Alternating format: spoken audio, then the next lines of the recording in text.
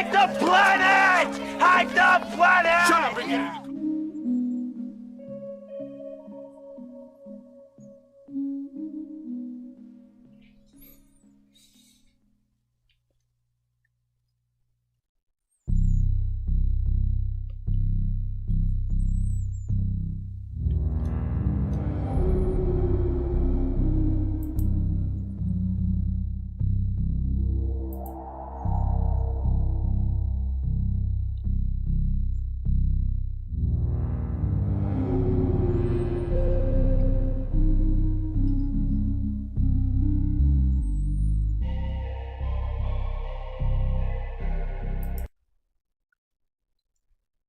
Hey there, HackerFrogs! It's me, the Shy Hat, and we are HackerFrogs. All right, everybody, we're going to be doing 3 different activities today, as per usual. We're going to be doing HackerFrogs after school. That is our usual thing we do at the beginning of these live streams, and we've been working through our network hacking course. Today is session number 6, and in session number 6, we're going to be talking about some brute force attacks against different services. So someone says hello on YouTube. Someone, nice to see you here, and nice to see you here. Let's give you a fun little video redeem. How about a Nyan Cat for you? There you go.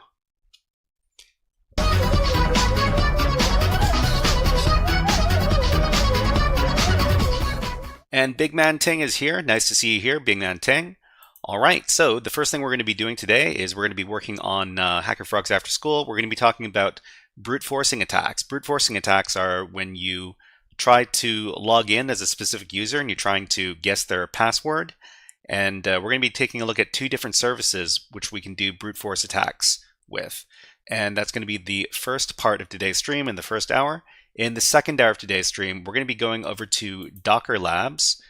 This is a Spanish language hacking website, but of course for any foreign language website, we can always translate it over here. So we're going to translate it from Spanish to English. Someone says, saw you started a series on Natas. Yes, the Natas CTF labs are a series of web app challenges from overthewire.com.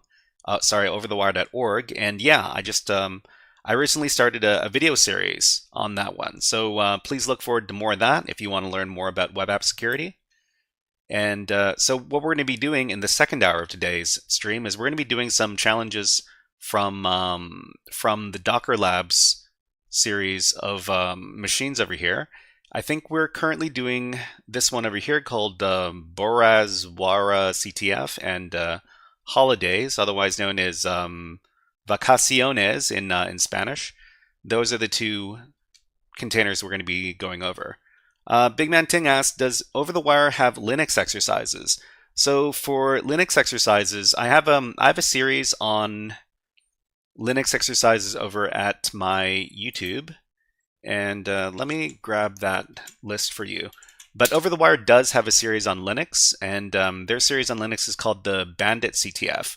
We might go over the Bandit CTF in the coming weeks because it seems to be pretty popular and people want to see that. But if you want to see something that's similar to the Bandit CTF to learn about Linux, you can always take a look at this playlist over here. And this is also going to teach you about Linux commands. Particle to do says hi Particle to do, nice to see you here. And yeah, on Twitch, nice to see Twitch viewers. And let's do another Hack the Planet, because that is what we do. Welcome to the channel, and welcome to the stream, Particle to do. Hack the planet! Hack the planet! Shut up and get it! Let's see, someone says, I think it was the one that tipped you because I said I was stuck on one of the levels. Someone, which level were you stuck on? Were you stuck on a Bandit level or were you stuck on a Natas level? I think you said you might have been stuck on a Natas level, right? I've got a bunch of walkthroughs for the Natas levels. If you want to take a look, let me go ahead and grab that. So we've got Over the Wire Natas.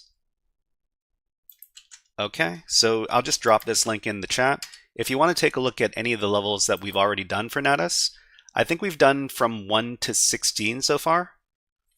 Someone says they were stuck on Natus 10 and 11. So we've got links for walkthroughs on Natus 10 and 11 over here. You can go ahead and take a look at those. Okay, Bargle to do says, I hope you going well. What's the program? We're going to do brute force. So the first hour we're going to be doing brute force.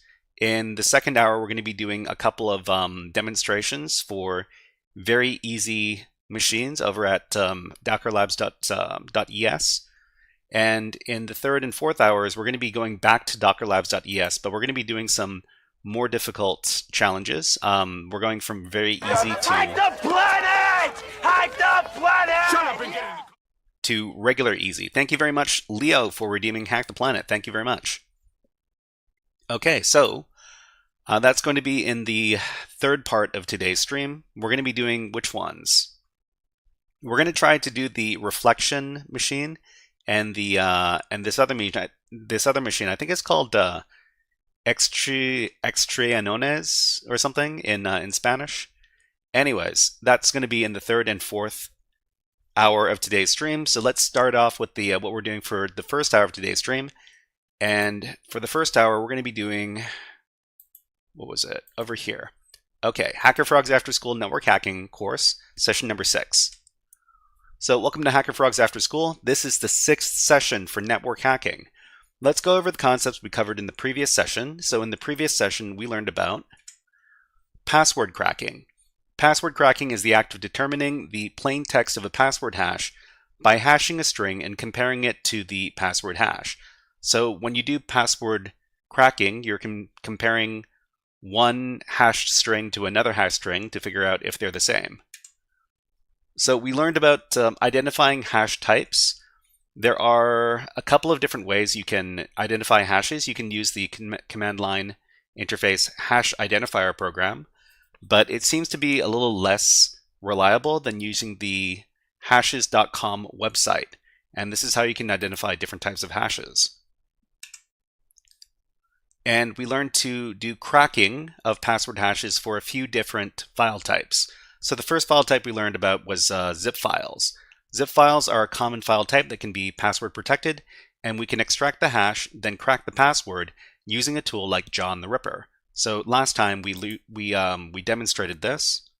We also demonstrated cracking SSH private key hashes. So another very common thing that we crack, especially when we do easy level CTF exercises, are SSH private keys.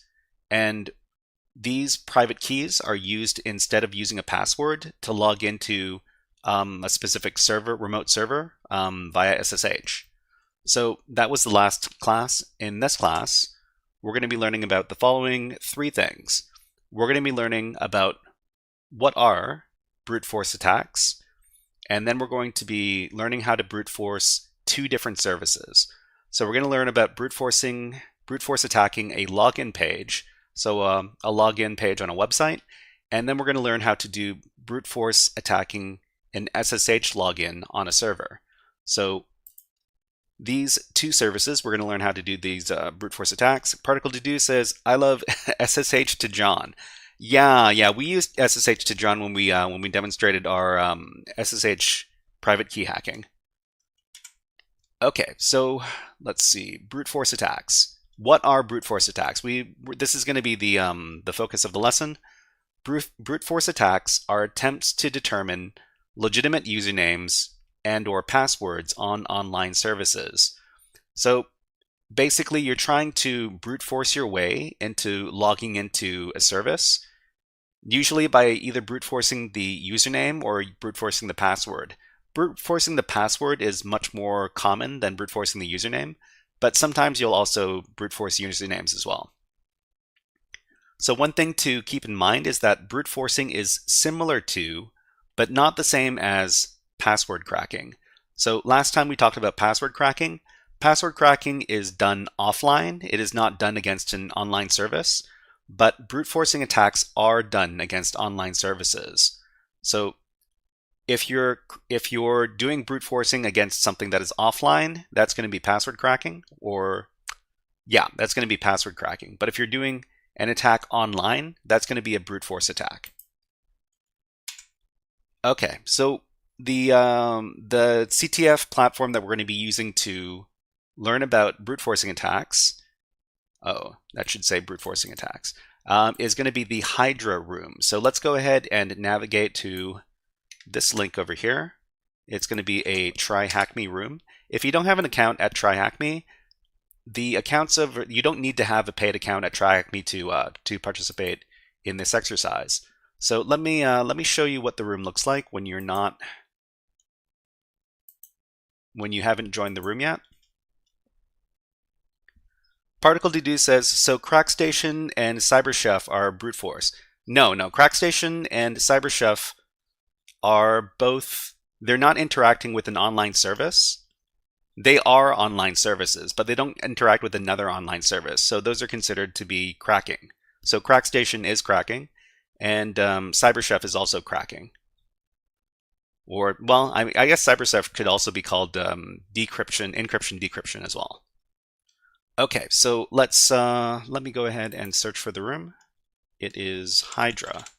So Hydra is one of the tools that we're going to be learning about today. But we're not necessarily only going to be using Hydra, and we're not necessarily going to go through the room as intended. But this is what you do. After you've logged in, you're going to see, after you've logged in and after you come to this page, you will see this green Join Room button over here. You want to click on the green Join Room button, and that's going to give you access to the rest of the materials in the room. After that, you're going to go down and you want to go over to task number 2 using Hydra. So you want to click into task number 2, this header here, and you want to start the machine associated with the room. Particle Deduce says, hard syntax in Hydra, I always get confused. Yeah, that's something that we need to address, especially when you're doing web app brute forcing with Hydra. It gets a little bit complicated. So I'm going to teach you how to use another program to brute force against web app login pages instead. But we'll talk about that when we get there. Okay, so task number 2, click on the green button over here, which is labeled Start Machine. And we need to start up another virtual machine as well. So we're going to, from here, once the Start Machine button is gray because you clicked it, scroll up to the top of the room, and then underneath the Hydra logo here, there's going to be a button labeled Start Attack Box. So this is going to start the attack box machine that we're going to be using to do our brute force attacks. So go ahead and click on Start Attack Box. And then you'll see that your browser tab has split into 2. And your web page is going to be on the left-hand side of the screen, and the attack box interface is going to be on the right-hand side of the screen. It's going to take about 2 minutes to start up. So while we're waiting for it to start up, let's talk a little bit about the programs that we're going to be using.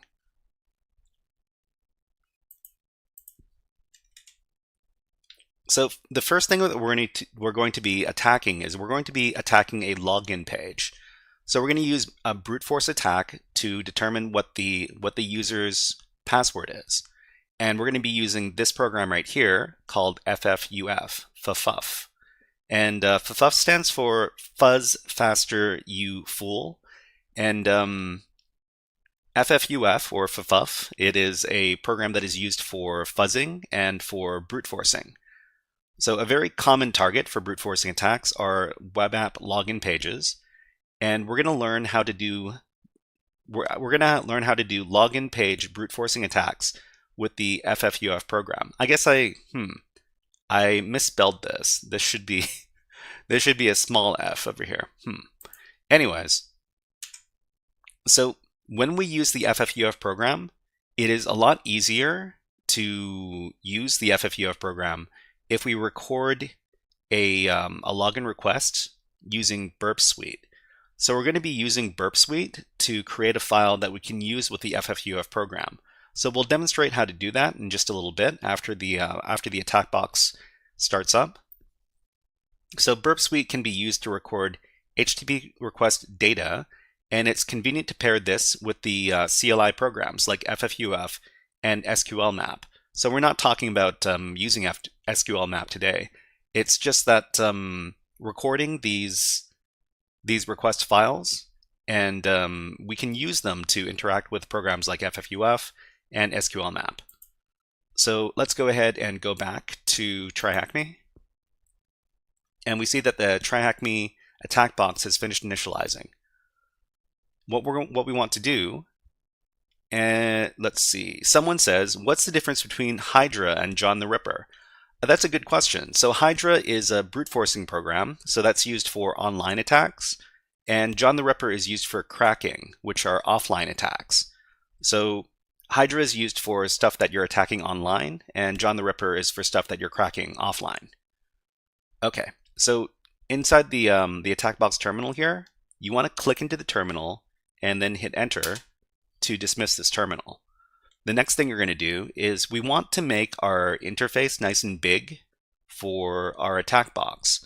So what we're going to do is we're going to go to the center of the screen, and then we're going to go down to the bottom.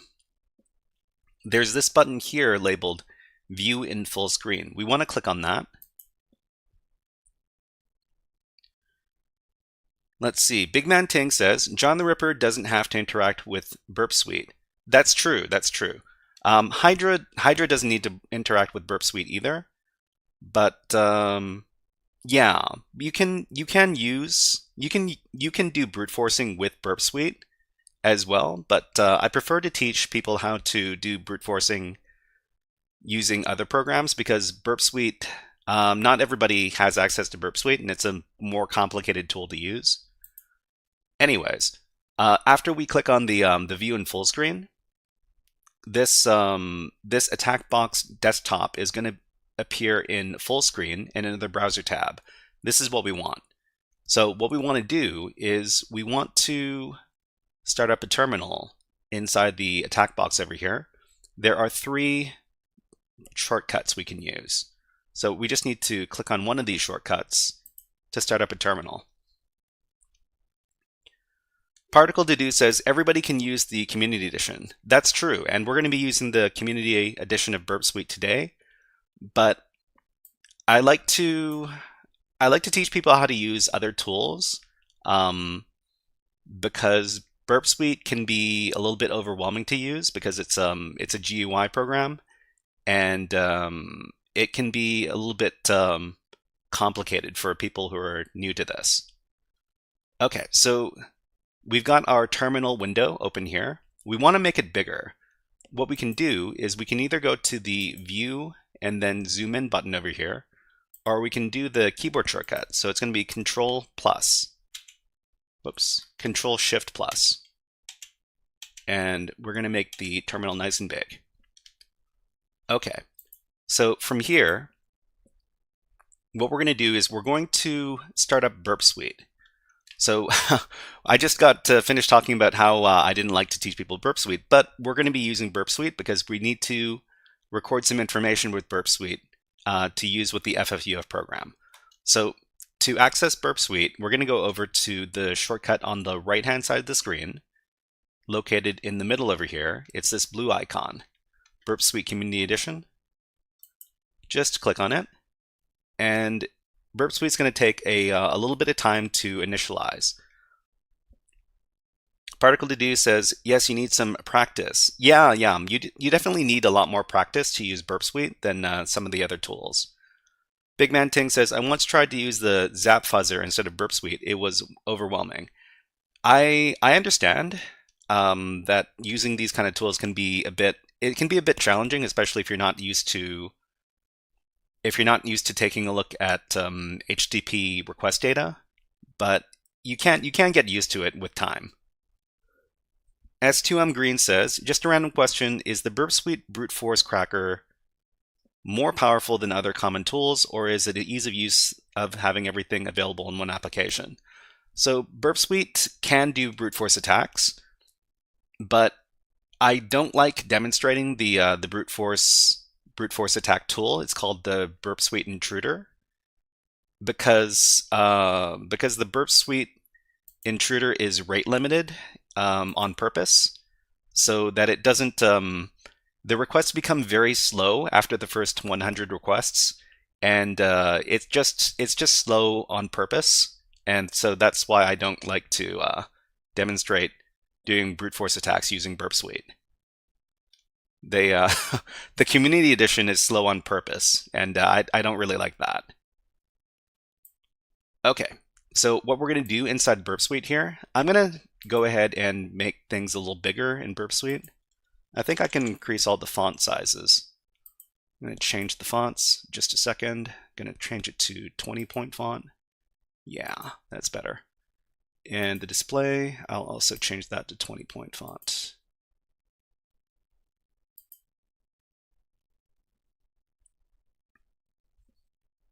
Big Man Ting says, very, very true. Well, I'm listen, I understand that that the people that make Burp Suite, they don't want to make everything super convenient and they don't want people to use their professional edition.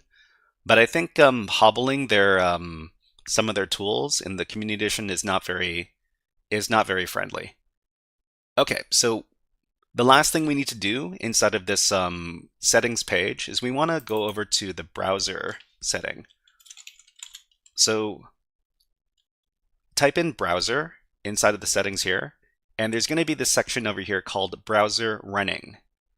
You want to go ahead and click on this button, this checkbox over here that says allow Burp's browser to run without a sandbox, because we're going to be using the Burp browser to access the page that we want to log in. Go ahead and click on that, and then after that's done, we're done with the settings. So go ahead and close the window. Love Cut says, thank you. Your channel helped me learn a lot of things. Everybody, if you're learning something from my channel, then I'm very happy, because I'm here to teach people about and help people get into cybersecurity. That's what my channel is all about. Okay, so after everything is done, we're going to go over to these tabs over here. So this is when you use Burp Suite, you need to click on a specific tab that's associated with the tool that you want to use. The tool that we want to use is the proxy tool. So from dashboard, go over to the word proxy and click on it.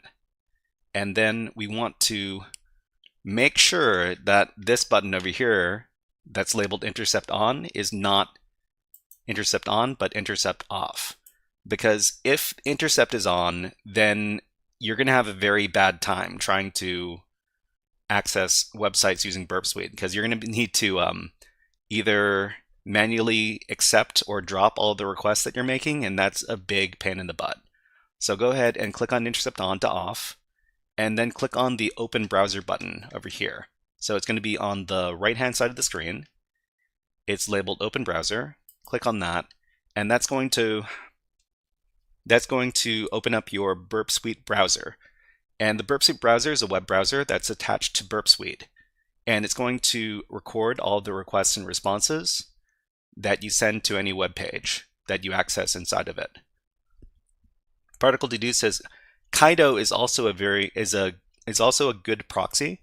I haven't used Kaido much. Most of the time, what I'm doing is I'm trying to use tools that are pre-installed on security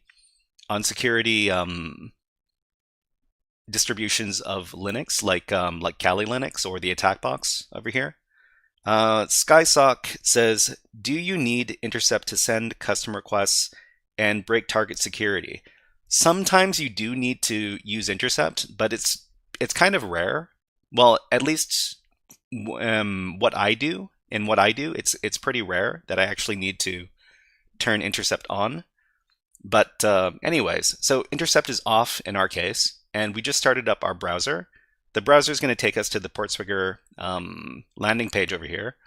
What we want to do is we want to go back to Tryhackme, and we want to get our IP address. So on the Tryhackme page, you're going to scroll down until you see this target machine information.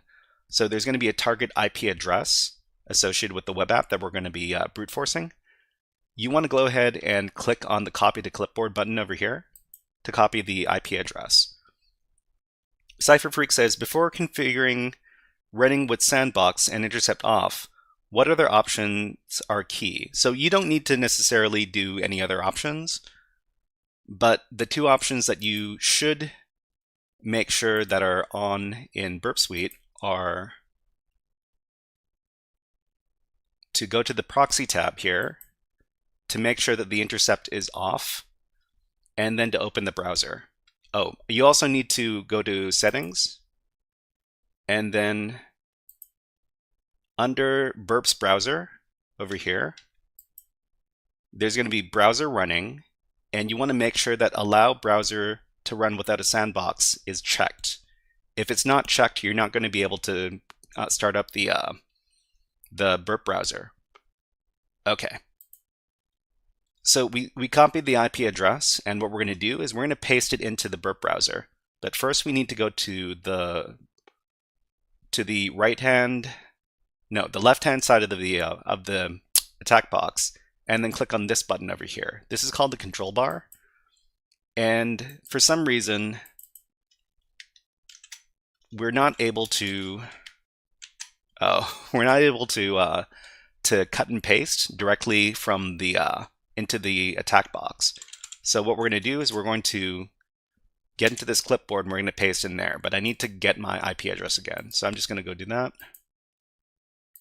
Then I'm going to go over to the clipboard and paste in my IP address. After I've done that, I'm going to close out the control bar again. We're going to go over to our Burp Suite browser, and we're going to paste in the IP address. Okay, so we finally come across the login page that we need to brute force attack.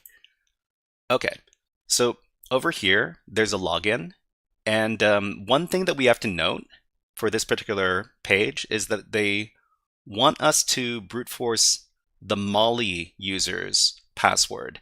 So if we go over here,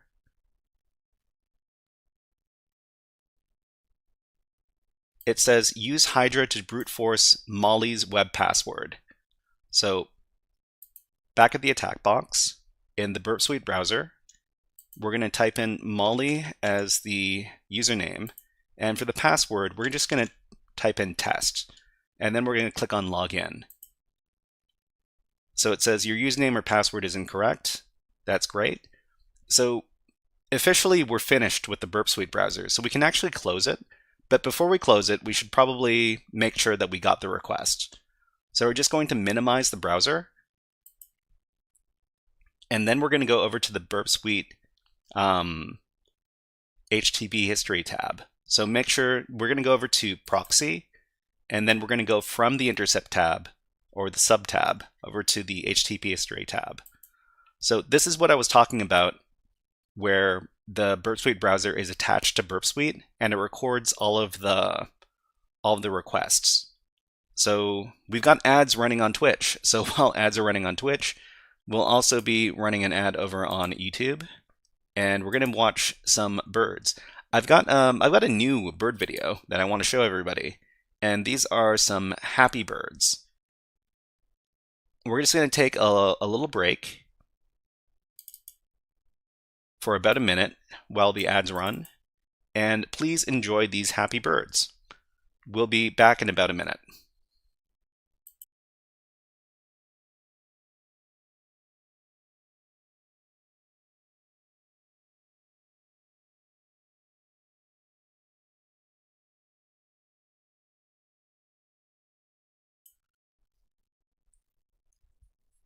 So CypherFreak asks, Burp Suite browser, Burp's browser not available.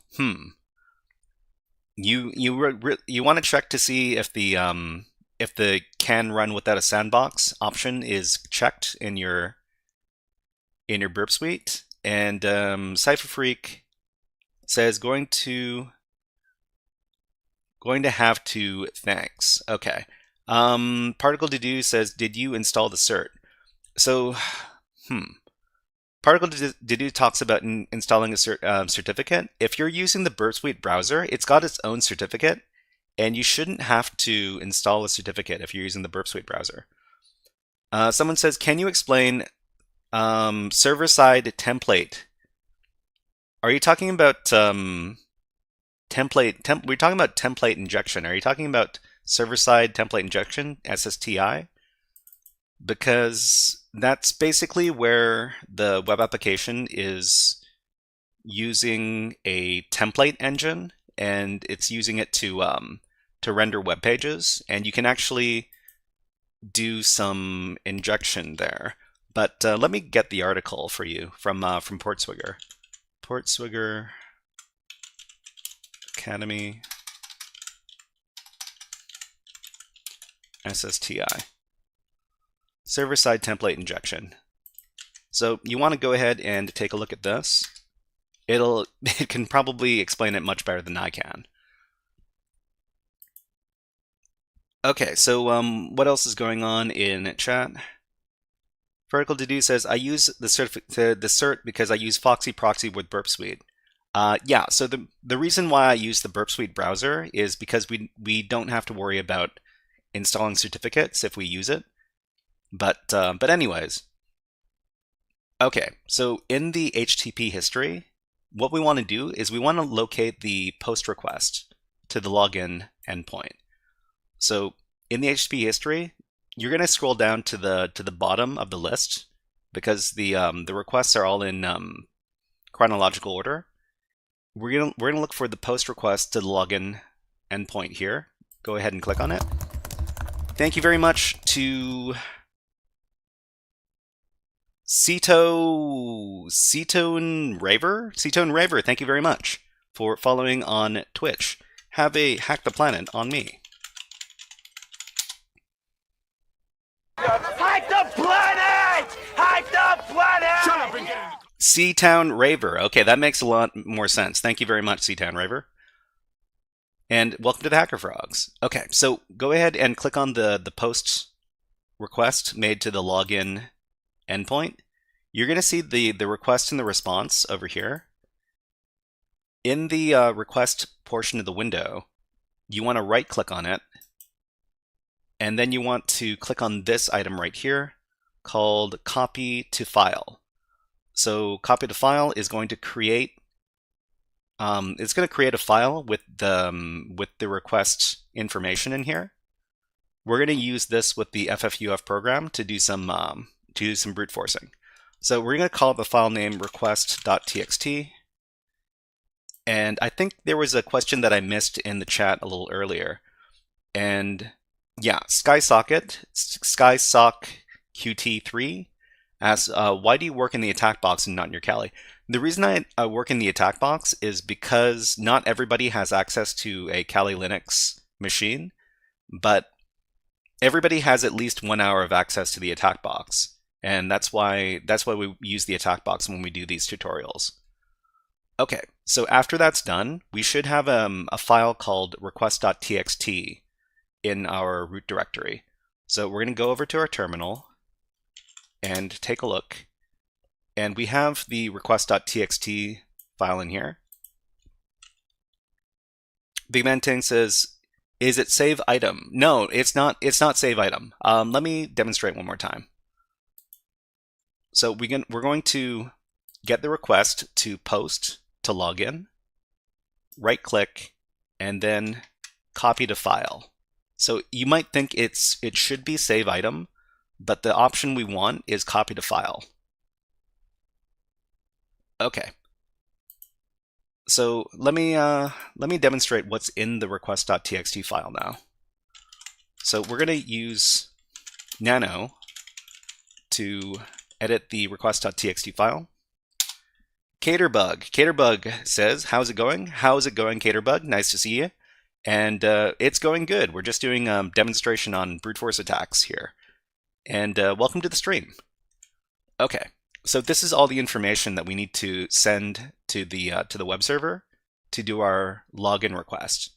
What we want to do is we want to go down to the bottom of the request, and this is the post data.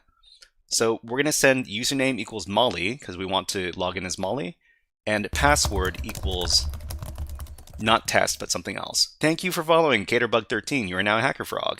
And why don't you have one of these? This is the frog song.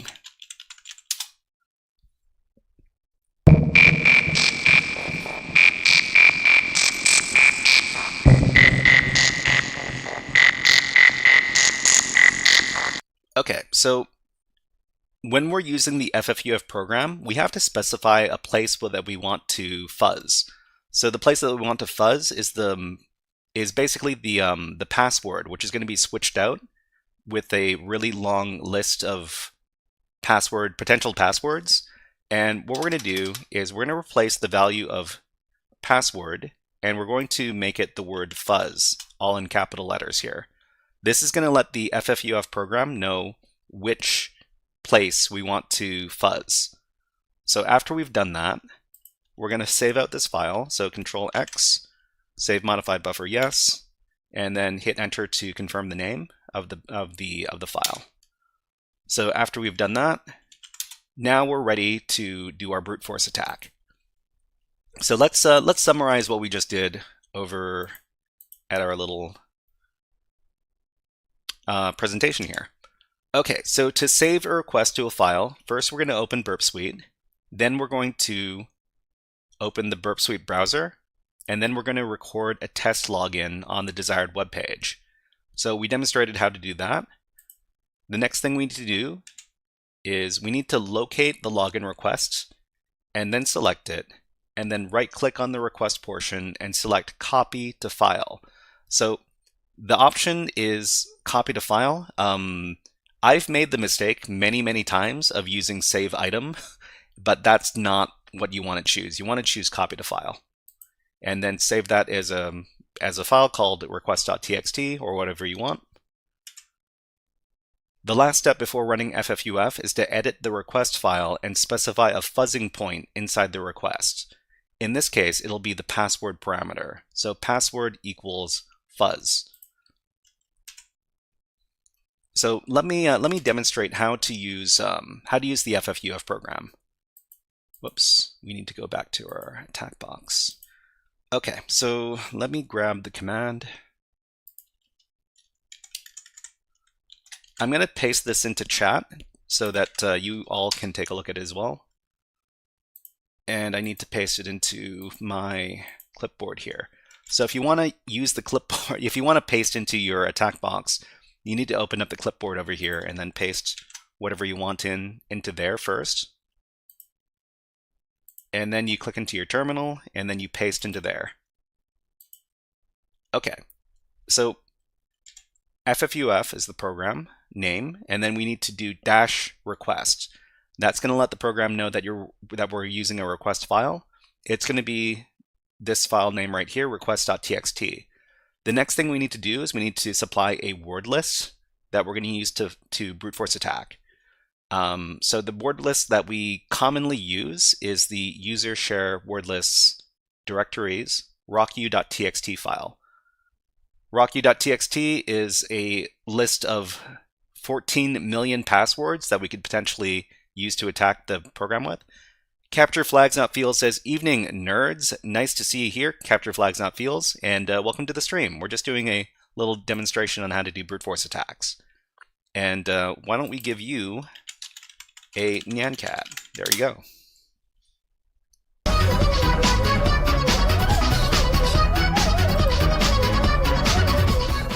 Okay, so we provide the word list, and then the last thing we need to do is we need to tell FFUF that we're using the HTTP protocol. So we do this option right here, -request-proto HTTP, and that's the last thing that we need to do. So when we run FFUF, it's going to use the information inside the request.txt file to do login to the web application. And it's going to use a word list equal to all of the words in the rocku.txt list, which is 14 million words. When we run this program, it's going to give us a lot of information. But the first thing we need to do, So the first thing we need to do is we need to figure out what an incorrect request looks like. So these are all incorrect requests. We can tell because they all give the same status code. They all have the same size. They all consist of the same number of words in the response. So size 56 is what we're not looking for. So we're going to filter this out from the program. Let me demonstrate over here. So now that we're set up, we can run ffuf and get a sense for what failed responses look like. So it looks like the failed responses are all size 56. So what we're going to do is we're going to filter out all the responses with size 56. So this is how you do it. So we're going to go down to the bottom. We're going to press up to get the previous command, but we're going to give this additional parameter here. So -fs. So fs stands for filter size. It's going to filter on a size of the response, and we know that 56 is what we're not looking for. So -fs 56. Let me paste this into the chat too, so that you all can copy it if you want to. Okay, so we're going to run this command, and it's going to give every response that is not size 56. And this is how we're okay. It actually it kept on going after we got this response over here. So this is the password we're looking for because it is not size 56, and it's probably going to be the correct password. So at Sunshine, the HTTP response code is 302. It's the same as all the other ones, but the size is different from the other responses. So that's how we know that this is the right one. Okay, we're just going to exit out of the program with Control-C, and then we're going to try to log in. So we're going to go over to, we can go over to our Burp Suite browser. We're going to type in Molly as the username, and the password is going to be the one that we brute forced, which is Sunshine. Click on Login, and we've got a flag. Okay, so let's go ahead and grab the flag. Oh, that's very hard to see, but we can copy this. And after we copy this, we need to go over to our clipboard. We're going to go over to a clipboard, and we're going to copy it again. And then after we've done that, we can go back to the Tryhackme page. So we can answer the question over here, use Hydra to brute force Molly's web password. What is flag 1? We can paste into here and then submit. And then we're done. Right. Okay, so we're going to demonstrate one other service that we're going to brute force. And this one is going to be a lot more straightforward than brute forcing the web app login page. But let's take a look.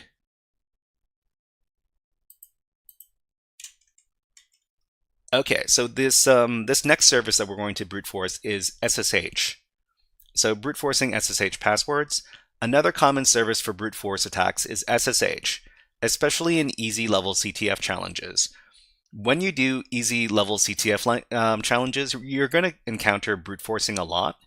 It's not super realistic, but it is easy to do. So that's why they stick a bunch of brute forcing in these easier challenges for CTFs.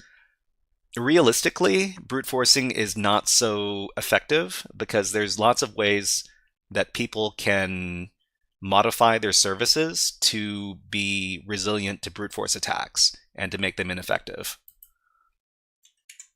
Okay, so we're actually going to use the Hydra program to do brute forcing against SSH. There are a number of programs that can brute force SSH, but a popular option is the Hydra program. So most of the time when you see people brute forcing SSH, especially in the CTF exercises, it's usually going to be with the Hydra program. And it's for a good reason. Hydra is pretty good at what it does. So compared to login page brute forcing, SSH brute forcing is much easier. All we need to provide to Hydra is a username or list, a password or list, and an IP address and the name of the protocol, which is SSH. So this is what the syntax looks like. So it's Hydra dash L. So it's dash small l for a username, but it's dash capital L if you're using a username list. Likewise with the password, if you're using a singular password, it's going to be lowercase p. But if you're using a password list, it's going to be uppercase P. You provide the password list, you provide the IP address, and then you provide the protocol that you're going to be brute forcing. In this case, it's going to be SSH. So let me, I'll just copy this over to the chat. You're not necessarily going to be using, you're not going to be pasting and using this command directly, but this is what the syntax is going to look like. Okay, so let's go ahead and do that brute forcing. Let's go back to the Tryhackme webpage. And the second question over here is use Hydra to brute force Molly's SSH password. What is flag 2? So we're going to try to get the flag by brute forcing the SSH service. So let's go back to our attack box, and we can actually close out our Burp Suite and our Burp Suite browser because we're not using them anymore. Okay. Particle Deduce says, holy moly. Anyways, let's go ahead and do that brute force. So it's going to be Hydra, and then dash L, and then the name of the user. So in this case, it's the Molly user, and we do dash capital P, and then we have to provide a word list. So it's going to be user share word lists /rocku.txt. This is the same list we used in the previous exercise. We do a space, and then we provide the IP address. So the IP address, I need to get that one more time. Let me go ahead and get that from up here. Get that IP address, and then go over to the clipboard, paste it into the clipboard, and then paste it into the terminal. Okay. The last thing we do is we provide the protocol, which is SSH. So let me copy this command over to the chat. Of course, you're going to need to substitute that IP address with your own IP address for the target machine. SkySock says use variable IP in your commands and set it on start. It makes running scripts way easier. Very useful for CTFs when you where you need to be fast. Yeah, so let me let's demonstrate that just really quickly. Let me pull this down. We'll start up a new terminal. Okay, so what SkySock is talking about is setting a variable inside the terminal. And we can do that by doing this command right here inside the terminal, IP equals, and then you paste in the IP address. Whoops, that's a little bit too much. Let me just use the IP address. Okay, so what we want to do is IP equals, and then the IP address over here. So after you do that, anytime you reference the IP variable using the $sign here, it's going to be equal to this number. So this is a pretty convenient way to keep track of your IP address if you need to use it a bunch inside your terminal. But for this exercise, we're just going to keep on using the IP address because this is the last command we're going to be using the IP address, essentially. Okay, so Particle Deduce says they don't know how to export the IP. If you're talking about exporting the IP to other terminals, I actually don't know how to do that. But if you're using the same one terminal, it shouldn't be too much of a problem. So after we run the command, we're going to see that very quickly we're able to determine the password for the Molly user. And it's not usually this quick, especially in a real life scenario. But in this case, the password is pretty close to the top of the rocku.txt word list, and that's why we're able to brute force Molly's SSH password in this case. Cypherfreak says the shell trick is sick. Oh yeah. It's definitely, it is very useful. Most of the time I've got a bunch of terminals open, and the IP address is usually pretty easy to find, and that's why I don't set a variable for my IP address. But anyways, okay, so we've used Hydra to brute force the SSH password for the Molly user. So all we need to do now is we need to log in as the Molly user to get the flag. So we're just going to do SSH and then the IP address over here. Whoops. We actually need to put Molly's name in front of it. So SSH space Molly at IP address. After that, it's going to ask us if we want to continue connecting. The answer is yes, and the password is going to be butterfly. It's always better to, well, it's almost always better to paste in a password instead of typing it out. That way you know for sure that you've typed it in correctly. Okay, so we've managed to log in as the Molly user to this server now using SSH. So we're just going to clear the terminal, and there's a flag2.txt file in our current directory. We're just going to read that file using the cat command, and this is the flag we need to provide to finish the room. So we're just going to copy it. We're going to go over to our clipboard, and we're going to copy it again. Then we're going to go over to the Tryhackme webpage, and we're going to paste in the flag for question number 2. So use Hydra to brute force Molly's SSH password. What is flag 2? Paste in the flag, click on submit, and then you're done. So if you're wondering why we haven't finished the room yet, it's because you need to click on the little box in task number 1. So in task number 1, it tells you all about Hydra. It tells you a lot more about it than I did over here. And you need to click on the read the above and have Hydra at the ready little question here. Click on complete, and then you're finished. Okay, so before we finish today's lesson for HackerFrogs After School, let's do a very short review on what we learned in today's class.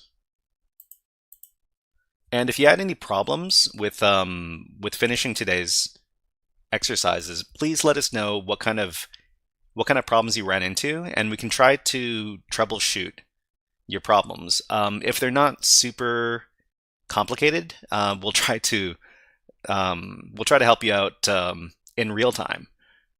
Anyways, let's review the network hacking concepts we learned in today's workshop. What are brute force attacks? Brute force attacks are attempts to determine legitimate usernames and/or passwords on online services. Brute forcing is similar to, but not the same as, password cracking. Remember, if you need access to a network resource to do your attack, that's a brute force attack. If you don't need access to an online resource to do your attack, that's probably a cracking attack. Big Man Ting says, please can you show me how to edit the nano request? I didn't understand it. Yeah, let me go ahead and demonstrate that one more time. So let's get out of here. Okay, so you've got your request.txt file over here. What you want to do is you want to use Nano or some other text editor to edit the file. When you do that, you're going to see all of the request information in here. What we want to do is we want to navigate down to the bottom of this information here. And because we were brute forcing the password, we need to set the value of password to the word fuzz, F-U-Z-Z, in capital letters. So this is going to let the FFUF program know that this is the fuzzing point. So after that, save out the file, and then the file should be ready for use with the FFUF program. Someone says, can you show how to connect from your own Kali machine to the machine? Yeah, okay. I think Particle Dude says you can add fuzz. You add fuzz because you use FFUF. Yeah, that's true. If you're not using FFUF, you don't necessarily need to use the word fuzz. Let's see, Big Man Ting. Okay, great. Nice to see that I helped you out. And someone says, show how to connect your own Kali machine to the machine. Yeah, so right now we've got the machine. The machine probably shut off, but let me go ahead and go back to the page. Let's go back.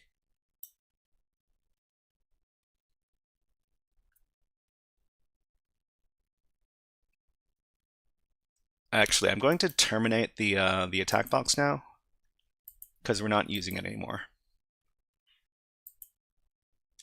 Okay, so to access the machine with your Kali Linux box or with any other with any other computer, what you want to do is you want to click on your little icon here at the top left, at the top right of the Tryhackme page. So click your own icon. Then you're going to click on the word access here. So after you click on the word access, it's going to say access via OpenVPN, advanced. To access machines you need to connect to the network. What you need to do is you need to get a VPN key.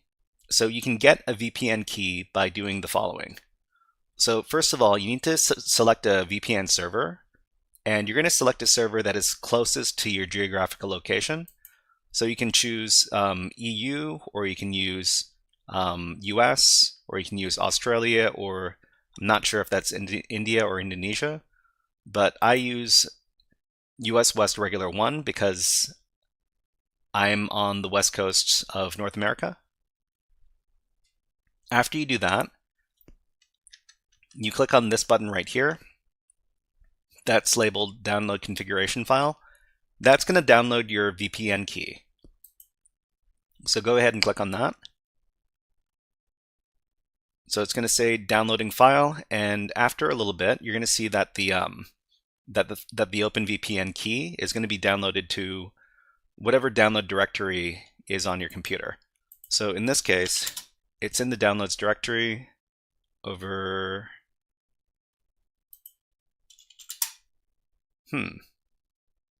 Where's my OpenVPN key? Okay, let me check one more time. Oh, it didn't download. Okay, let me try downloading it again. Okay, that's going to download this one over here. This is the name of the account.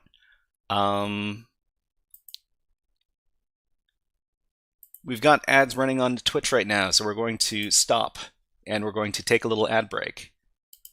And we're going to show birds while the ad break is going on. How about these birds? There you go. We'll be back in about a minute. We just need to take a little water break and take a little ad break. We'll be back in about a minute.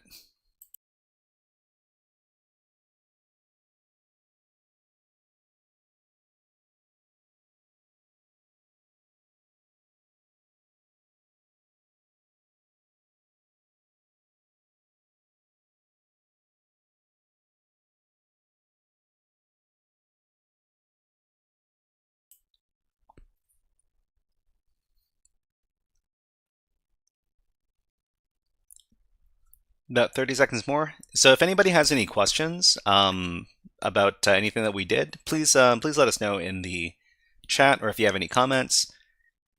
It's I enjoy answering everybody's questions, and I certainly don't want anybody to feel like they're being left behind. I don't want anybody to feel like they can't keep up with what's going on. Okay, let's put the birds away. Helpful Husky says, birdie. Yes, that is a birdie. How about a different bird? How about this bird?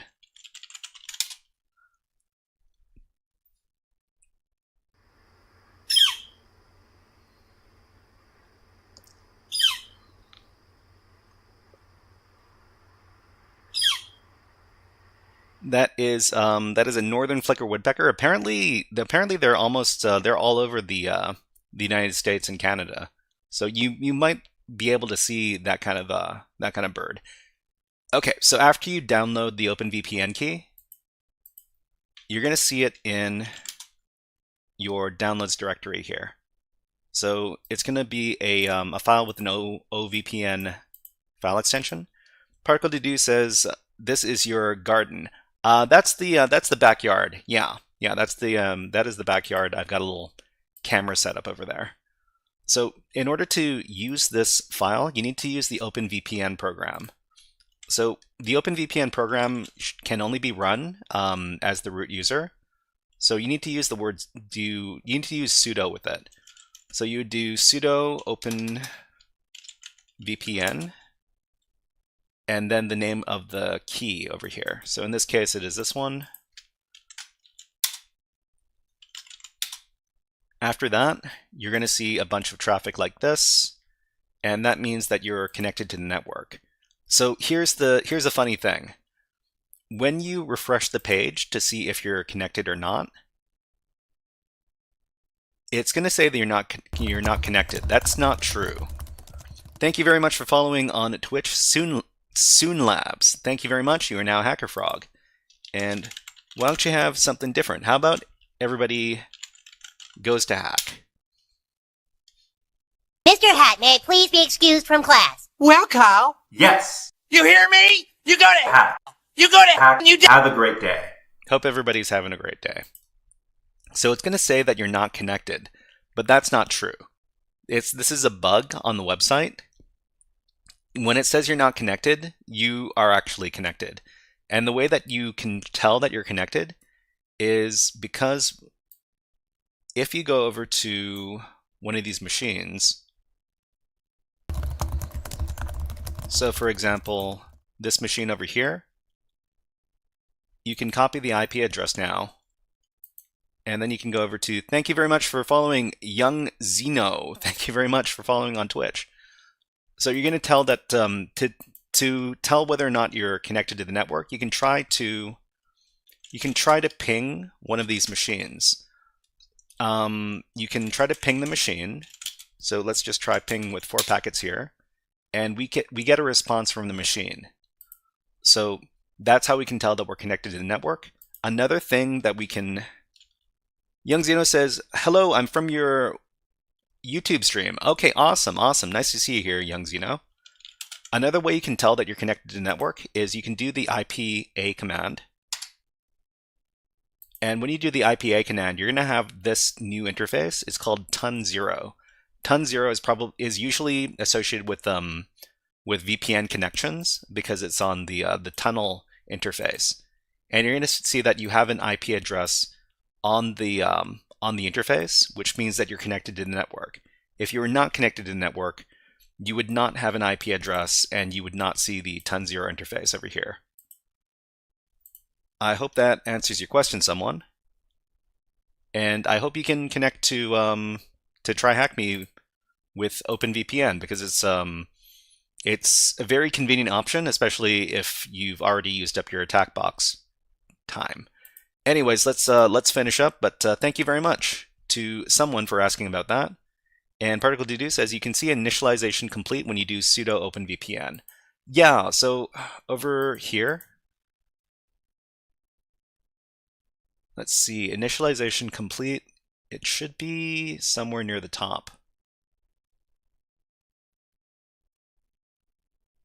Yeah, right over here, initialization sequence completed. Anyways, I'm going to disconnect because I don't need to be connected. And now we're going to see that the ton0 interface is no longer here when we do the IPA command. And that's how we know that we're not connected to the network anymore. Someone says, you're a great, a great teacher.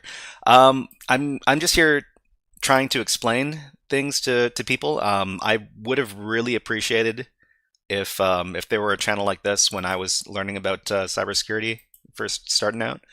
I'm trying to provide the service that I would have wanted when I was trying to get into here. Let's see. Cyberfreak says, my FFUF fuzz is still going. How long did it take you guys? Huh. It shouldn't take very long. You're talking about the web page, right? I think you want to take a look at the so if you already put in the -fs to filter out the file size 56, then you should see something at the beginning of the output. So it's going to be the password sunshine, and it's going to be after you start the command, and it's going to be one of the first things that you see in the output. Someone says, do you use Discord? We don't have a Discord right now. We're probably going to be setting up a Discord in the summer, but for now we've got our HackerFrogs Reddit page. It's going to be at reddit.com/HackerFrogs. There's the link. Okay, so let's go ahead and move on to our next exercise over here. In the next exercise, we're going to do a demonstration on how to do Linux hacking exercises over at dockerlabs.es. So you guys can participate in this walkthrough as well if you want to, but you need to have a Linux system with Docker installed. So preferably like a security distribution of Linux like Kali Linux. Bigman Ting asks, will this live stream be saved to the channel? Yeah. So all the live streams are saved to the YouTube channel and in the live section. Particle Dudu says, could be fun to do King of the Hill with the community when they have some experience. Yeah, I've never done King of the Hill exercises before, but it does sound very fun. I just need to I need to learn how to do this stuff myself. But it does sound like a lot of fun. All right, so what are we doing? So we've got some very easy exercises over at let's show the original. Over at dockerlabs.es. So you just want to go over. MC25 says, derp, hello, MC25, nice to see you here. So after you arrive at the dockerlabs.es website, you want to click on the Muy Fácil button over here. I hope that's how you pronounce that. It means very easy. And these are the machines that we're going to be hacking today. We're going to be covering two. This one over here called Barazu Wara CTF, and the other one called Vacaciones, which I think means vacation. Anyways, Big Man Ting says, I didn't know that you had other live streams. I'm so excited. Yeah, we live stream to YouTube as well as Twitch. So if you want to use YouTube or if you want to use Twitch, you can use either platform. Whichever one you like better. Someone says, going to sleep now, but now I know a bit of Hydra. Yeah, great to see that that you've got some new skills now, someone. And Big Man Ting says, I missed so many live streams last month. we've been live streaming for over a year. So if you wanna catch up on live streams, you don't necessarily have to go back an entire year, but if you want to find out what we've been doing on the live streams for the last little bit, you can always go to the YouTube channel. They're all going to be over there. Okay. So I need to eventually turn all of these exercises into YouTube videos. So I'm going to be doing a little YouTube intro and outro when at the beginning and end of these exercises. So please bear that in mind. Before I start, I'm just going to do a little bit of cleanup over here to make sure that my terminals are nice and clean. Okay, let's go ahead and start this demonstration. Particle DD says, hello, YouTube. Yeah. Hello, YouTube. All right, so everybody, this is a guided walkthrough for the Barazuwara CTF challenge located over at dockerlabs.es.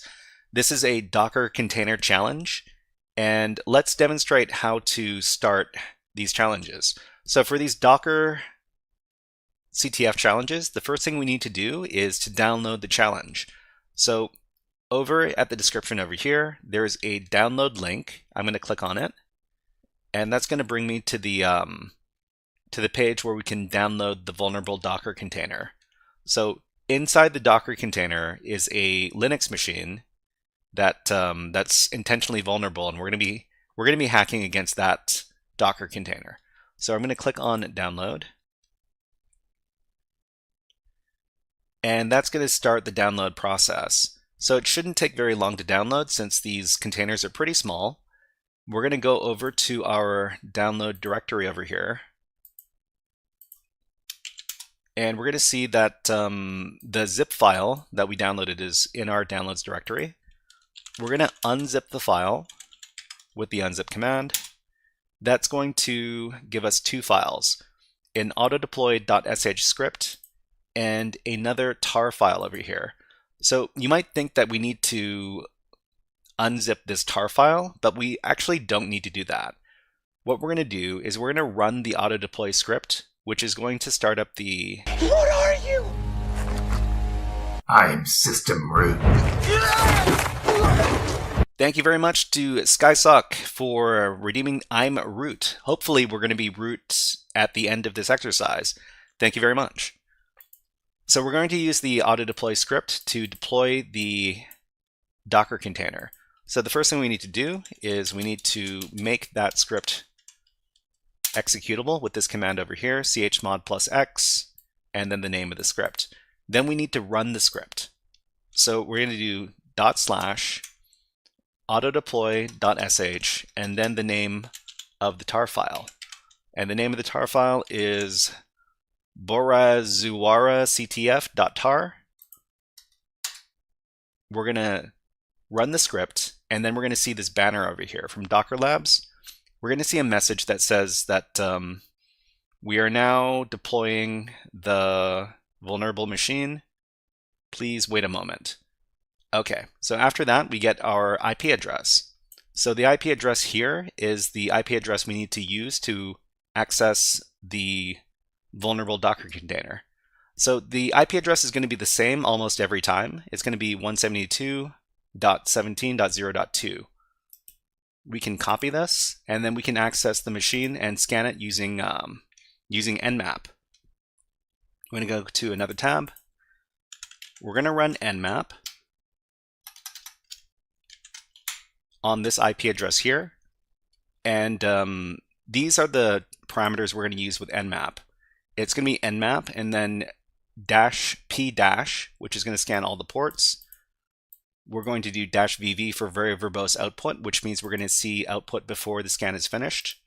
We're going to run common scripts and versioning information against whatever services we find with this argument here, and then we're going to run it very fast but not too fast with this argument here for 4 threads running Nmap. The last thing we need to provide is the IP address, and then we run the scan. Particle deduce says all TCP ports. Right. So Nmap, by default, Nmap runs against TCP ports, and you can specify for Nmap to run against UDP ports as well, but you have to specify specifically that that's what you want. But scanning against UDP ports is a big pain in the butt anyways. Okay, so what do we have on this box? So we find that there are 2 ports open on the container. We got port 22 and we've got port 80. Port 22 is running the SSH service, running the OpenSSH software with this version number right here. So the other thing is port 80. Port 80 is associated with the HTTP service, which is unencrypted web pages. It's running Apache software with this version right here. And what we need to do is we're going to inspect the web page associated with the web application. So we're going to go to our web browser, and in the web browser, we're going to paste in the IP address. But in front of the IP address, we're going to prepend it with HTTP // When we navigate to this page, the landing page, it looks like a Kinder Surprise egg. Kinder Surprise is a candy. I don't know if it's originally from America or if it's originally from Europe, but it's a chocolate egg with a little toy inside. So there might be something inside this egg as well, which means that we need to inspect this image. So we're just going to right-click on it, and we're going to select Copy Image Link. After we do that, we're going to go over to our terminal again, and we're going to, let's see, inside of web enumeration, sure. Let's do wget to download this image right over here. So it's HTTP, this IP address, /imagen.jpg. Particle to do says, I think it's from Italy because Kinder is an Italian brand. Oh, we can answer this question by just looking at Wikipedia, probably. Not to get sidetracked or anything, but it's something I'm a little bit curious about. So let's Kinder Surprise chocolate egg candy. Okay, so this is, the owner is Ferrero. Ferrero is Italian, I'm pretty sure. So Ferrero is an Italian company. Oh, the Ferrero Group. Interesting. Kinder is an Italian brand. I'm wrong. It's German. I don't know anymore. Is this German? Is it Italian? It's owned by this Italian company. But anyways, let's not get too distracted. Let's go back to the challenge. All right. So we've saved the image file here, and what we can do. One thing that we can do with image files is we can inspect the metadata associated with the image, and the metadata in image files, like the JPEG files over here, is called EXIF data. So there's a tool that we can use to access the metadata called EXIF tool. So we just run EXIF tool with the name of the file, and it's going to give us all the metadata associated with this picture file. So we've got file size, we've got modification date, and settings, file type. But sometimes, especially in these CTF exercises, they hide information inside of these inside the EXIF data. In this case, we've got a username, but we don't have a password. So the username is Borazuwara. Let's see. Bubbles on YouTube says, teach me how to use NixOS. NixOS? NixOS. Are you talking about Linux and Unix? Is that what you're talking about? But okay, so we've got a username, and we can actually use some of the methods we learned today, because we're going to be doing some brute forcing. If we have a username, but we don't have a password, we can do a brute force attack. So we're just going to copy this, and let's go ahead and use Hydra to do a little brute force attack. In this case, we're going to run it against the Borazuwara user, and we're going to use the rocku.txt word list.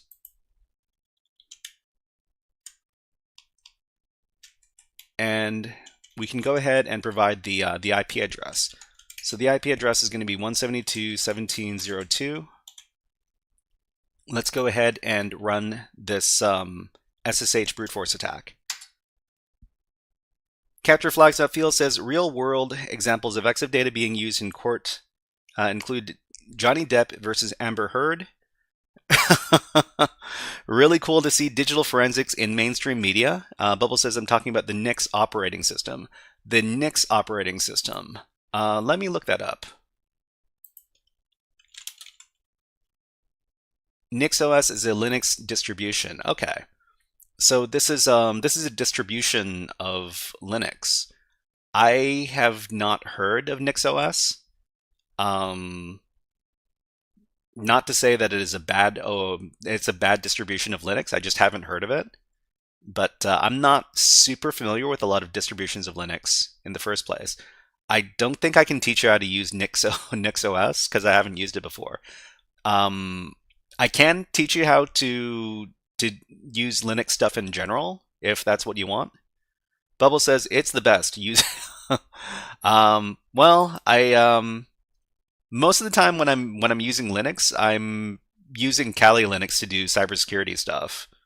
But thank you very much for telling me about this. So Capture Flags Not Fields says talked about Amber Heard. There's another very famous case about EXIF data in particular, and it's the who is it? John McAfee. The John McAfee case. John McAfee EXIF data. So John McAfee was on the run from authorities in Central America, and while he was on the run, he did an interview with Vice magazine, and the people at Vice magazine took a picture of him to use with the article, and they uploaded the picture without wiping the metadata first, and there were GPS coordinates in the metadata of this picture. And the authorities used the metadata to track down where the picture was taken, and then they were able to arrest John McAfee based off of that. So EXIF metadata is no joke. It can really lead to some very serious stuff. Capture Flags Not Fields says, let's see. MC25 says, he got set up with that data, was told that they would have removed it, but the guy didn't. You think it was done on purpose? I don't know. That's hard to say. Capture Flags Not Fields, did he fake a heart attack to escape capture? I don't know. I'm pretty sure John McAfee, we've talked about him before, but he's pretty much the closest thing to like a supervillain in the cybersecurity world. Particle Doo says, EXIF tool so strong. Bubble says, you should learn how to use Next, then teach me. I wish I could, but unless it has something to do directly with cybersecurity, it's not something that's super high on my priority list. But thanks for letting me know, Bubbles. Okay, let's get back to it. So we were able to successfully brute force the user's password using Hydra. So the password was not very complicated at all.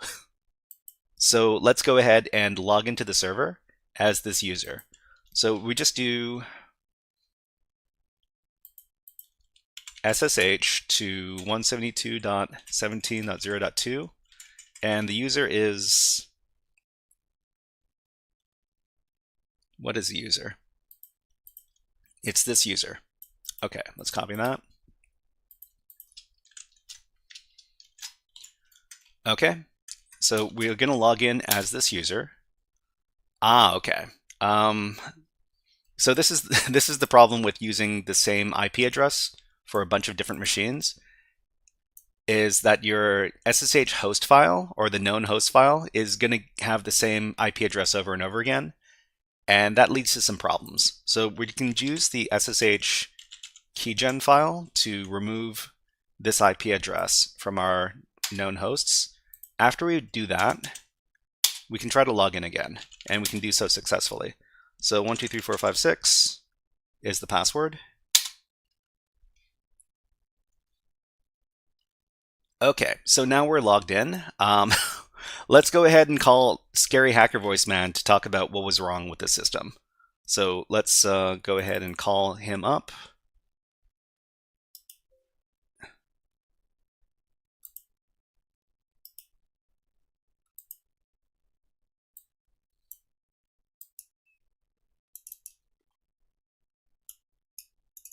Hey everybody, it's me, Scary Hacker Voice Man. Scary Hacker Voice Man comes out every time we break into a server, and we just broke into this one.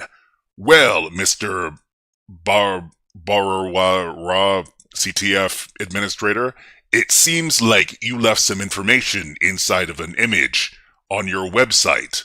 That was a big mistake. we were able to use exif tool to grab the exif metadata from the file, and we found your username. Well, maybe you knew about these security problems on your website, or maybe you decided to accept the risk. Well, you accepted the risk, and now, now we're in.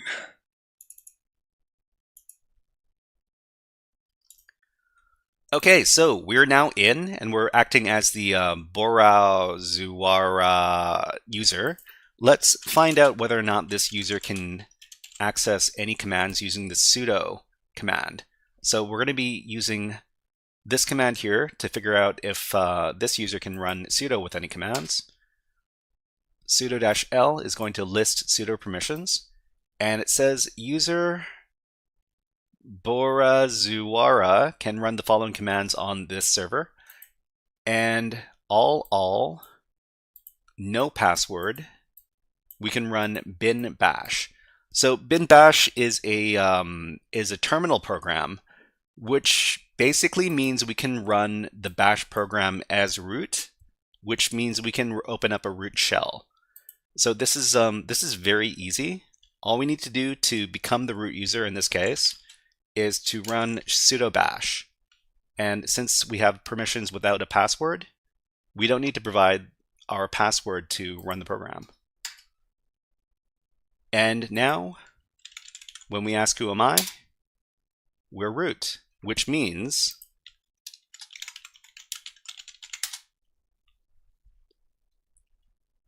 What are you? I'm system root. okay, so everybody, we're very close to finishing this exercise. So for any one of these exercises, what we need to do is we need to enter the root directory after getting root access, and we need to read a file that's usually in the root directory called root.txt. Thank you very much for the hint, Bubbles. I won't be doing that, but that command is going to erase your entire file system. Thank you. Okay, so what we're going to do instead to prove that we compromised the system and we got the highest access is we're going to create a little file called graffiti.txt. So what are we going to put in this graffiti file? We're going to write HackerFrogs rule, and then we're going to tell the administrator what's wrong with the system. So in this case, please do not leave usernames in the exif data on your picture files. Thanks, and have a great day. Okay, so because we're able to create this file, it proves that we have the highest level of access to the box. All right, so everybody, that was a guided walkthrough for the Borazuara CTF box located at dockerlabs.es. If you enjoyed this guided walkthrough, please click on the like and subscribe buttons on the video and leave a comment underneath the video. But until next time, HackerFrogs out. All right, we've got ads running on Twitch right now, so we're going to have a little ad break on YouTube as well. And let's put on some birds. How about these birds? Okay, so this is a little bird bath. Please enjoy the birds. We'll be back in a little bit, about 30 seconds or so.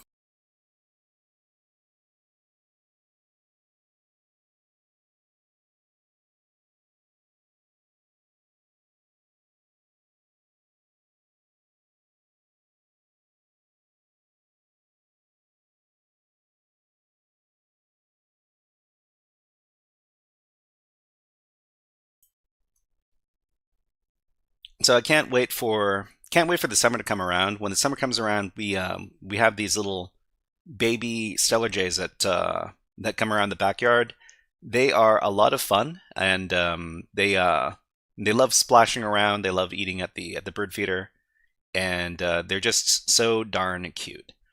Anyways, let's go ahead and put the birds away. And we're going to be doing one more of these Linux Docker container challenges before we move on to our challenge of the day. So before we do that, let's go ahead and do a little bit of cleanup. Actually, you know what? Let's go ahead and do exactly what Bubbles wants us to do. So let's log in.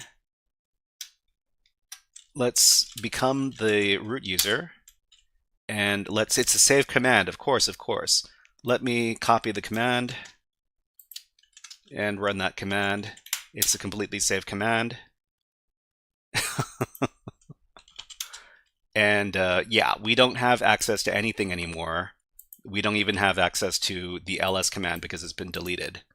But let's go ahead and get out of here. We'll stop the container.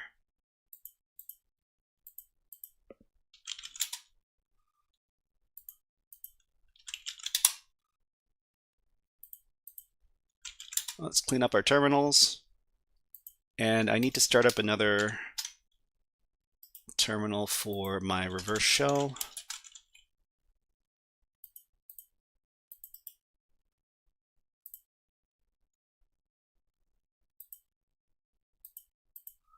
Okay. All right, so the next one, this next one is going to be a little bit more complicated, but let's start the challenge. Everybody, oh, sorry. Before we do this, let's go ahead and delete the files for this container.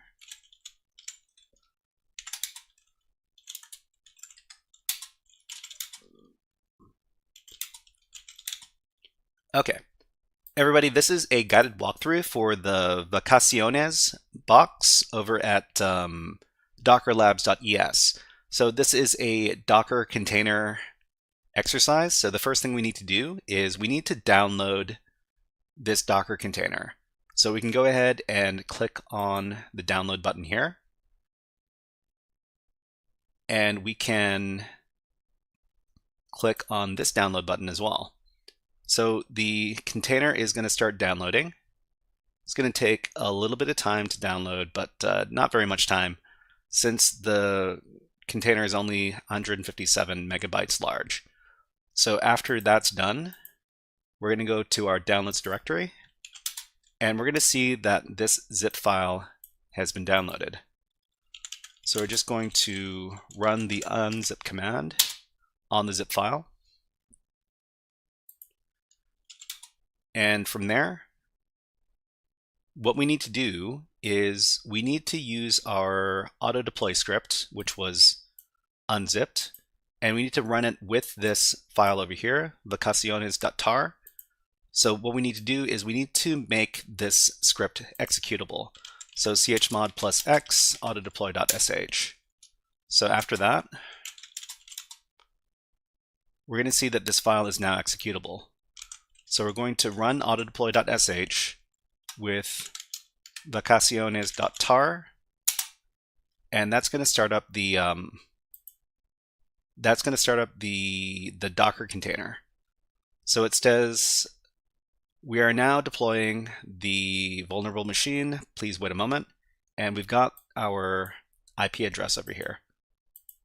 So actually, there's one thing we need to do. We didn't remove the IP address from the SSH known lists, so we're going to need to do that with the SSH keygen command. So let's go ahead and do that. We've got the IP address. What we're going to do is we're going to go over to our nmap tab over here, and we're going to use nmap to scan the machine. We're going to run nmap on all of the TCP ports. We're going to run it very verbose, which means we're going to get output before the scan is finished. We're going to run it with common scripts and versioning information with whatever services we find. And we're going to run it with 4 threads, which means it's going to run very fast, but not too fast on this IP address right here. So we can go ahead and run the scan, and we're going to find 2 IP addresses. Sorry, 2 networking ports. And those are ports number 22, which is running the SSH service with this version of OpenSSH. And we're going to find that there is a port 80 open on the target as well, which is running the HTTP protocol, which is unencrypted web pages. And it's running the Apache software with this version over here. CypherFreak says, I must not have shut down the last one properly. It timed out, permission denied when I tried to connect to the Docker daemon socket at Unix. So I think you can tell which Docker containers are running by running docker ps. So if you do docker ps, you're going to see the container name over here, and uses this image here. If you see that the Docker container is still running, you can shut down the container with docker kill and then the container ID number over here. But don't take my word for it because I don't use Docker very much. Okay, so what we were doing. So we've got port 80. Permission denied again. Try running with sudo. Yeah. Thank you very much for following Toe135. Thank you very much for following Toe135 on Twitch. Thank you very much. And why don't you have a hack the planet on me?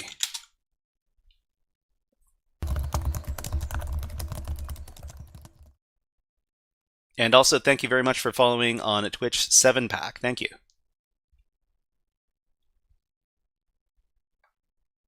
Hack the planet! Hack the planet! Shut up and get in the... Okay, so what do we need to do from here? Okay. Let's go ahead and take a look at the web server itself. Thank you very much for following in 6. I'm not too sure. Let me know how to pronounce your name, and I'll pronounce it properly. Thank you. Okay, so let's go ahead and go to the web page. The web page is going to be over on 172.17.0.2. We're going to put an HTTP in front of it, and we're going to refresh the page. So when we refresh the page, there's nothing here. Is there really nothing here? Let's go ahead and inspect the HTTP source. Okay, so we've got a couple of usernames here. Ingo. Okay, great. Thank you very much for letting me know how to pronounce your name, Ingo. So we've got a message over here. Remember that we can go ahead and translate this this foreign language that we don't know. So if you only speak English, you can go ahead and translate this over at translate.google.com. There are probably a bunch of other pages as well, but let's see. We see here, from Juan to Camilo. I left you an email, it's important. So we've got 2 usernames in this case. So we've got the username Juan, and we've got the Camilo username. So we can record these both, and we'll record them in a file called users.txt. So we're just going to create the file. Juan is one of the users, and how do you spell that other name? So the other name is Camilo, C-A-M-I-L-O. C-A-M-I-L-O. Okay, so we're going to save the file, and we've got 2 usernames. So aside from that, there's not very much for us to go on. So what we need to do is we need to do even more brute forcing. But we're going to use we're going to be doing some SSH brute forcing. And the program we're going to be using to do our SSH brute forcing in this case is not the usual one. We usually use Hydra to do SSH brute forcing, but this time we're going to be using the ncrack program. And the reason we're using the ncrack program instead of the Hydra program is because ncrack treats multiple users in a different way than Hydra does. So if you're using Hydra to do multiple users in the same file, it does the first user and then everything in the word list, and then it does the second user and then everything in the word list. But ncrack does a few passwords for the first user and then a few passwords for the second user, and then it alternates, which makes it a lot better for certain circumstances. So let's go ahead and run ncrack to try to brute force the SSH password for Camilo or Juan. So we discovered some credentials. So discovered credentials on here for Camilo, and it looks like Camilo's password was password1. So we can go ahead and log in. So we're going to go to our shell tab over here. We're going to SSH as Camilo at 172.17.0.2. Oh, wait, is it Camilla? Hold on. Camilo, password 1. Right. Okay, let's try that again. Camilo at 172.17.0.2. I wonder why we've got connection closed. We have port 22.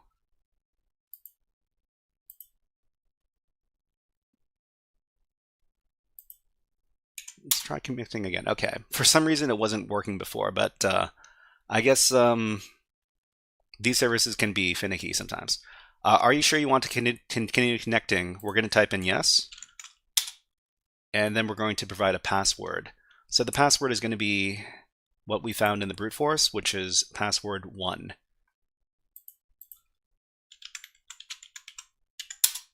And now we're logged in as the Camilo user. So let's go ahead and call Scary Hacker Voice Man to talk about what was wrong with the security on this server.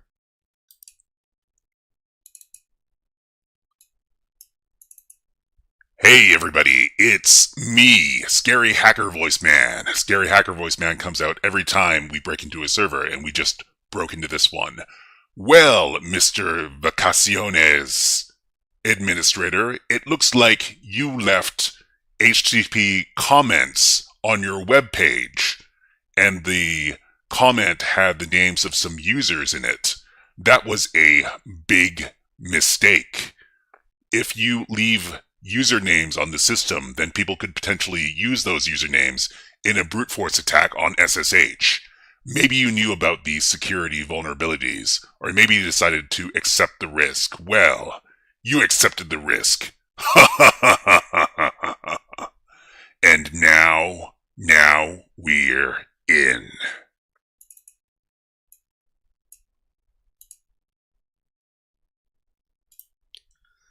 All right, so it looks like we've got it looks like we have an SH shell on the box. We can tell that it's not a regular bash shell because we don't get very much information with our prompt.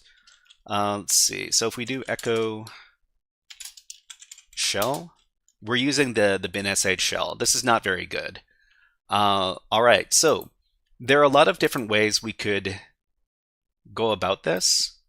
But and what we want to do is we want to elevate our privileges on the system. So if we take a look at what's in our home directory here, there's not very much, and there's not very much to go on except for there is a clue in the message that we got on the website, and on the website it says Juan, from Juan to Camilo, I left you an email. It's important. So what we need to do is we need to find this email that Juan sent to the Camilo user. So on Linux servers, there's a directory called var mail, and this contains emails. So if we see here, there's only one directory in here, and it's the Camilo directory. So the Camilo user's email directory. So we're just going to enter that directory. And there's this file called correo.txt. What does Correo mean? So Correo is mail. Okay, great. All right, so let's go ahead and read that. So we're going to cat correo.txt, and we've got a message. Let's go ahead and translate this message.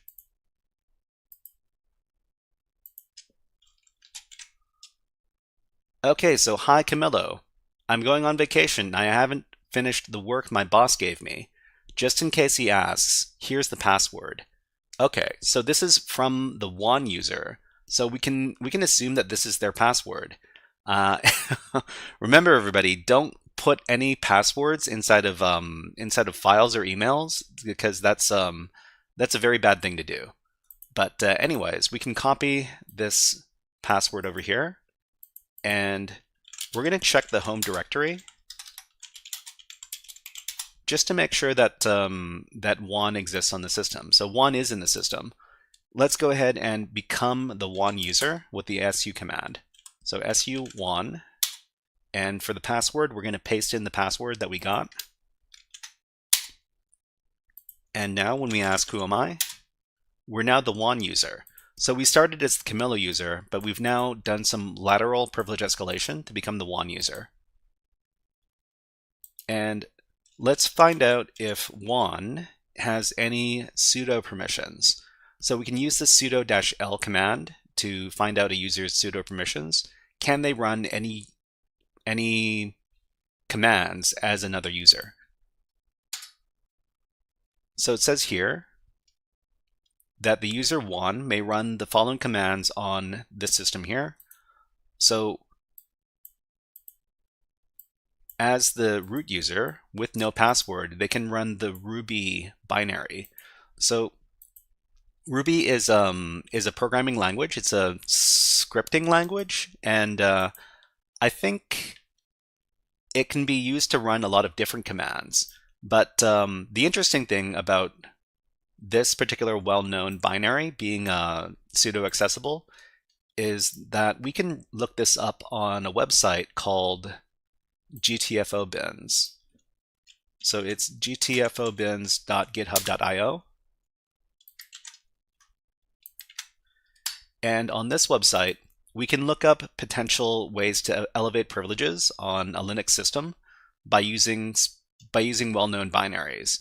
And in this case, we can look up the Ruby command, the Ruby binary, and we know we have sudo permissions with it. So we can click on sudo here. And it says here, if the binary is allowed to run as superuser by sudo, it does not drop the elevated privileges and may be used to access the file system, escalate, or maintain privileged access. So we've got a command over here that we can use to open up a privileged shell using Ruby. So sudo ruby -e for execute this command, exec bin sh. So I'm going to assume that the exec keyword here is going to run this system command, and the system command is going to open up a shell. Because we're running this command as sudo, we're going to open up a root privilege shell, which is going to give us root privileges on the system. So let's go ahead and copy the command, then go back to the terminal. We're going to paste in the command, and let's get a bash shell instead of a sh shell, because we like bash more. MC25 says, went ahead and search if we can use the -u on Hydra. Should get the same as you would get with ncrack. Oh, you know what? I thank you very much for telling me about that, MC25. I might just do a little experiment with that before we finish this box. But thank you for that information. Okay, so we're going to run the Ruby command over here with sudo. So now we are the root user. If we ask who am I, it says we are root, which means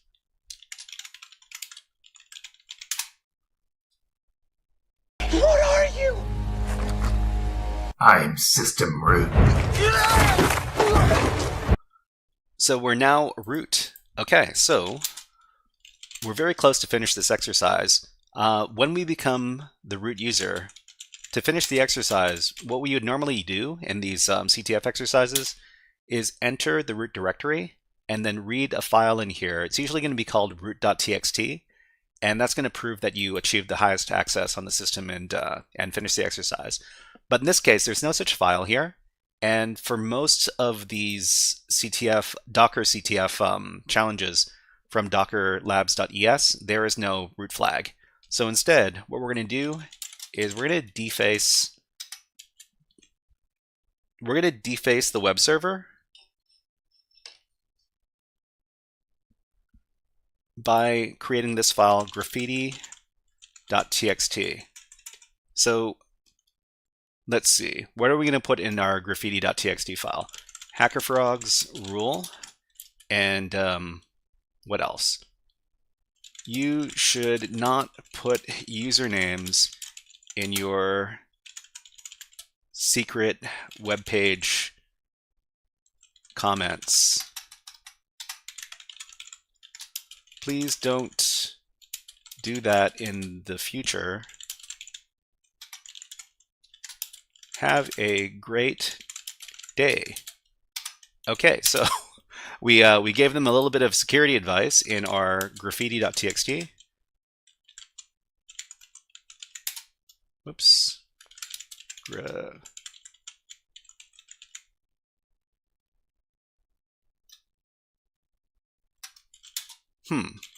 Oh, you know what? It didn't go through. Bash event not found. Huh. Oh. I wonder why this didn't work. For some reason, Bash interpreted this as something funny. Let's try that again, but with but instead of single quotes, we're going to use double quotes. Okay. So if we use the double quotes, that works. Or leave passwords in email. That's a good piece of advice too. We're also going to add in also single quotes. Yeah, sometimes single quotes get in the way. Sometimes double quotes get in the way. Also, don't put passwords in emails. Okay, thanks. Bye. Okay. All right. So we left a little piece of graffiti in their web root, in their file system root, which proves that we got the highest level of access, and we gave them some security advice. All right, everybody. That was a guided walkthrough for the Vacaciones box over at dockerlabs.es. If you enjoyed this guided walkthrough, please click on the like and subscribe buttons on the video and leave a comment underneath the video. But until next time, HackerFrogs out. Okay. Don't go, everybody. That's just something I say for YouTube. Let's see. Tigrel, yeah. Don't leave passwords in emails. That's a very bad thing to do. OreoBite says single quotes don't get in the way. Don't. Oh. Right. Because I used a single quote and then he used some other single quotes. So that's a problem. But yeah, MC25 said that they can use Hydra to potentially get let's see. It's with the -u and users.txt. Let's see if this works. Valenhex says John 2.0 says hack the Planet of the Apes. Welcome to the stream, John 2.0. Valenhex says leave passwords and emails, but base64 encrypted. Of course, base64 encryption can't be broken. That's of course that's how you do it. Yeah. Okay, so can you do? You know what? I'm gonna ask the AI to try to explain this to me. So I'm going to ask DeepSeek if it can interpret this this Hydra command. Please tell me what this command is doing. MC25's, you will try the password for both users and on to the next helps prevent lockouts on large lists. We'll try the passwords on both users. Okay. So it says, tells Hydra to loop through the usernames list. Try all the passwords for the first user, then all the passwords for the second user. Oh. Loop through the usernames list. Try all the passwords for the first user.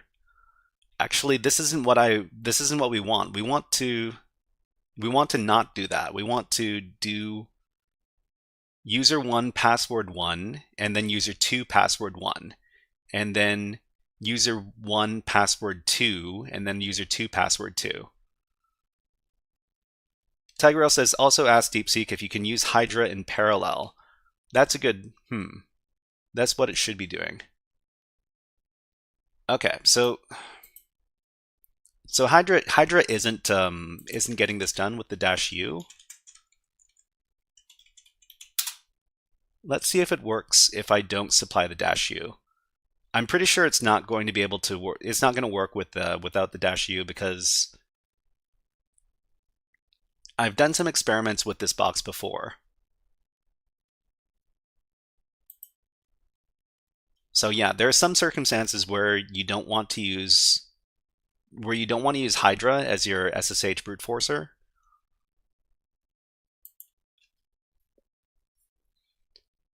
But anyways, we're going to be moving on to our last piece of content for today in just a little bit. So let's go ahead and do some cleanup over here before we do that. Let's get rid of let's shut down our container. Whoops. Okay. And then let's clean up our terminals. We've got our images over here. Let's get rid of those. Got rid of these files. Let's clean up our nmap. Thank you very much for following on Twitch. HackerWitch. That's a great name. Welcome to the HackerFrogs. And let's give you a all the things. So this is a great hacker rap. It's drink all the booze and hack all the things.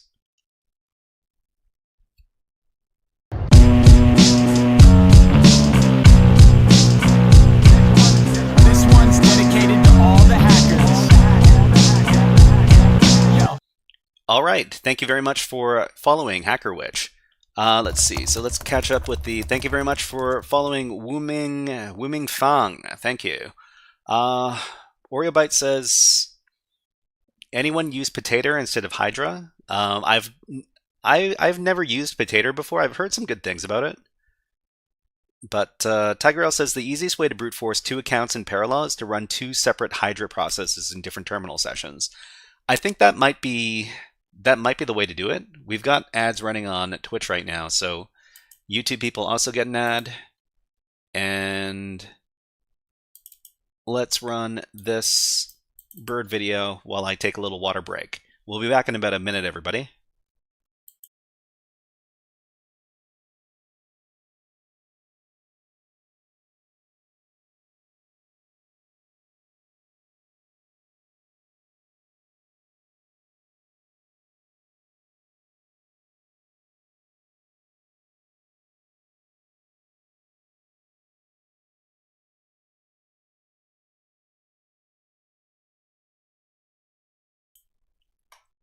So what I really want to find out is, maybe I'm going to ask DeepSeek if it can give me a solution for Hydra, where it does one password for both users and then does the second password for both users, etc., etc. Because I am interested in doing that. Sometimes I do, but maybe what Tigerel says is correct. What we really need to do is run them separately instead of giving a password list. Okay, let's put the birds away. Tigerel says run Hydra in the background with the ampersand. Yeah, yeah. I think that's pretty good advice. Thank you very much for the advice, Tigrail. Let's go ahead and do some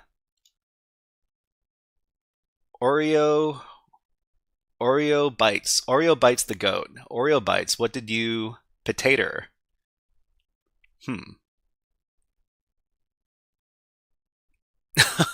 I'm not too sure. Oh, Valenhex, can you set the timeout limit between requests with Hydra? Can you? Let's ask a couple of questions to the AI. Can we use Hydra to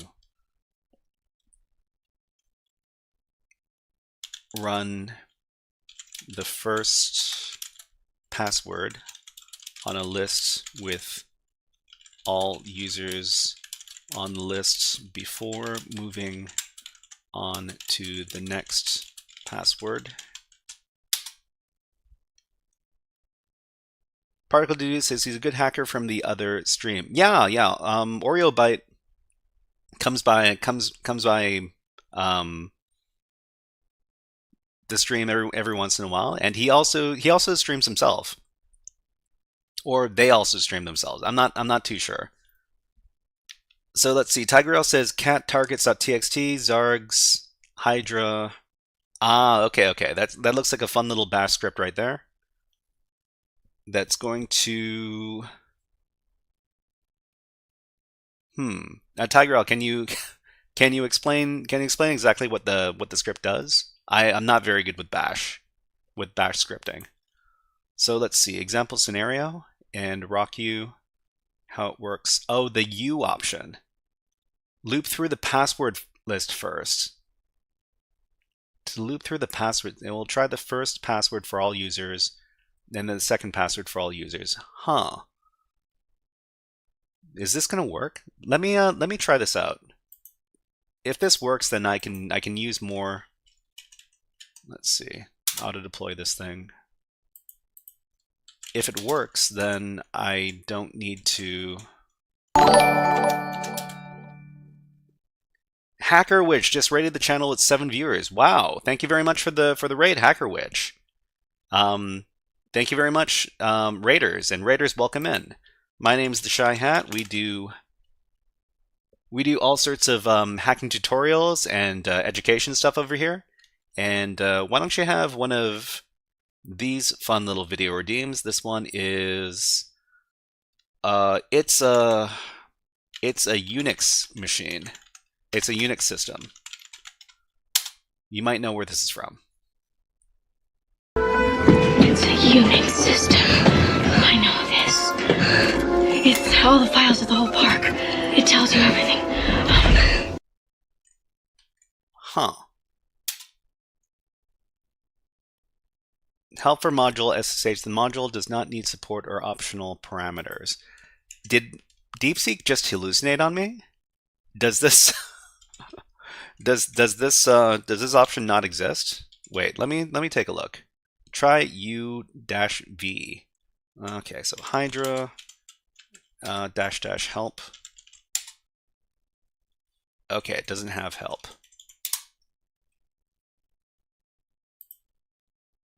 Okay, so we've got -U server verbose mode. Show log paths for okay. All right, so I guess loop around users, not passwords. How about loop around passwords, not users? Anyways, I'll need to take a look at this later. Let's see. AI bots lie. They sure do. They sure do lie. But yeah, we're gonna investigate this a little bit later. We'll drop the topic for now. Orebyte says, I was on Pebble stream yesterday trying to help build a tool, but it wasn't enough. Yeah, I was. I actually caught some of that stream as well. Pebble's stream. You're trying to do some Windows bypass, Windows privilege escalation magic.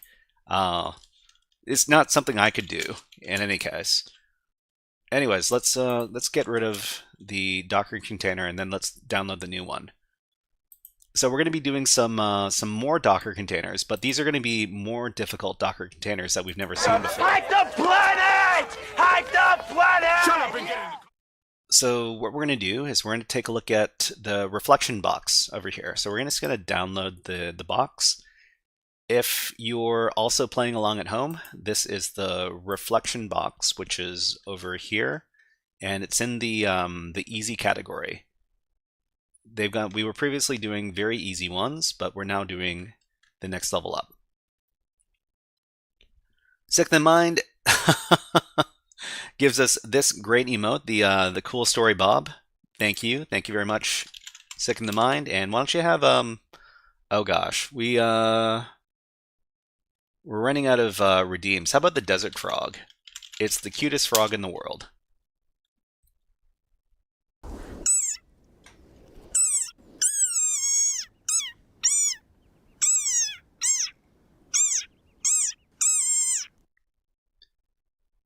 Okay, so we've finished downloading the file, so let's go ahead and unzip the file and then unzip the challenge and then deploy the challenge.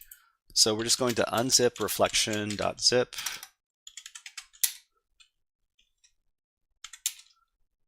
And then we're going to deploy the Docker container. So we're going to use the auto deploy script with the reflection.tar file to deploy the machine. Okay, so as usual, it is at this IP address. I need to flush my known host file for this IP address because it keeps on being used over and over again. So we're just going to run SSH keygen to remove the entry from the known host file. Okay, so now that we have the machine online, we're going to do an unmap scan. Tigrail says RM SSH key. That's not, I don't think you can do it that way, but we do. Oops, what was it? So it's for some reason we use the SSH keygen program to remove the IP address from the known host file. Not exactly sure why we have to do it this way, but that's the way I know that works. Okay, so let's nmap this thing. This is another port 80, port 22 combo. So there's probably going to be something that we can use to compromise a user account on port 80, and then we log in using port 22 over here. We've got a laboratory of cross-site scripting. Cross-site scripting, that's interesting because... Right. Yeah. So remove the SSH from the keygen.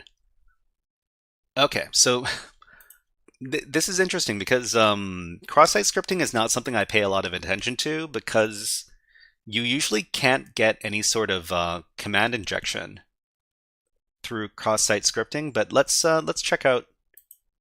Before we check this out, we should probably do some basic web enumeration against the website. So I'm gonna run dirb.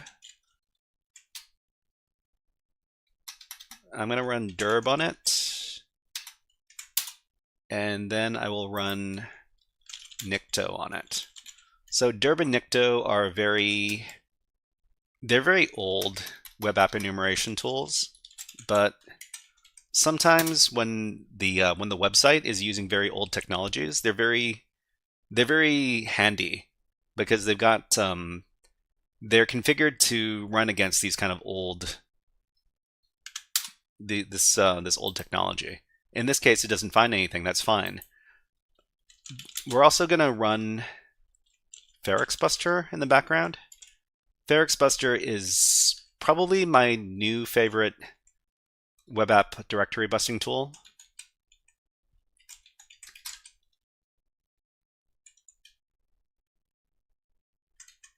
Because it looks it has a much nicer interface than GoBuster. So let's look for TXT files. Let's look for PHP files. Look for HTML files, zip files, BAC files. And let's see if we can find anything. So we found index.html. Oh, we've got Laboratorio1. I guess there are going to be a bunch of different laboratories. We've got 4 different laboratories so far. Let's go ahead and check out the website. So it's going to be at this IP address right here. Let's just go to the landing page.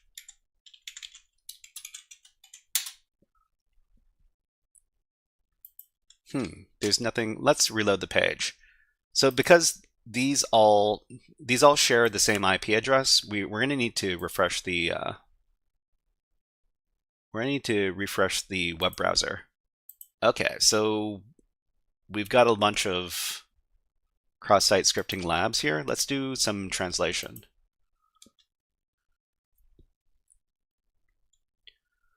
Welcome to the XSS lab. This is a testing environment for practicing the vulnerability of cross-site scripting. You can learn how malicious scripts are injected into web pages and how to avoid them. To access the different levels, click on each of them. Try injecting different payloads into the fields when you find in each lab. Okay, so we've got reflected XSS, stored XSS, XSS with dropdowns, reflected XSS via URLs. Okay, thank you very much for following on Twitch. One space case. Thank you. Thank you very much. Why don't you have a hack the planet? Hack the planet on me. Hack the planet! Hack the planet! Shut up and get in the... Welcome to the HackerFrogs. Okay, so it also says click here when you've completed the laboratories. How about I click here right away? Okay, so it says, what? Access for SSH with these credentials solo cuando hayas completado los retos en caso contrario el write-up que subas a dockerlabs.es no se tendrá en cuenta. Balulero. This was a training lab that you downloaded, not a CTF. Is this not a CTF? Okay. Maybe, if this is actually a laboratory and not a CTF, then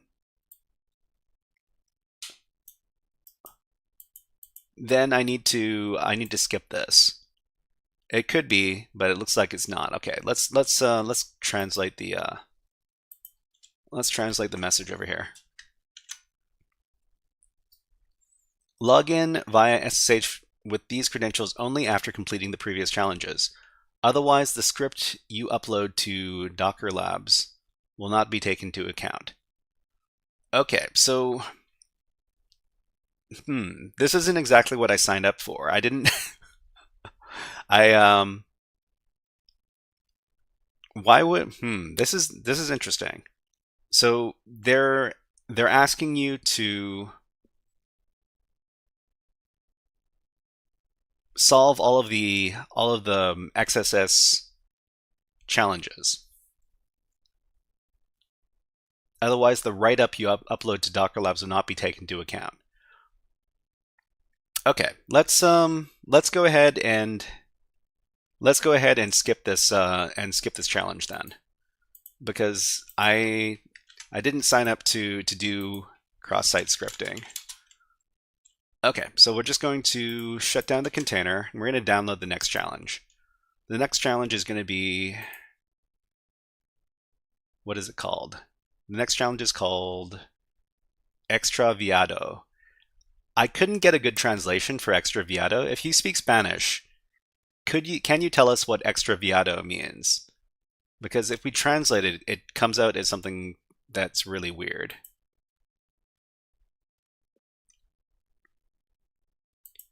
Okay, so we're just going to move on to the Extraviado challenge. I might as well change the overlay to reflect that. So I misspelled reflection, of course.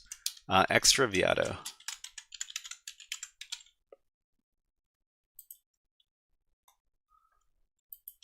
Okay, so we've got Extraviado in here. Let's unzip the thing.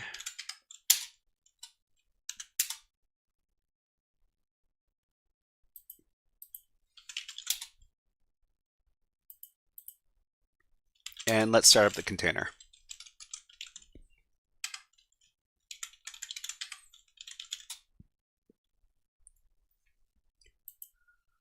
Okay, so this is going to be a vulnerable Linux Docker container.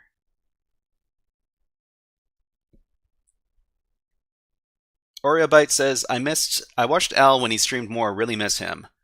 Most translation says it comes from the word lost, like something has gone astray. Lost, stray, strayed, or missing. Okay. Strayed, something's gotten lost, something is missing. We should probably keep that in mind while we're solving the challenge here. So let's go ahead and run our nmap scan on the machine. We've got our port 80, port 22 combination again. Tigerl says Extraviado is like lost or missing depending on the context. Okay, so let's do a little bit of web enumeration here. First, let's run derb. So we got nothing super compelling. We'll run nicto, and nicto should come back pretty quickly. And then we will run Ferrixbuster on the web server. I'm gonna just say that didn't go through, and let's go ahead and run Ferrixbuster. So we've got the Ubuntu logo, we've got index.html.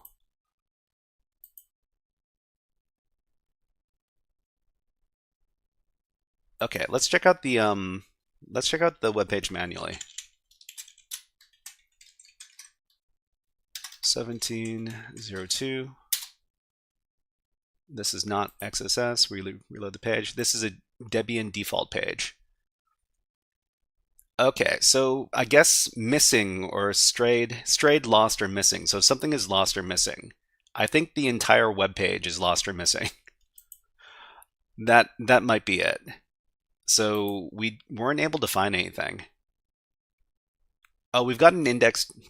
So this is index.html that we're looking at right now. So this is the Debian default page, or the Ubuntu default page. HTML, it's index.html. Yeah, this is index.html.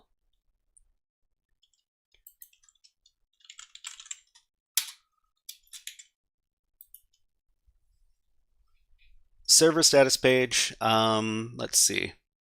MC25, want to say I've seen some hidden stuff on the page. Maybe.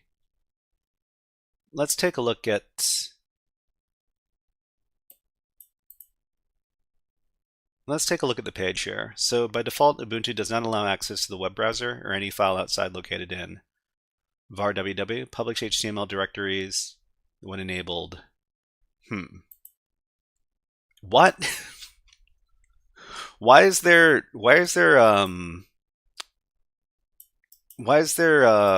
base 64? It looks like base 64 encoded stuff. And you know what? I'm not going to complain. I'm just going to base 64 decode what I just found.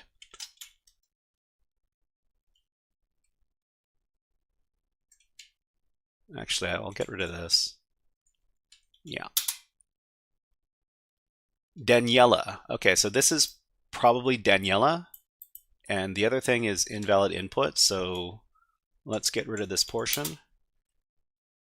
Okay, so it looks like Daniela's SSH login password is this. So we can go ahead and try logging in as the Daniela user. Actually, I can remember Daniela, but I can't remember this.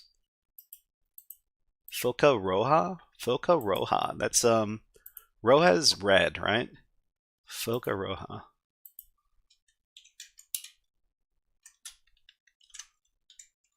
Red seal. Red seal. Okay. Foca Roja. SSH Daniela 21702 Foca Roja. Okay.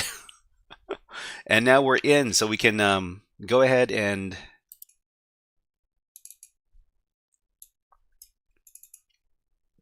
Hey everybody, it's Scary Hacker Voice Man.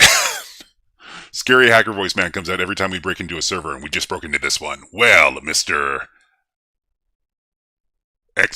Extraviado web administrator, it looks like you left up your Ubuntu default page, but you left some extra information in there, huh? Well, that was a big mistake. We decided to decode your base64 message, and we found some credentials. Maybe you knew about these security problems, or maybe you decided to accept the risk. Well, you accepted the risk, and now, now we're in. MC25 says, hope these hard boxes will be a little bit more hard. There might be something more difficult inside here, but we're going to need to find out. Okay, so first of all, voice still on. Okay, now back to my normal voice. So first of all, we should probably try to find out if we've got sudo commands for this user, but there's no sudo here. So what do we do next? We should probably try to figure out if there are SUID binaries on the box. SUID binaries are binaries that run with the same permissions as their creator, which means that if they were created with root, they would run as root. In this case, there's nothing super suspicious about these SUID binaries, so I don't think this is the method through which we would do privilege escalation. What else can we look at? We can look at potential cron jobs on the system. So in this case, there's no cron. There are no cron jobs, I don't think. We can go ahead and take a look at this this user's home directory.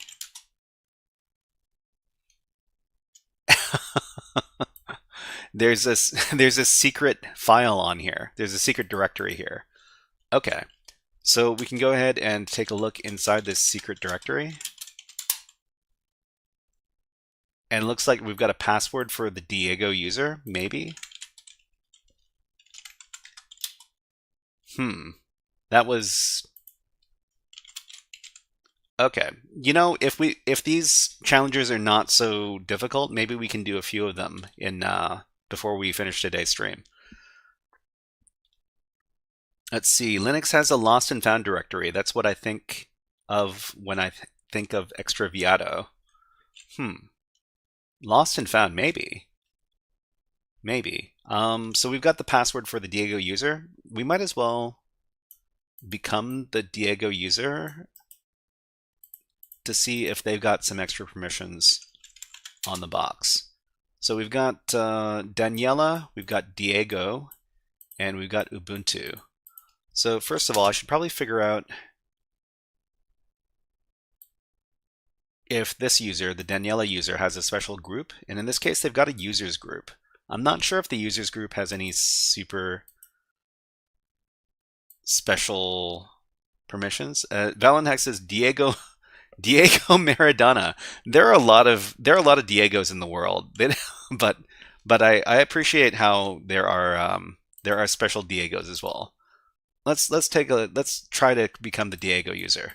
So su Diego, and we'll paste in their password. Oh, authentication failure. Let's copy this password one more time. Whoops.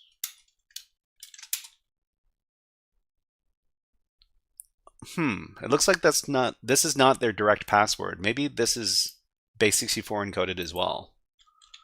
So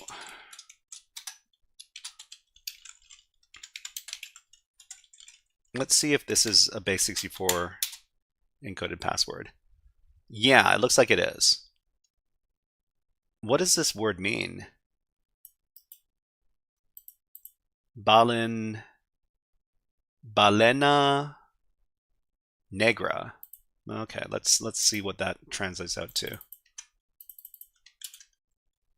Black whale. Black whale. Okay. All right, let's go ahead and use this password to log in as Diego.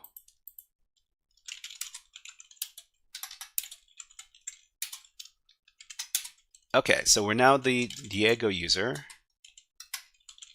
There's no sudo command on the box. Let's enter Diego's home directory. There's just a file called pass in here. What's happening here? Donde estará? Where is it? Where is it? Donde estará? Is that what it means? I just, that's my guess.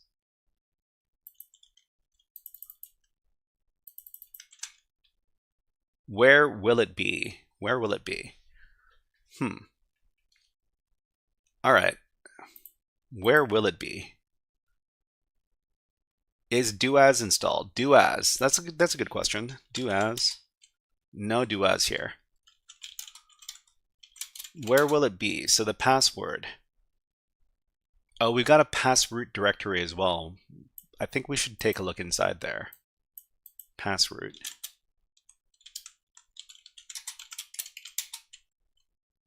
And there's a pass file.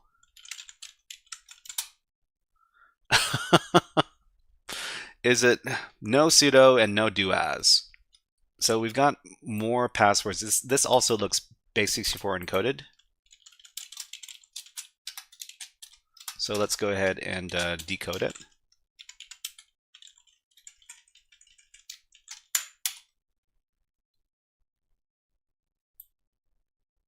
Okay, more Spanish. This machine of hidden files is silly. It seems kind of silly. Why is this a campo acatampo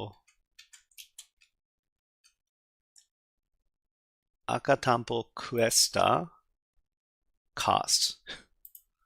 If anybody knows Spanish, can you translate this?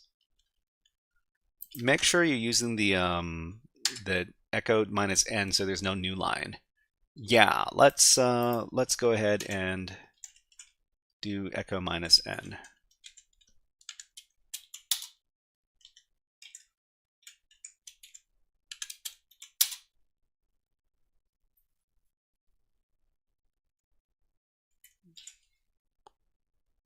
Okay, we got ads running on Twitch right now.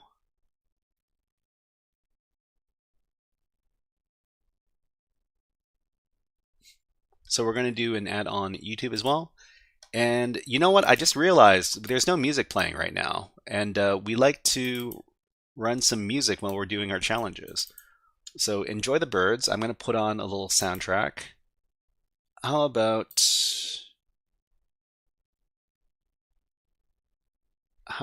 some moody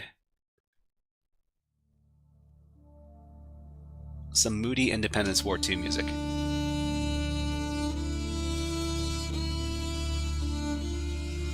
So let's see. Acá tampoco está. Acá tampoco está means it's not here either. Okay, this is important stuff to know. I put the -n in the middle there. Okay. It's not here either. Alright, so we're going to be going back to our work in about 10 seconds. Always good to refresh the mind by watching some hungry Cellar Jays. Let's put the birds away. Oh, and if you find that the music's too loud, let me know, because I'll turn it down a little bit. This isn't supposed to be super, super loud anyways.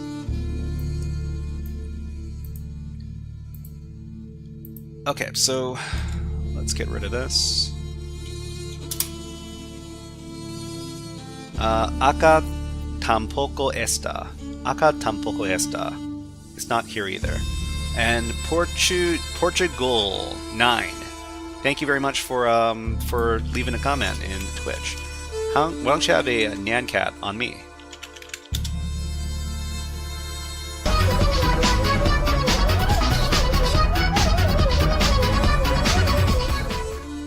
Okay, so I guess this is not something we have to pay attention to because it's telling us that this is not the correct thing to look for. So I don't know. So is the other.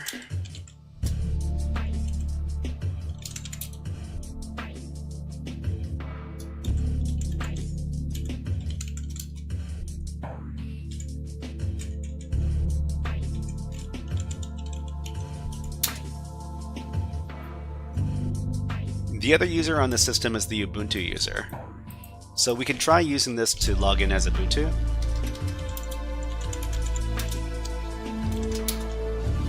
It's probably not it. Okay.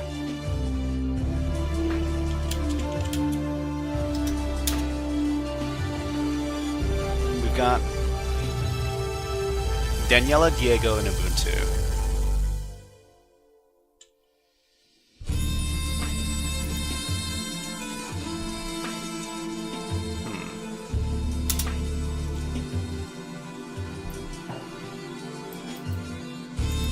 Okay, let's try the password one more time.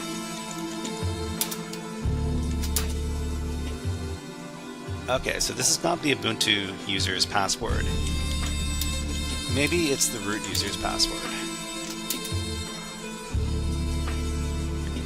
It is not the root user's password either.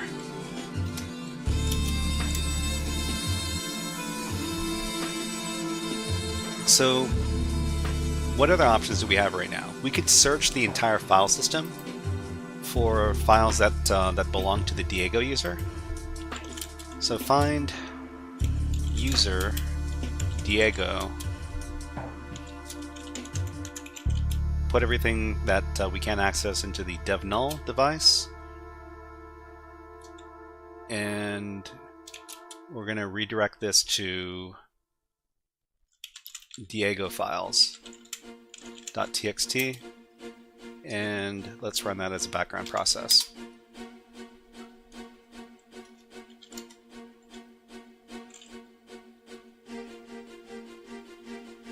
Oh, you know what? That doesn't work because we're not in a writable directory. We need to go into the Diego home directory first. Okay, let's run that again.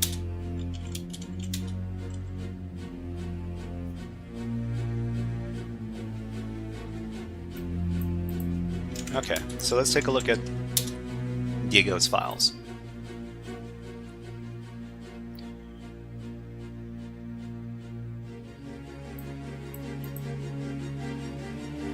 .local. .local? I think... So aside from all these process files, and the process files aren't super meaningful to me right now. Yeah. Okay, I can take a look at the .local. cd .local.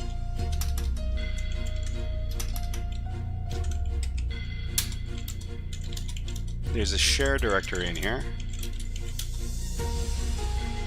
What? What is this?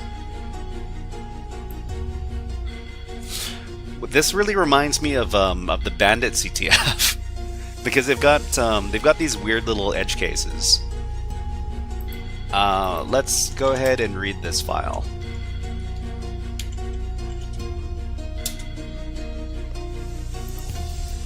Anyways, man, they really made a hidden file. Okay. password of root says hello, hello, hello. Let's translate the message.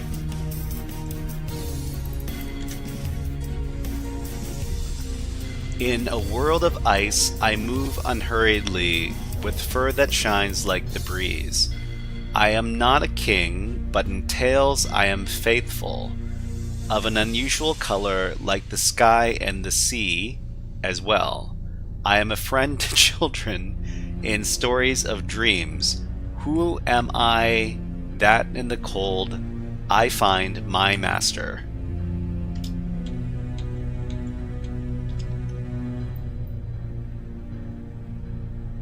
So, what in the cryptic riddles? ChatGPT this. Yeah, sure. Let's get the original language. Maybe it'll do better with this. This is goofy ass CTF stuff. Yeah, that's true. That's true. Okay, Docker. I am looking for the root password in a CTF Linux environment. I found a file with this riddle. What is the answer?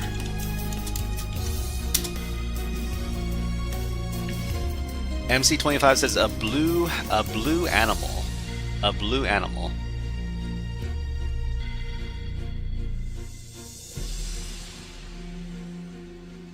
Okay, so we're breaking down the clues. Shiny coat is a king, but is loyal in tales, has an unusual color, a friend to children and dreamlike stories.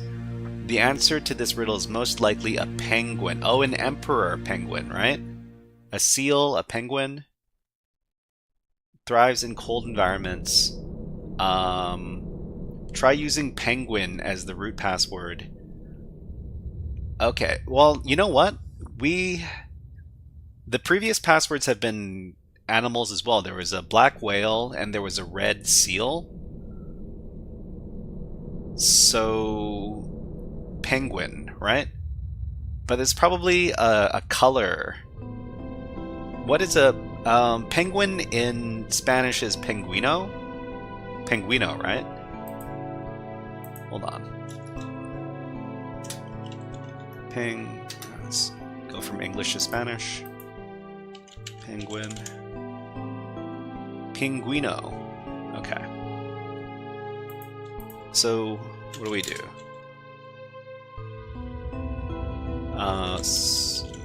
Login as root. Penguino. It's not penguino. Maybe we need to use the what is the name of this? Of the accents over the U?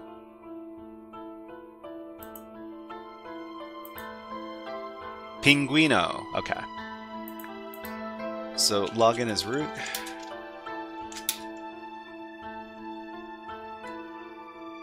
Okay, so maybe it's blue. Maybe it's blue penguin, because the other passwords have shared like color animal. So pinguino. What's blue in Spanish? Blue is azul. Pinguino azul? Pinguino azul? Like this. Okay, let's try this out.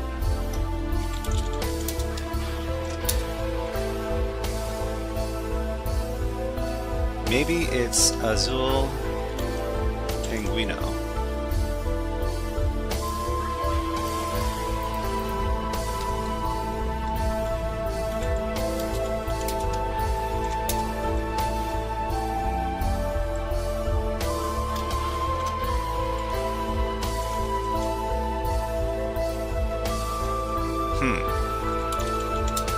Maybe it's blue penguin?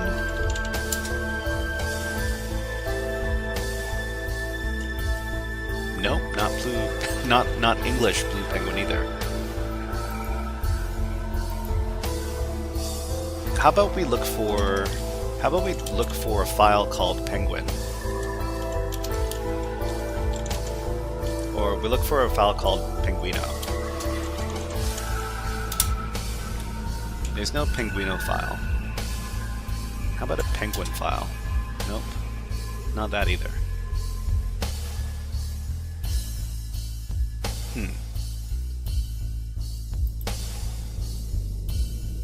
Okay, so if it doesn't work, consider variations like penguin123 or penguin case sensitive. Good luck.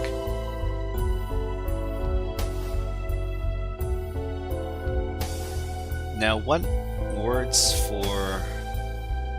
colors? Oh, it says unusual color. Has an unusual color like the sky and the sea. So what is an unusual color? So the usual color is blue, right?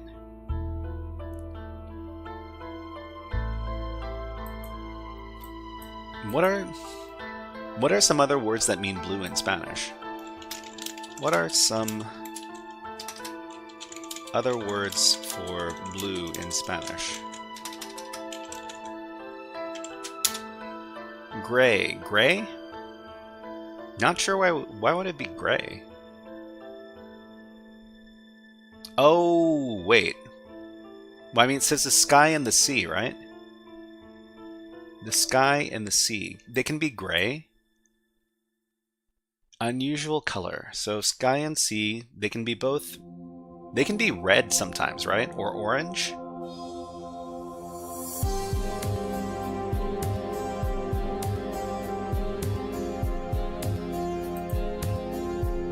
It's got to be blue.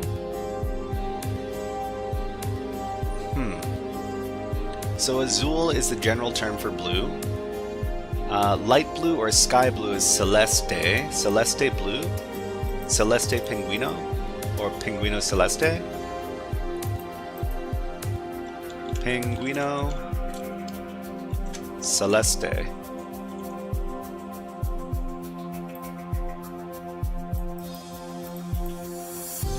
Well, let's try this one.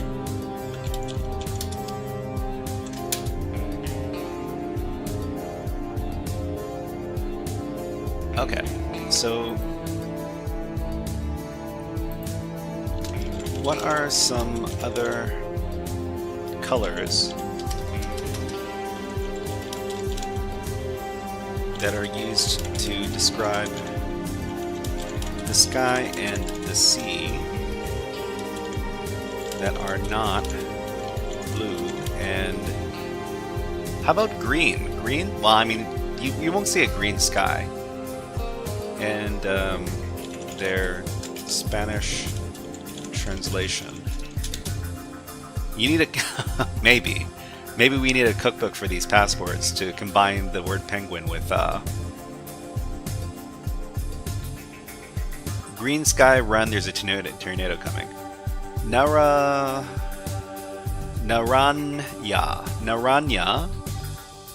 Spanish naranja or Yado. Rosa. The sky can appear pink during dawn or dusk. Okay, but we're talking about the sky and the sea.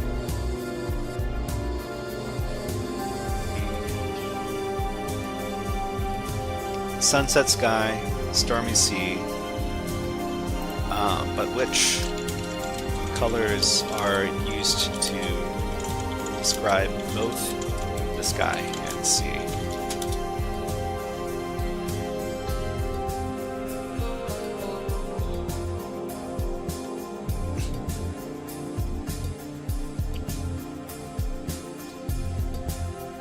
Okay, so it could be gray, grease. So penguino grease. Penguino grease. Let's try that.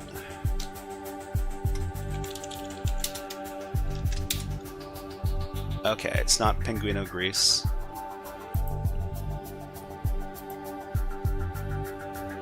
turquoise, black, silver, pink. One of my hunches is orange. It could be orange.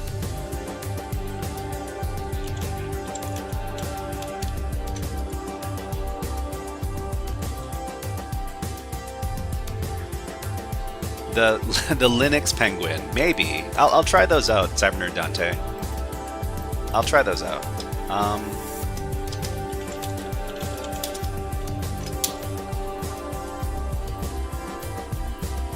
But we already had a black animal as one of the passwords before.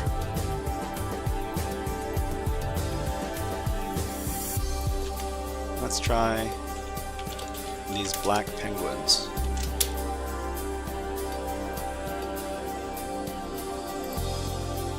Okay. Let's have you know what we can do? We can have DeepSeek create a list. So create a list. First of all, we need to make sure that we're talking about a penguin and not a seal. Actually, we already had a seal, so it's probably not a seal. It's probably a penguin. But let me check one more time. So, in a world of ice, refers to icy environment where the creature moves slowly or gracefully. Penguins, okay. So they've got sleek, shiny feathers that reflect light. Not a king. Penguins are often depicted as loyal or friendly characters in stories. Penguins are typically black and white, which are colors associated with the sky and the sea. Black and white. Penguins are popular in children's stories and media. It thrives in cold environments. So we've already had a whale password, and we had a seal password. So penguin kind of makes sense. Okay, let's ask it to create a list with the word penguino, with a color. Actually, before we do this, polar. It might be a polar bear. It was talking about something sleek and something reflected. Polar bear doesn't really match that kind of description. So it could be a penguin. Okay. I'm gonna ask the AI again and see if there are any other creatures that it could be associated with. Let's get the poem one more time. It was over here. Oh no, it was not over here. It was over... Let's read the darn thing. Okay.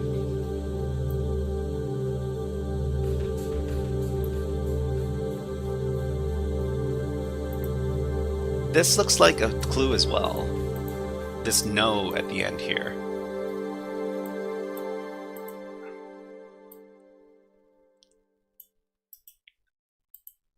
Okay, I'll listen. To anybody who wants to give this a try, this is the poem, the riddle. The riddle is this one over here. Tiger L says, similar to the sky and the sea, its fur appears white, but it's actually translucent and reflects light. Penguins or sea lions?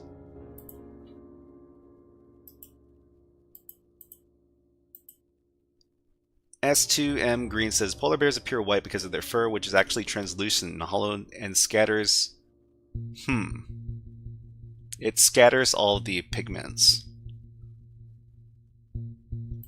Okay. Man, we're solving riddles here. In this riddle, there are words that end with tilde no. Could this be a clue?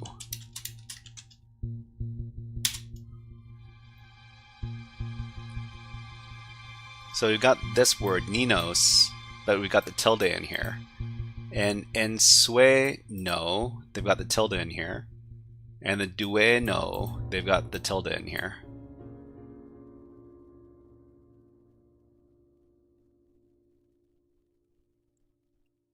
Okay.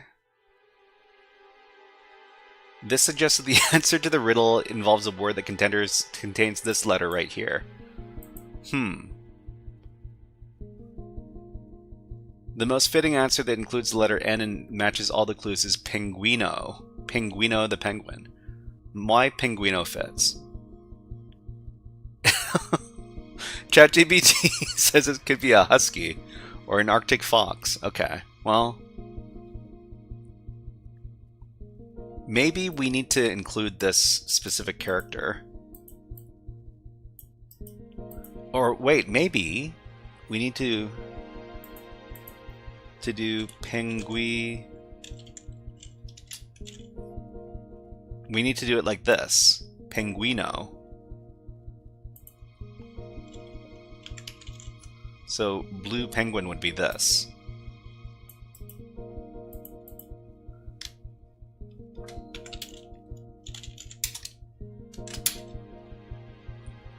No, that's not it. Man, this is...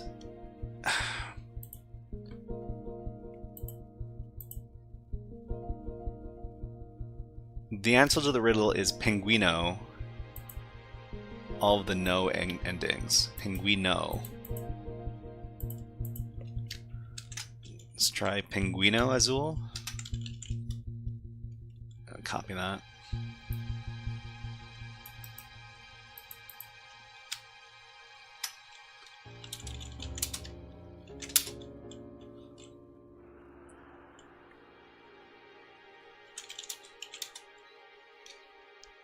Tigerl says, bear is a friend of children in stories. It thrives in the cold, its natural habitat. Okay, I'm gonna... You know what? This is a good opportunity for you all to try. You could try this out. Get the Docker container, deploy it, and then try out your word list. So... Pinguino. Oh, it's not. It's pinguino. It's not pen.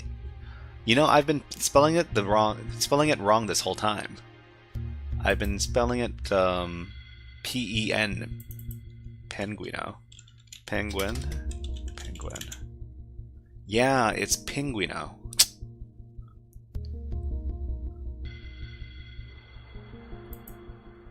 Okay, let's have DeepSpeak make a word list. Pinguino.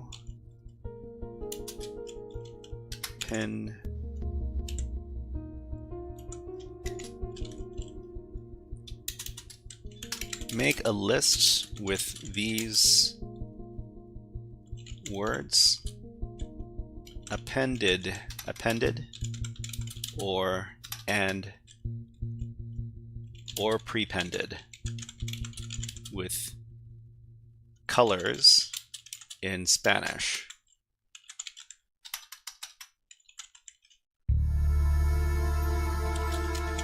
We're going to brute force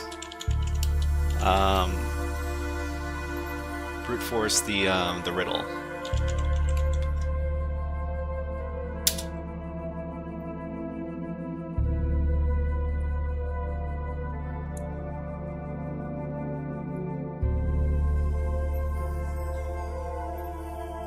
Okay.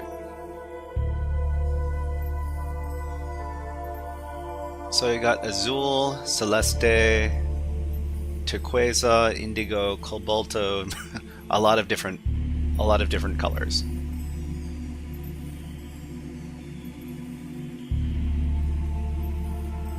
All right. So next I'm going to say provide the list. The list only with no numbers.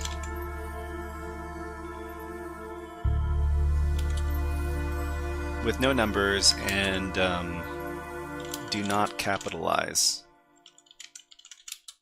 Do not capitalize the first letter of any word.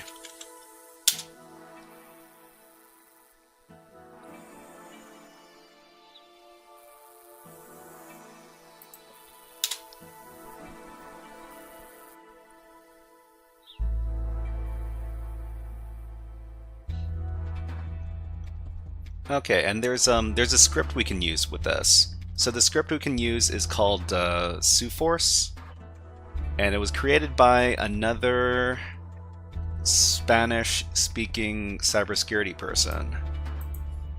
So it was it's called suforce, and it's a little script you can use. And I think this person is one of the organizers over at the Volnix website. If you want to take a look at the script, it's right over here. We're going to create the script inside of a terminal here. So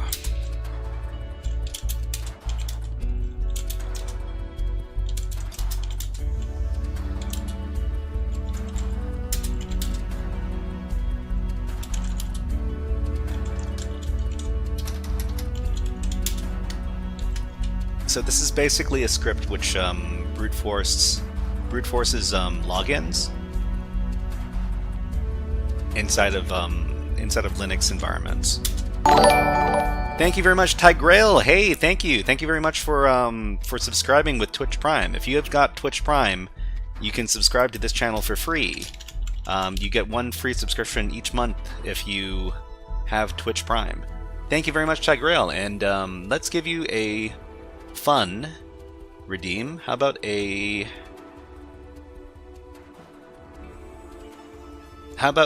Devil's Bedroom?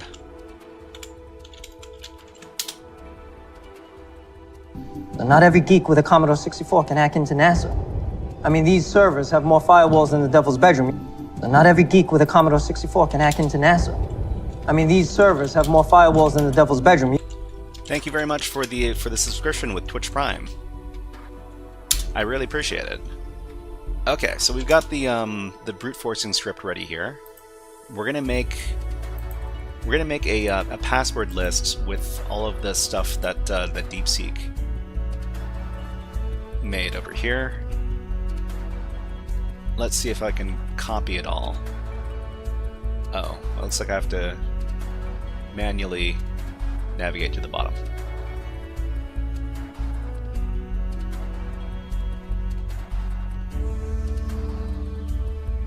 Okay, I got it. There's a local tool called subrute. I've never heard of that one. Tiger says, I started hacking on Commodore 64 seriously. You know, that is the mark of a good hacker is being able to adapt to your environment. We've got ads running on Twitch right now, so while the ads are running on Twitch, we are going to run a break on YouTube as well, and we're gonna put on the birds. How about these birds?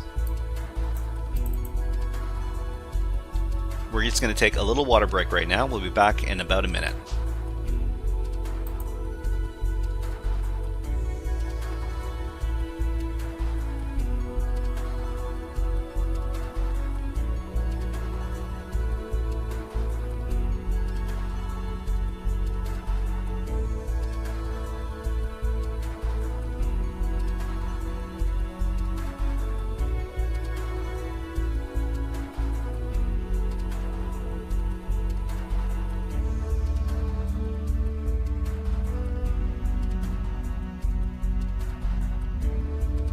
Okay, let's go ahead and change up our soundtrack. Well, we've got a little bit of free time now. How about this soundtrack?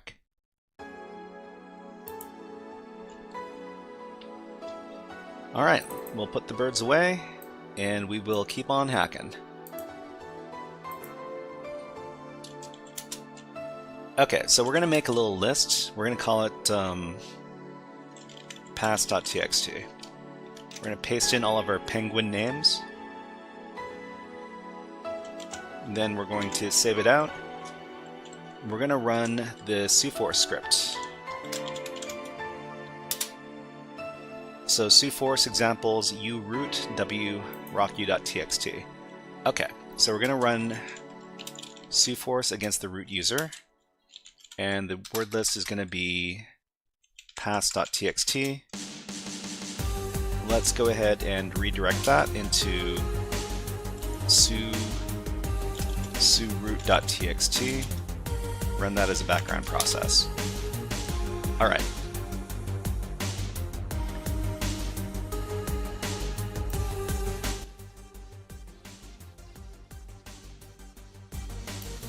So if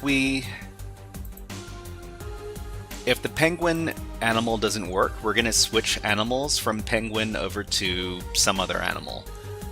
Polar bear was a suggestion from a lot of people here. Sea lion, maybe. What is a sea lion? What is sea lion in Spanish? Sea lion. Leon Marino. Okay, sea lion. What else?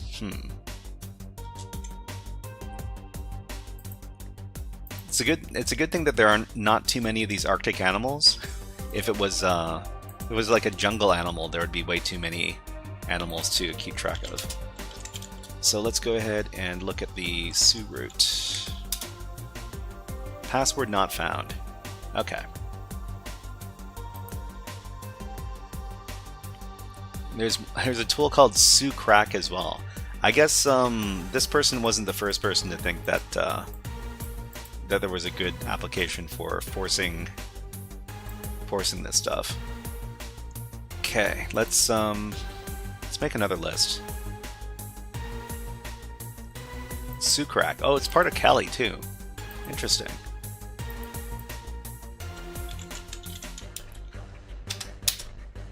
Yeah, okay. It doesn't come installed by default. But thanks for the link, OreoBite.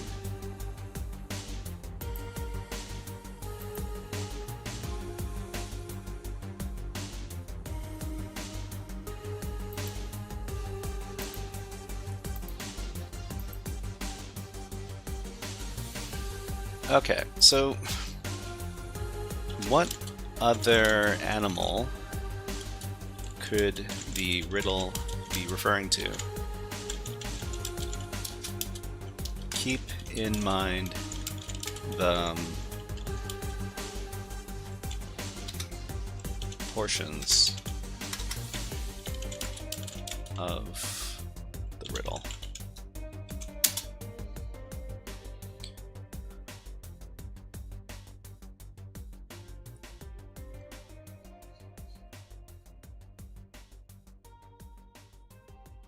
So if it's not penguin,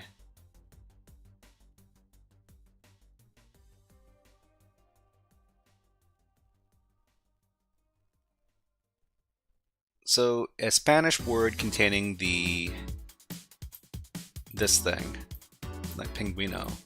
What are some other things? Oso polar, polar bear. Polar bear? Okay. The seal, we already had a seal. The wildebeest? What? It's called a gnu? They live in savannas, not icy environment. Yeah, so it's not going to be a wildebeest. That doesn't make any sense.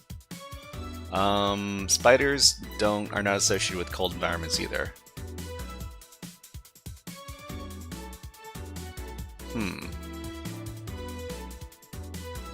So we already had a whale. Man.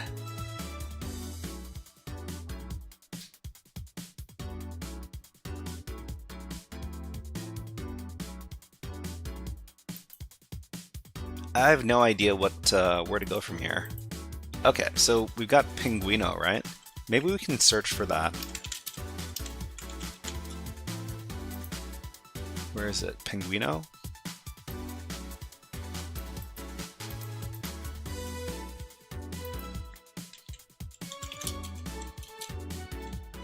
let's look for the name Pinguino, and let's redirect everything to div null. Okay, so nothing we could look at.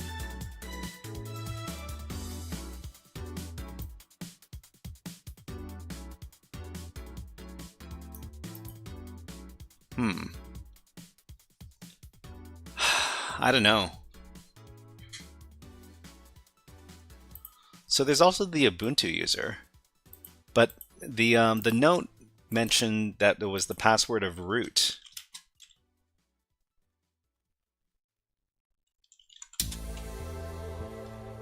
So this is the users group. You know what? I'm gonna try using linpeas. I'll try using linpeas. Maybe linpeas can spot something that I haven't seen yet, because I haven't done a lot of enumeration on this box. So we might as well download some linpeas and try it out. Okay. Let's go ahead and go to the releases page and download one of these linpeas. How about linpeas?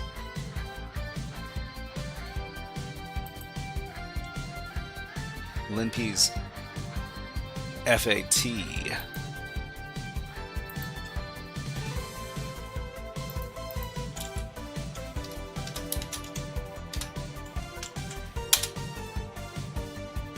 I have a slight feeling there is something cool and lost and found because of the name of the box. Okay, let's go ahead and check it out. Lost and found.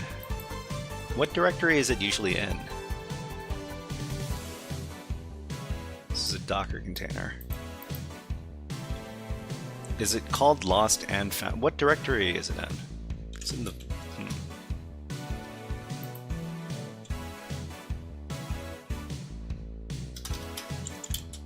var directory.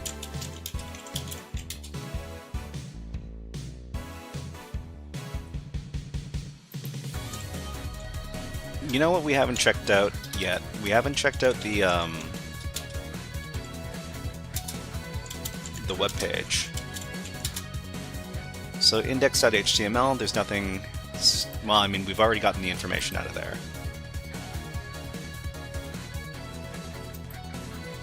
Okay, so let's go ahead and yeah. So we'll download this. We'll upload the file by hosting Python an HTTP server on port 80, and then we'll download the file from here.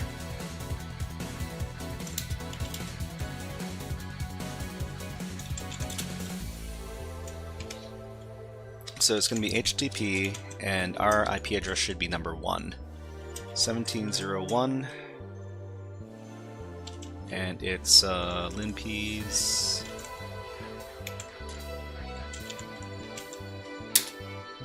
Yeah, okay. So let's go ahead and make the thing executable.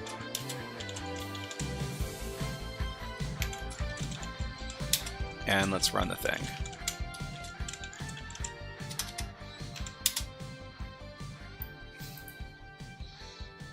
Okay, let's go through this slowly. We're looking for anything that's red, or anything that's red and yellow.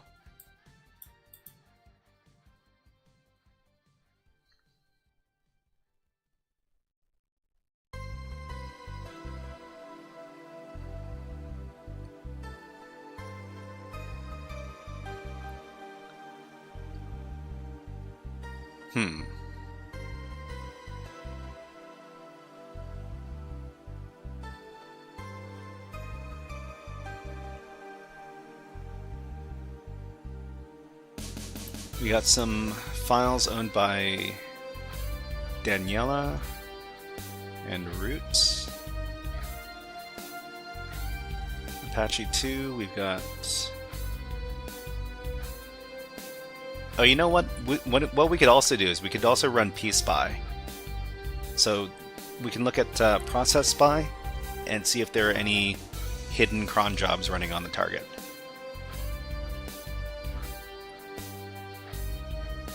Users with console.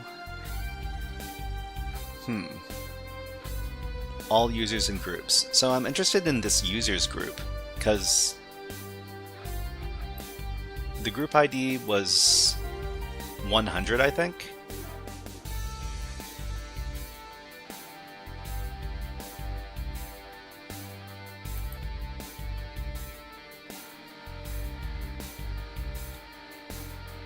Oh, the GID was 100.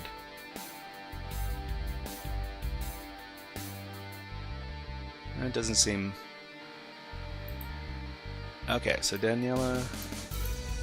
Yeah, these are both part of the users group.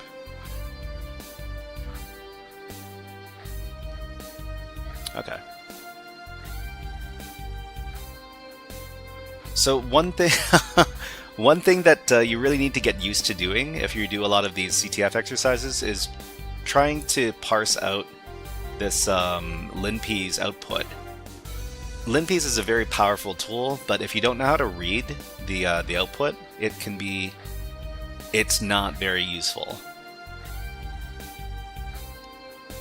Let's see, profile, uncommon password files, okay. SSH config file. Files with interesting permissions.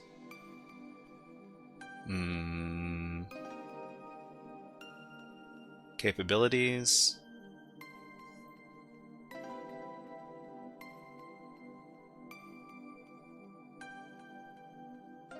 Oh, you know what? They identified the unusual file that we looked at earlier.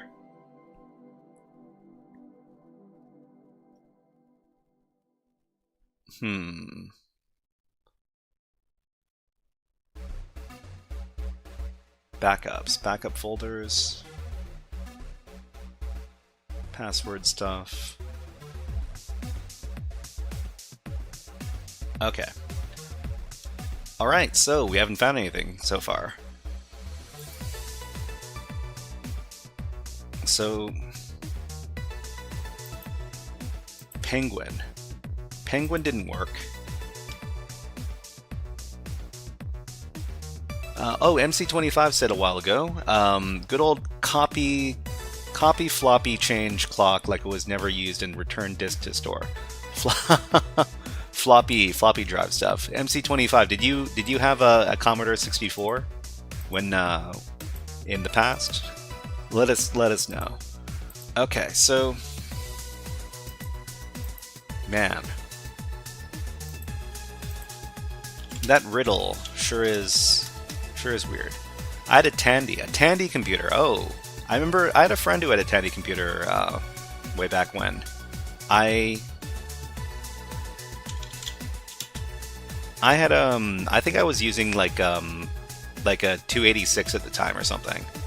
And all those early personal computers, they're all very, very different. Actually, they're all very, very...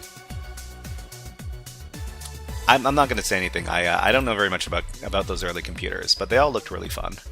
And they all could play games, which was the only thing we cared about back then. Okay, so LinP's didn't exactly score victory for us.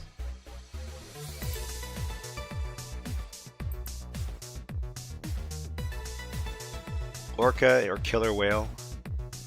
Let's make a really big list with the Spanish for the polar bear, the sea lion,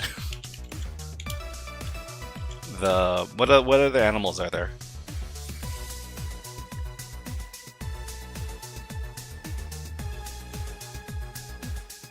Okay, so I'm gonna try just penguin. How about just penguin? How about just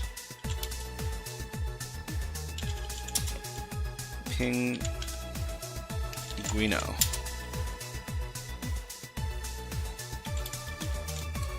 How about just ping?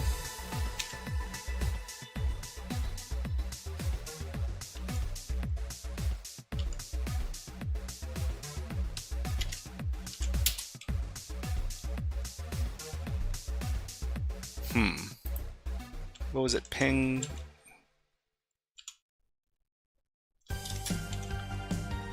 Was it like this?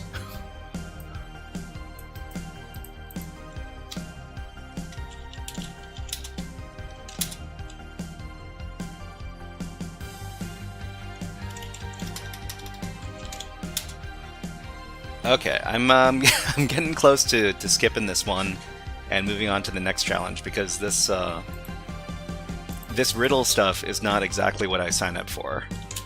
But before we do that, let's have one last look at the at that file over there. It was in the local directory, share directory.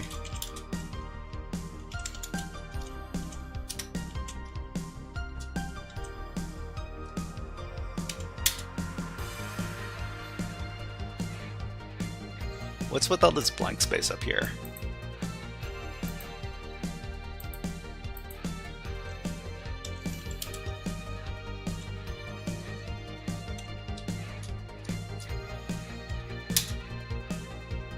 Oh, there's no XXD command.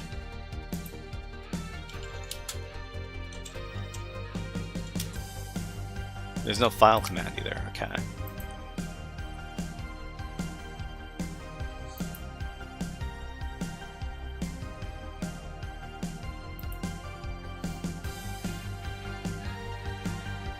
An unusual color. An unusual color. Both the C and I'm gonna ask the AI to make another list. Let's make a bigger list with the words for penguin and the colors in Spanish. Pre-pending and appending.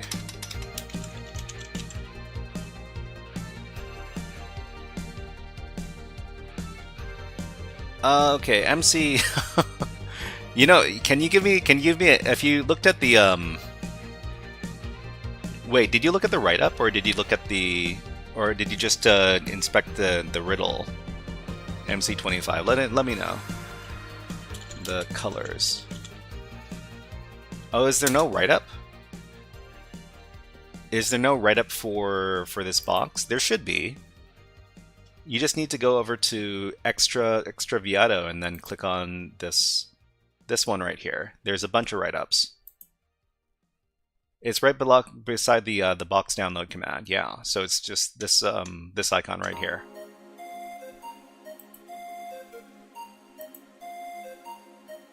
Oh yeah. I guess you're not gonna find them on Google. Okay. So MC, you take a look at the write-up. Could you give me a hint? Are we on the are we on the right track?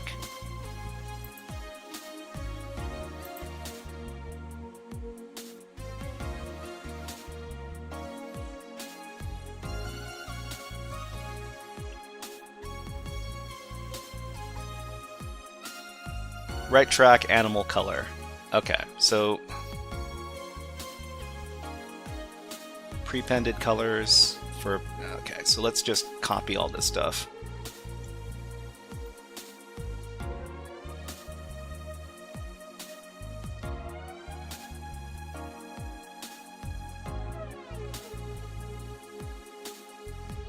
Yeah, it's a very. Oh, they've got the combined list. I'll just use the combined list. It's a really weird choice. I guess,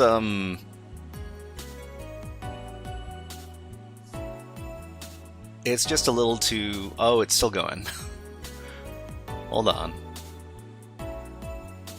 Okay. Let's copy that. Let's create a file. password animal.com.txt.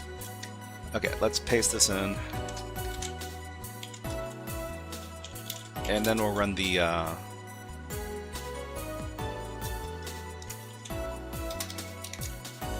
cforce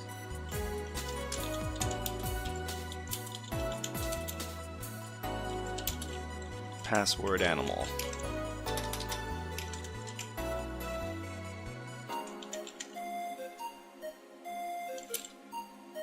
Redirect it to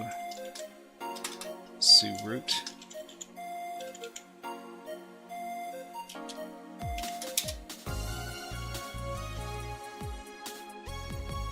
Okay.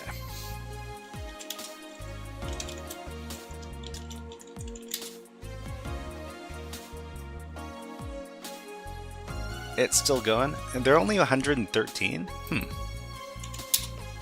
Password not found.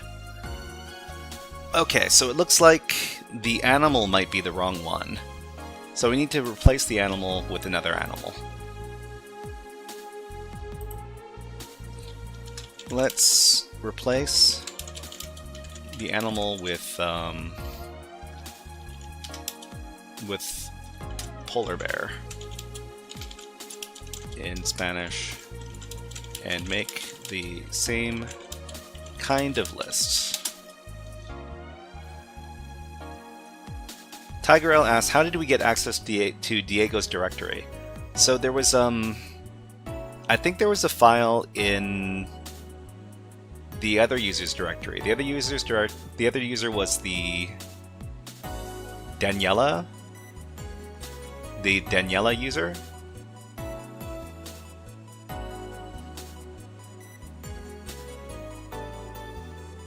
Where was the website is here. This one. No, not this one. Not this one. This one. What was the username?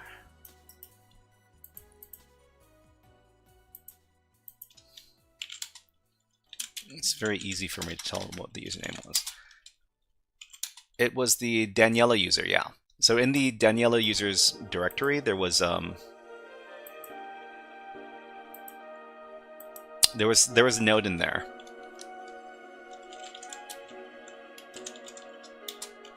Can't go in there right now. Actually, I don't need to. Yeah, there was a directory called Secreto, and then there was a past Diego file in here.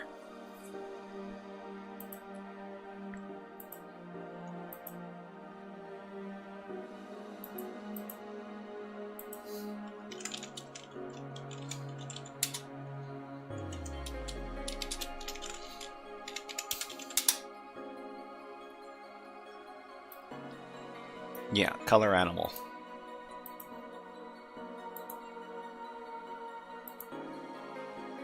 Okay.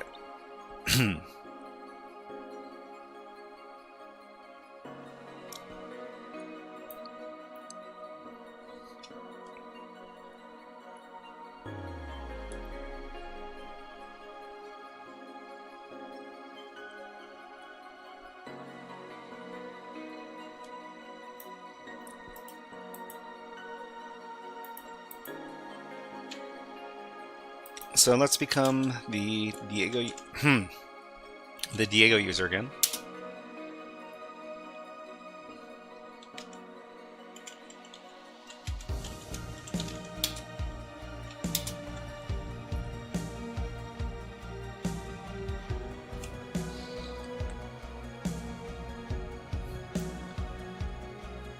You know, an interesting thing about this is that because Spanish is a gendered language, and it looks like whale is a feminine noun, then the word for black also becomes feminine. So I wonder if that affects the way the word lists would be created as well.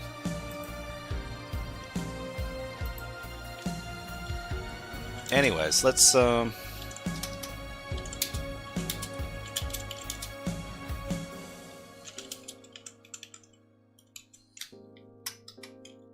create this. We'll call it polar.txt.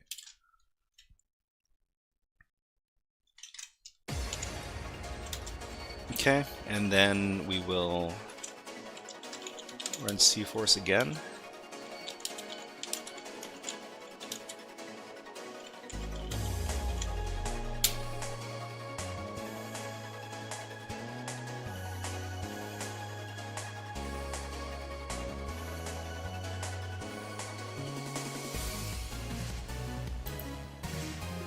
Okay.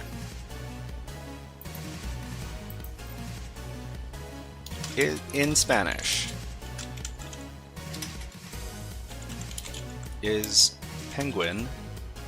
Penguin is a masculine noun. So it's a pinguino, right? Pinguino means that it's a masculine noun, which means that even if the colors are feminine nouns, then they would become masculine. Or maybe I don't know what I'm talking about because I don't speak Spanish.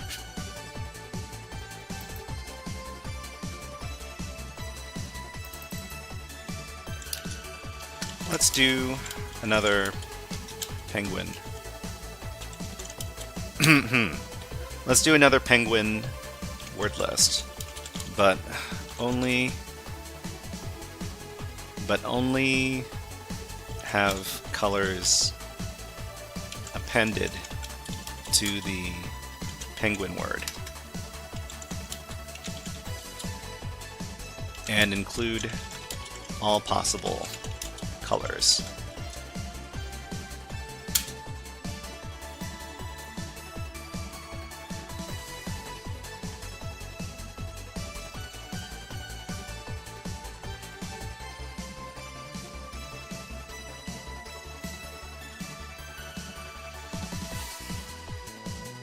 Okay, so all possible colors in Spanish, including less common ones, to make the list as comprehensive as possible. We have a lot of different colors.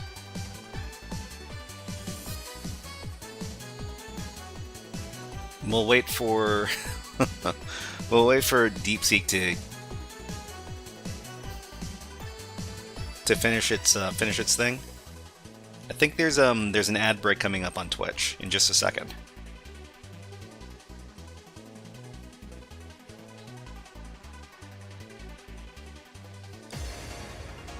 Okay. I'm gonna need that ad break too, because I need to have a little drink of water. Just keep on. Actually, are they gonna make an appended one for me?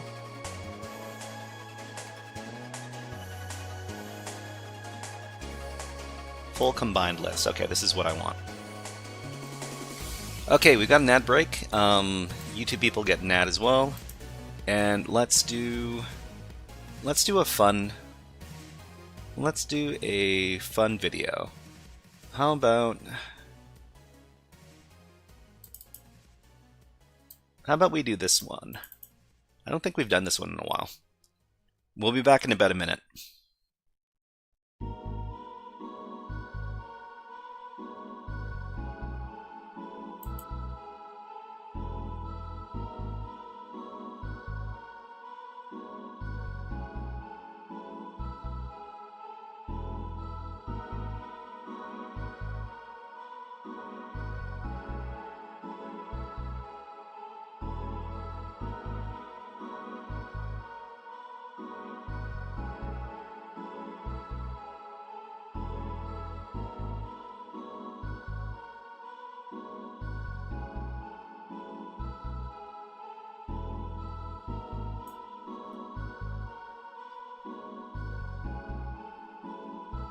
Now I can't wait for the summer to be here, because you know I've been it's been rainy and cold for way too long. I really need some sun back in my life, even though sometimes it got a little bit too hot. Anyways, let's put the birds away. Let's go back and copy all these all these words, and we'll try the brute force attack one more time.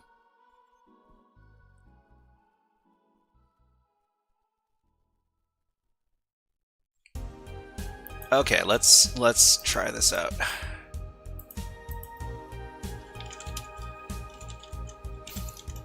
We'll call this penguin.txt.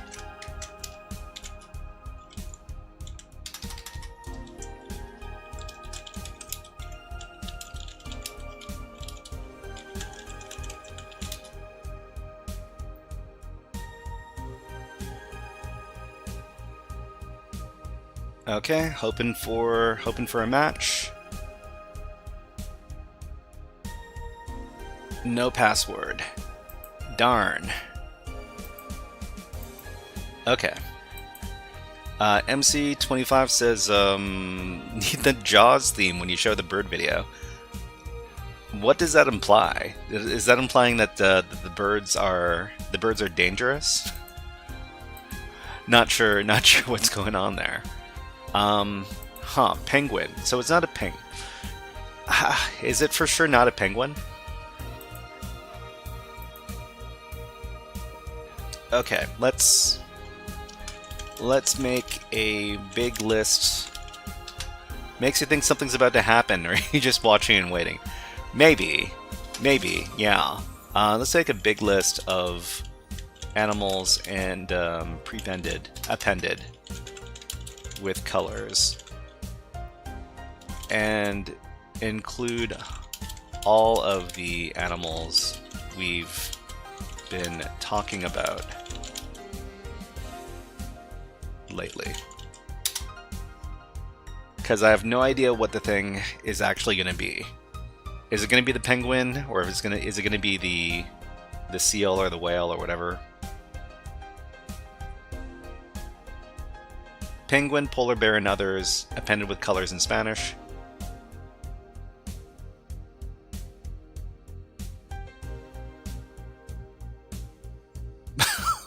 Man, this is going to be a really big list.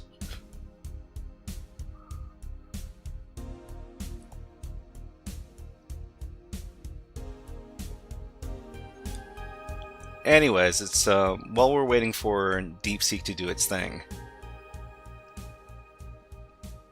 I would really like to be able to do one more box, because these previous two have not been super satisfying. Maybe we can try our luck at doing the internship box over here, depending on what happens in the next few minutes. Where are we? Here. Appended colors, animal and color for penguin. Okay, so it's going to go through the entire list. Then it's going to create the appended list.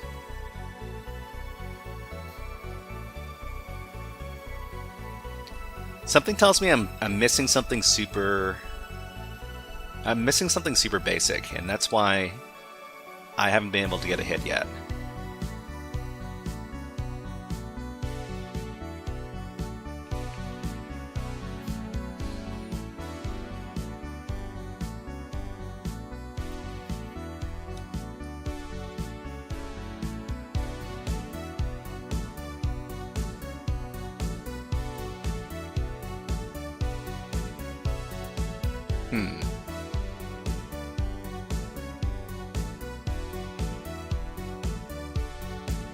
So let's review the passwords. So the other passwords were animal color. So Diego's password is animal color, and Daniela's password is animal color, I'm pretty sure. Let's check this out.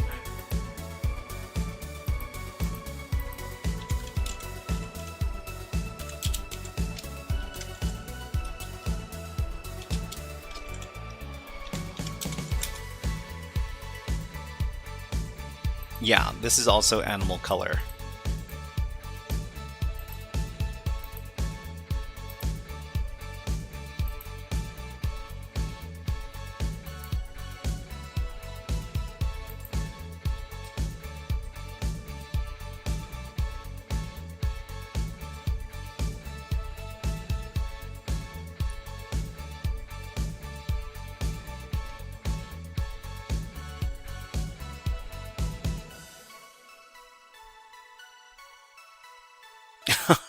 It stopped making the list.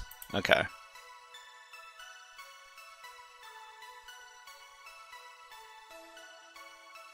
I think it's crapping out on me.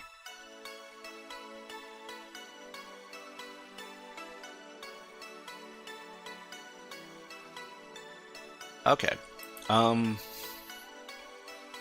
Chat limit. Yeah, makes sense. Makes sense. Okay. All right. Let's I'm going to assume that penguino is still the correct animal. What colors in Spanish end with the letters NO?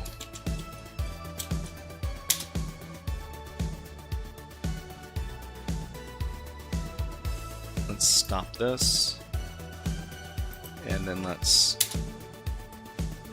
ask this question.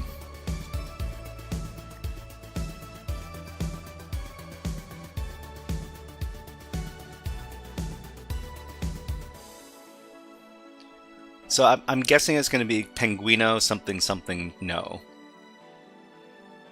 Wait, that kind of matches the pattern, right? So the pattern was...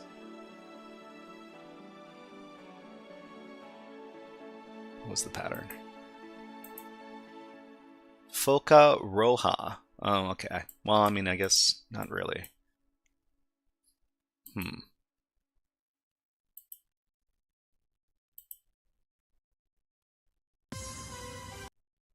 Looks like DeepSeek is really thinking really hard. Let's stop it, and let's try one more time.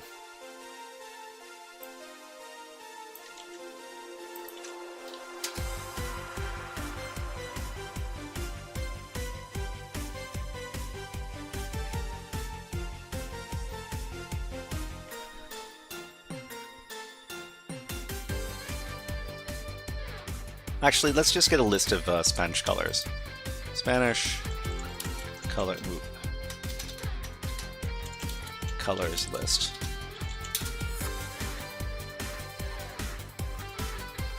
Oh, interesting. Let's take a look.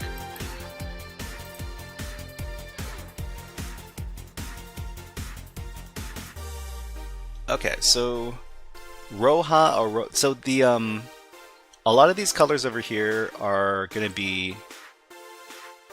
They're going to be either masculine or feminine, depending on whatever you pair with them, I think. So el color, right, rojo or roja, depending on what noun you put with it. Amarillo, amarilla. Verde, azul. So which one ends with the letters N-O? Marron? Gris, Blanco, rather. What are you? I'm system root. Not system root yet, but thank you for the sentiment, Tiger L. Thank you. Okay, so I guess DeepSeek doesn't give me an answer because.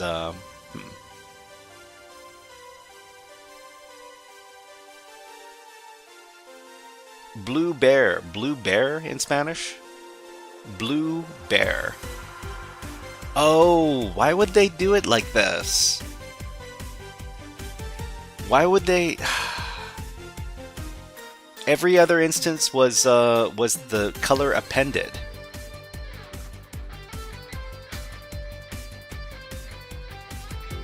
Oh man, that's kind of disappointing.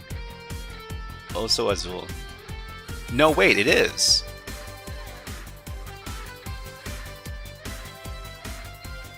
Blue bear. It's blueberry. Blue. We say blue bear in English, but in Spanish it's bear blue. You were so close to the password cooking. Yeah. Wait. When I was making the combined password list right there, we got pretty close. Also, but we did polar bear instead of regular bear. That's kind of, man. Okay, so let's become brute. What was it? Oso Azul. Unbelievable. I won't call this a victory. I didn't get it legitimately. It just said Oso Polar Azul. Right. But Oso Polar Azul wouldn't have worked. No worries. This wasn't, well, I mean, I wasn't having super fun time with this box anyways. Let's see if we can, let's see if we get a better time with the next box. Okay. Let's run the next container.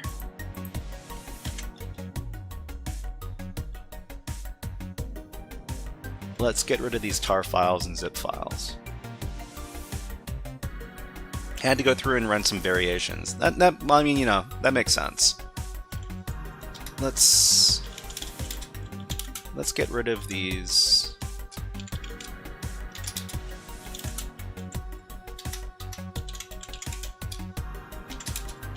This stuff over here. Get rid of vacaciones as well. Okay, let's try it again. If they renamed the box to do something with the list making, it would be a good box. Teaches how to cook a custom list. I agree. Extraviado, something missing. Extraviado means something lost or something missing.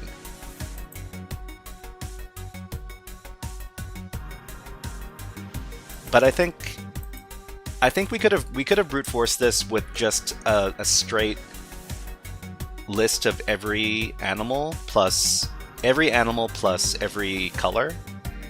Every animal plus every color would have worked. But anyways, let's download the next thing. The next one is going to be internship. So let's download that thing.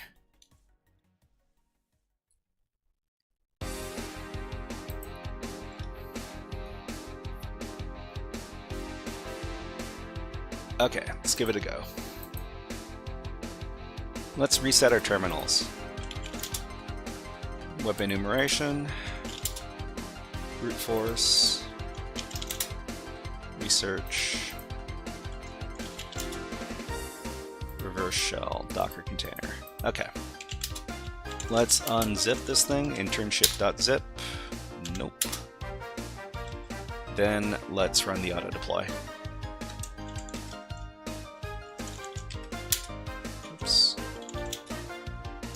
Okay, fresh new box. ChatGPT against the riddle gave polar bear with blue snowflake next to the word. Blue snowflake. Maybe it's seen this riddle before. Okay, let's so first of all, we should probably delete the entry for this thing from SSH known hosts. And let's do our nmap enumeration. Okay, it's another 80, port 80 and port 22. All right. Gatekeeper HR to portal de recursos humanos. Human resources? The portal of human resources. Okay.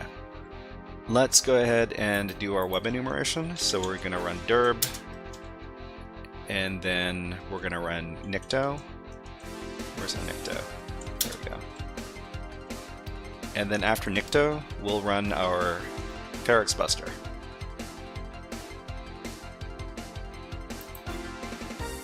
Looks like, yeah, nicto didn't give us anything good. So we'll run Ferex Buster.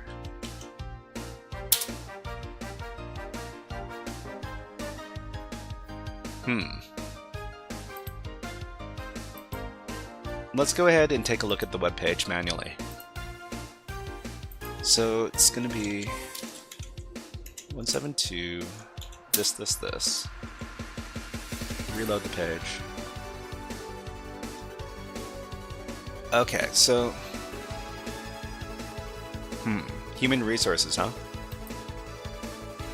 The name of the box is internship. So I guess we need to get in the mindset of newly hired interns. Personal management, employees information, okay. Analysis and reports, management of absences. Gatekeeper HR. I wonder if Gatekeeper is a piece of software or like a CMS. So search, exploit, Gatekeeper.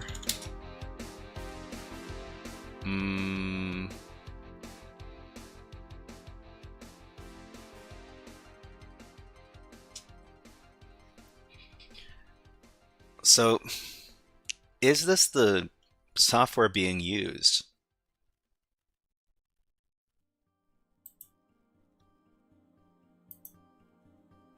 Gatekeeper HR.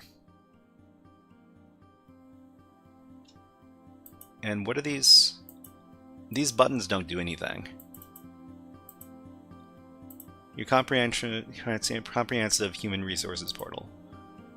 Looks like... Let's go ahead and take a look at the source code.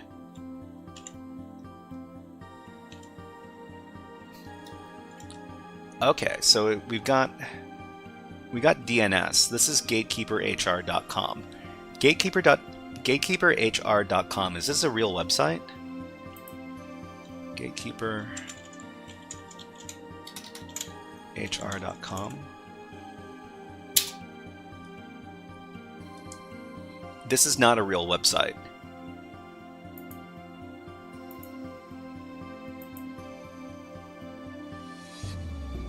So we should probably change our...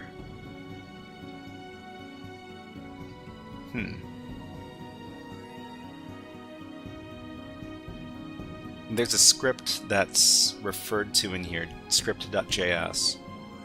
I should probably take a look at this as well. We got JavaScript. It says it's not found on the server. I'm going to change up my etc host file. So we're going to sudo nano etc hosts.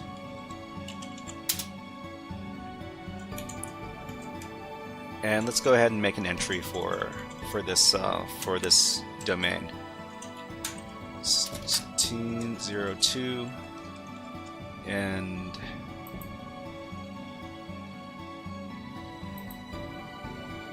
this is called gatekeeperhr.com.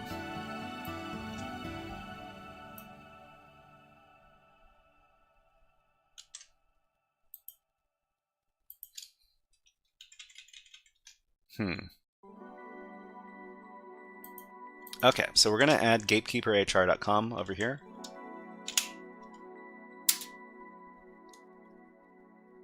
Gatekeeper bypass, internet gatekeeper, heap overflow. These are web apps. This is also a web app. But I don't know.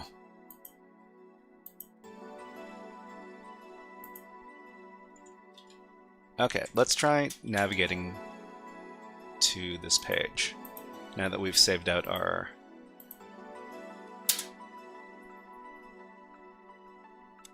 Okay, so this... it looks like the same page.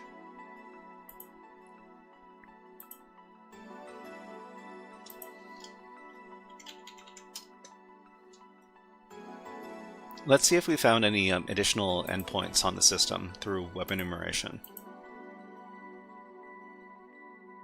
We found index.html, styles.css, and nothing else. So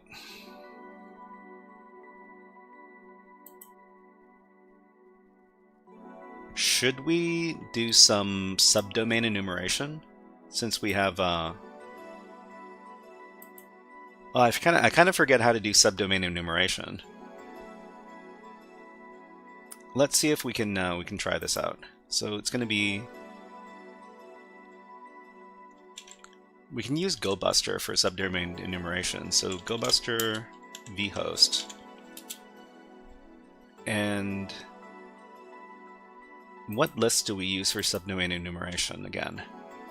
Locate subdomain. We got the top, was that 1 million? No, that's 100,000 subdomains. We can try these subdomains over here. Actually, maybe subdomains in Spanish. Maybe we need to do subdomain Spanish because this is a Spanish website we're talking about. FFUF, domain, word list, host, fuzz.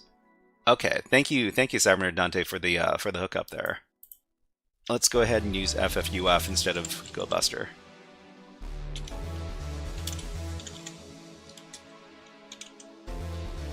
What was it? Gatekeeper HR.com.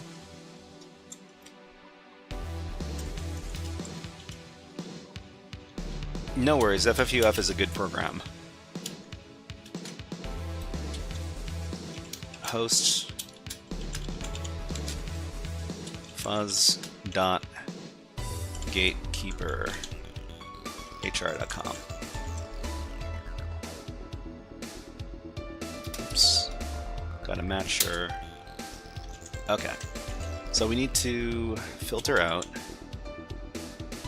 3861.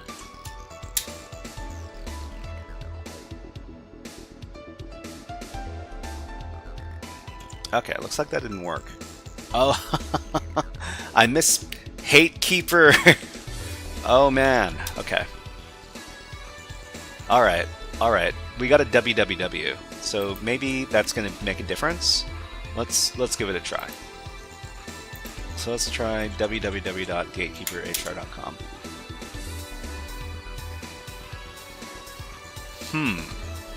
This redirected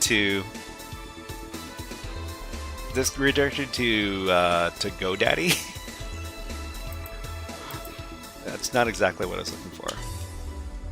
Okay, let's try fuzzgatekeeperhr.com.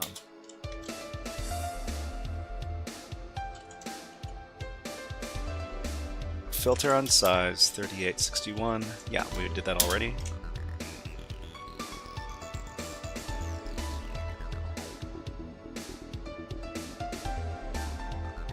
What did you set the host file to? Nano, sudo nano, cat, etchosts. Gatekeeperhr.com. So that's what I'm using, right? Gatekeeperhr.com. Gatekeeperhr.com.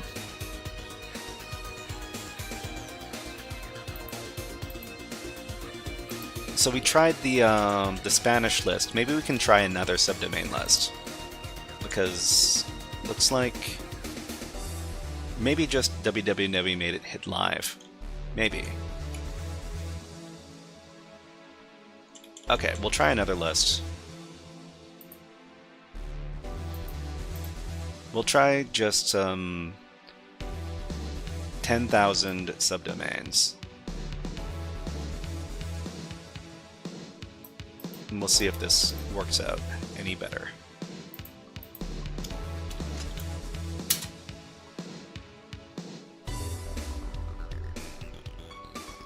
This sure does go fast. So we also need to keep in mind that the name of the box over here is called intern. That might be a big clue as to what we're supposed to do to solve the box. Yeah, it's called internship. But internship, what does it mean? Well, I mean, does it change when you translate it from Spanish? It still says internship, okay.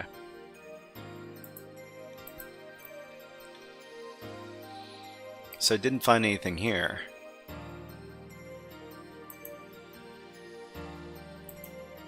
So aside from that, we got the word gatekeeper. And gatekeeper... Let's try DeepSeek. Maybe it knows about gatekeeper. This... Okay, in terms of software...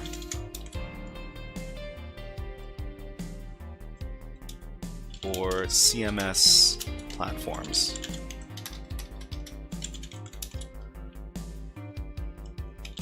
Are there any named gatekeeper?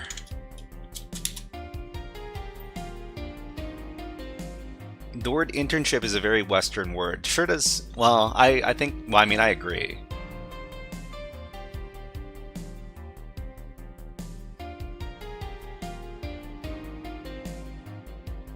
Okay, looks like it's coming out. There isn't a widely or recognized mainstream platform specifically named Gatekeeper. However, the term Gatekeeper, security software access control systems, middleware, Apple's Gatekeeper.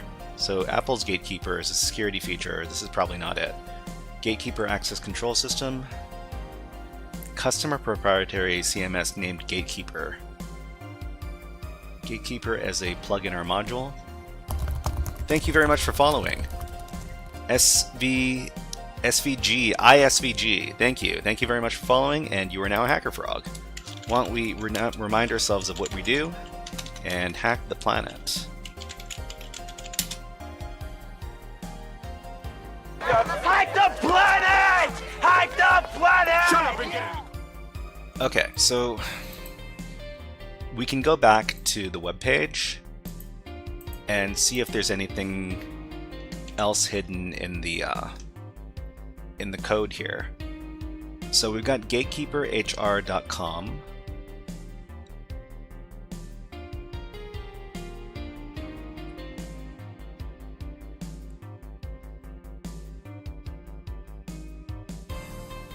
There doesn't seem to be... Whoa. There's an HTML comment in here. How come I didn't see this before? Okay, let's translate this.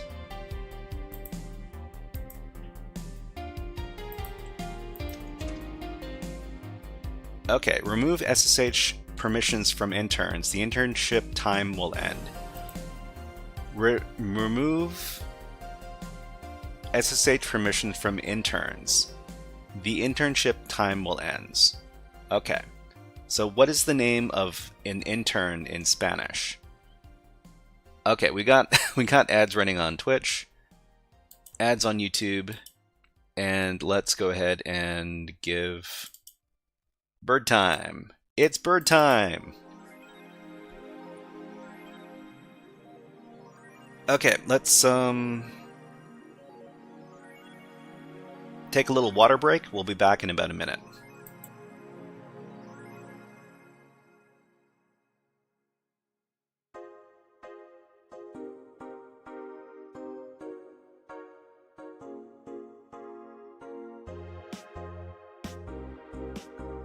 We got some, this looks like either a song sparrow or a house finch.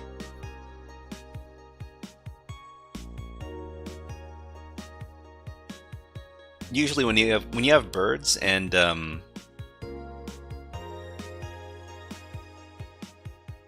looks like Siren Dante said, it looks like a bird to me. Yeah, that's true. Let's see. Let's see if I can identify. Okay. We got the birds. We've got some sparrows. That's a sparrow. Yeah, that's a house sparrow right there, and that's a male house sparrow because the male house sparrow has got the black eyeliner and the black bib right here. They're kind of fancy birds when you think about it. Anyways, enough birds. Let's see. Relocated to Central Florida recently. A lot of woodpeckers and red robins. Oh, American robins. Right. So I've let's see, American. Yeah, these guys. I actually really like American Robins. They're really fun, and they usually come around when spring is gonna come around. Ken BDX says birds aren't real. Well, these what was it? Government drones? Or are they spies? I'm not sure. But anyways, yeah, American Robins are really great little birds. Numkey says, we have something similar in Australia looks-wise. Oh, you know, in Australia, you've got the bin birds. What are they called? They're really, really funny to watch. Australia. Bin chicken, the ibis, right? These guys right here. So they're usually like scrounging around trash cans, and Australia actually has some really cool birds. I wanna go there one day. It'd be really nice to scope out the birds there. But anyways, let's continue hacking. Let's stop talking about birds. Seasonal government drones. Yeah, that must be it. That must be it. Okay, so we got the message from the website. We need to take away access to interns. Where is it? This one right here. So, pasantes? Is this the word for intern?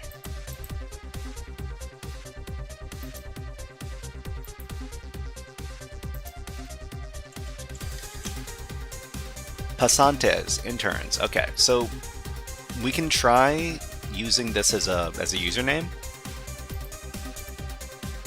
and we can go ahead and do some brute force. So let's do Hydra.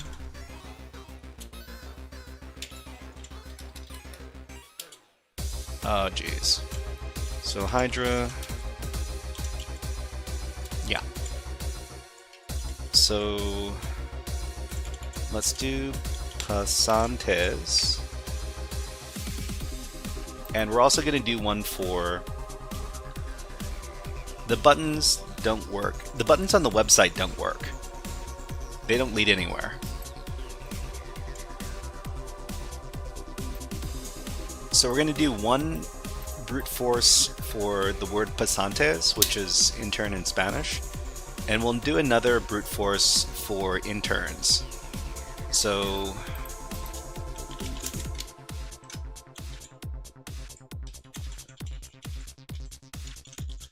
intern.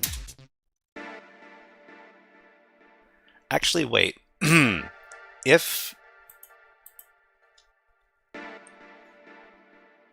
this was singular and not plural, would it just be pasante? I need to check. So pasante is intern. Okay.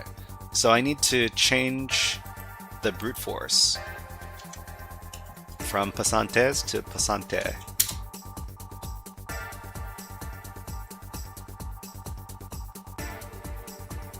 So SM2 Green says, there are cool blue birds that come into our backyard. I need to get pictures or videos of them.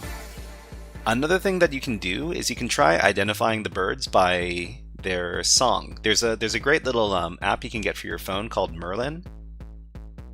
And is it called Merlin? Let me check my phone. And Merlin is an app you can use to identify birds either by photo or by doing a recording. Yeah, Merlin Bird ID. That's the name of the app.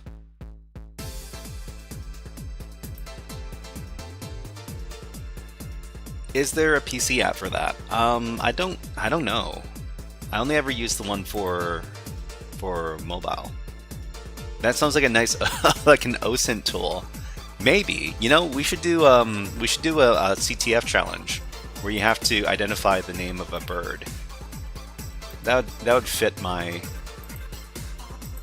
Okay, so intern. This isn't quite working. Apparently it's called Freebird. Freebird sounds like something else. It sounds like a song that you request. from some cover band.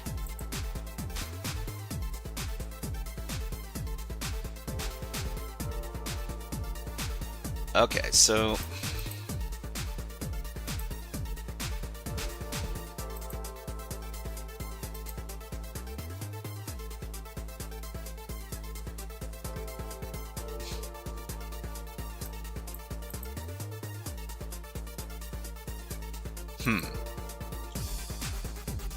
So there's one of two things that could be happening right now. It could be that I'm not using the right word.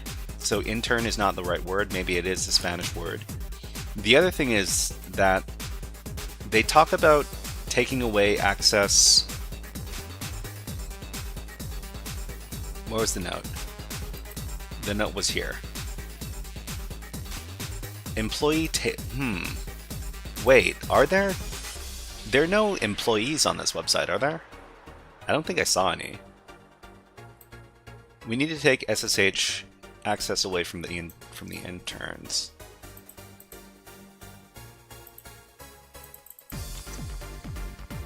Pasantes ya terminará el tiempo de pasantía.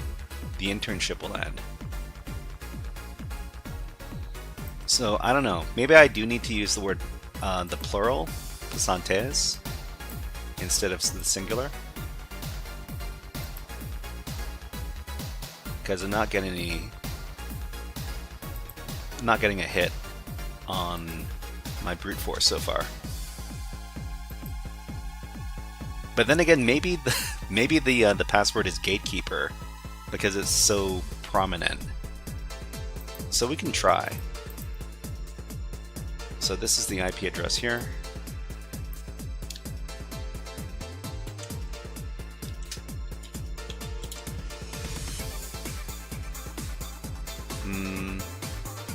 Intern.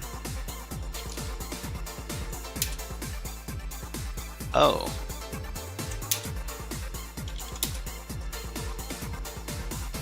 Gatekeeper. Okay, it's not gatekeeper. Gatekeeper HR.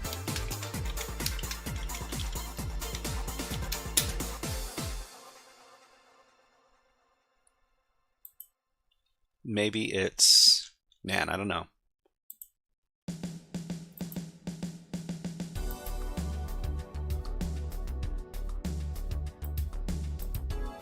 So web enumeration wasn't able to find anything really. Maybe we should be looking for some sort of file.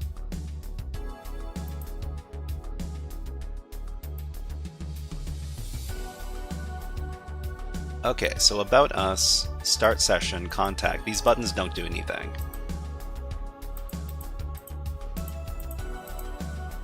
Yeah, the website is not very functional.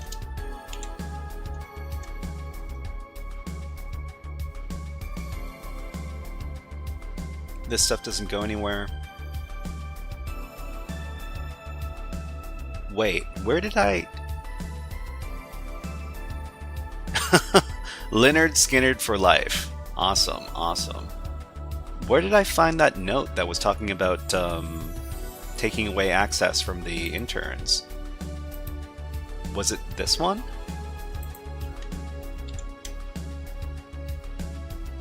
Yeah, it was this one. So the only reason I saw this was because I switched my my etc host file over to gatekeeperhr.com. So if you're not seeing this, you don't see this portion that talks about stripping access from the interns on SSH. Let's see if there's anything else different about the website. Oh, wow. Okay, the website works. Okay. So there's a maybe there's also a Mariana user. Mariana at gatekeeperhr.com. So the gatekeeperhr.com website does work. So we can do a new web enumeration against it. So let's do Ferex Buster. on gatekeeperhr.com. Okay, now we're cooking. So we got a contact page, an about page, an includes directory, a default directory. We've got a db.php. What is... We've got a lab with the login page. Wow, we've got a lot more now.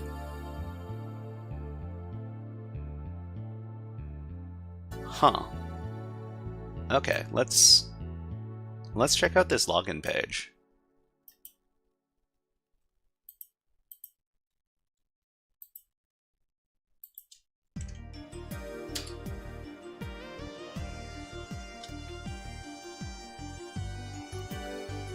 I definitely want to... Ooh, what is this? HTTP not allowed. This is an API. Is this an API endpoint? What's going on? This looks like JSON.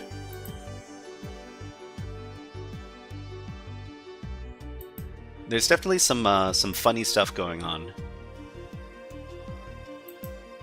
Okay, there's a login page here. So you've got username and test. This is not going to be a successful login. Credenciales incorrectas. Okay.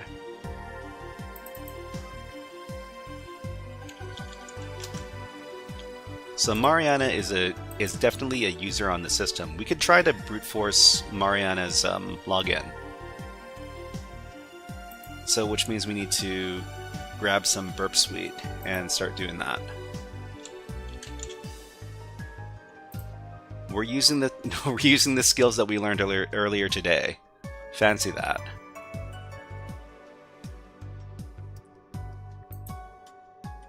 Yeah, the bin chicken. Awesome. Okay, so SSH from the interns. Let me check my...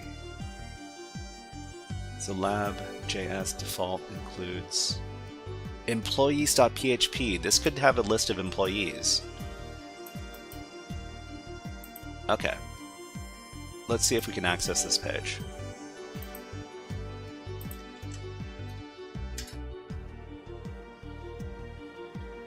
Is this password protected? Oh, wow. Okay.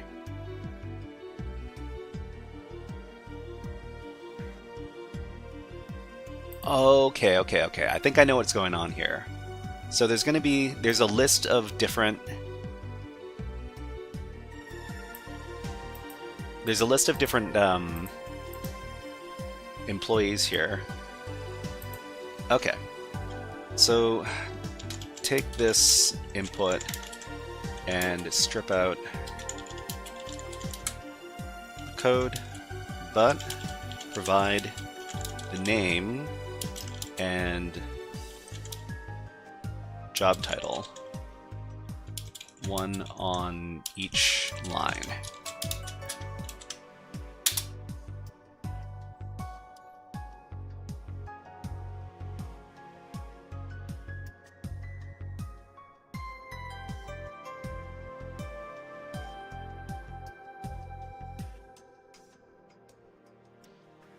Okay, so let's see.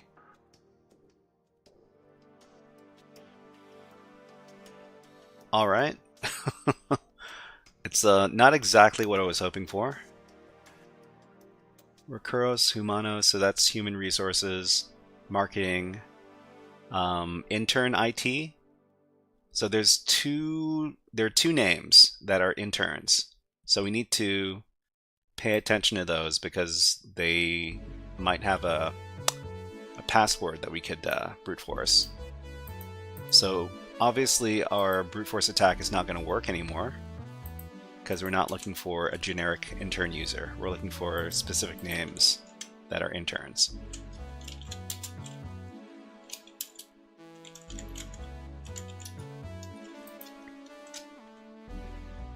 So the two interns are Pedro Ramirez and Diego Herrera.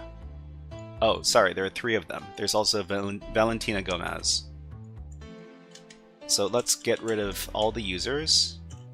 Actually, Diego Herrera is not an intern.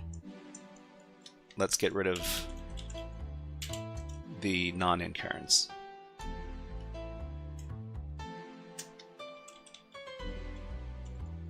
So the two interns are these people over here. So Pedro Ramirez and Valentina Gomez. So would it just be Pedro as the username? So is it just Pedro and is it just Valentina as our two usernames?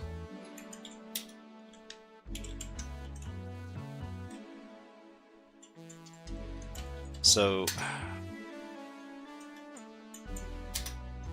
if that's so, then we just have two names that we need to brute force.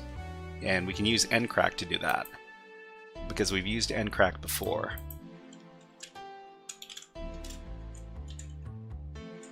So we'll ncrack interns.txt. Tigerel asks, can you SQL inject? It might be a little bit too advanced for an easy machine like this, but I can give it a try. Which parameter were you thinking of? Which parameter were you thinking of SQL injection with?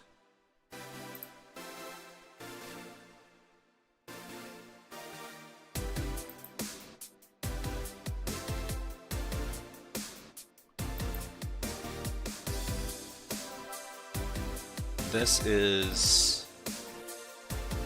is what we got. We got this from the employees.php website here.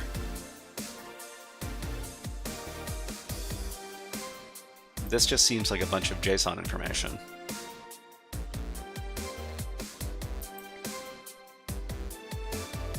Ncrack's doing its thing.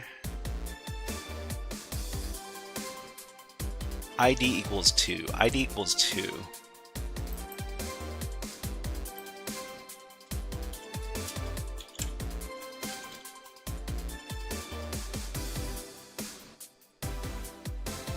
Maybe ID is a parameter.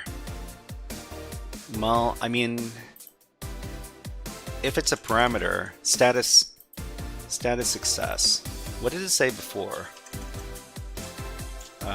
Let's try a random parameter.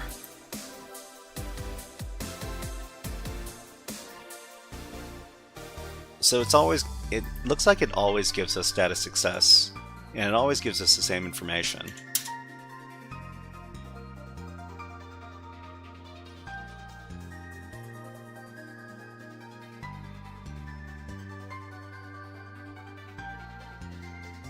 So Valentina Gomez and Pedro Ramirez.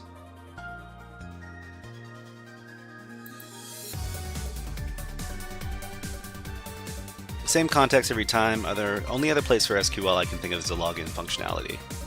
JSON list, pass into JQ for pretty JSON. That's... Let's try this out.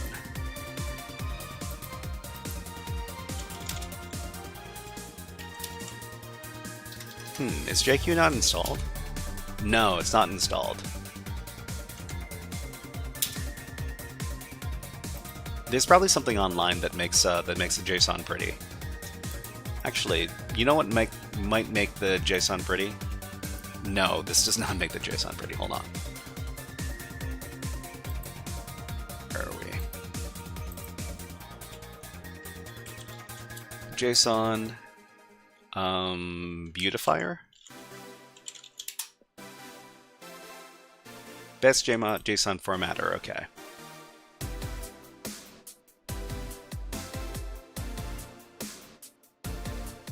Okay, paste that in. Okay, this looks nicer, for sure.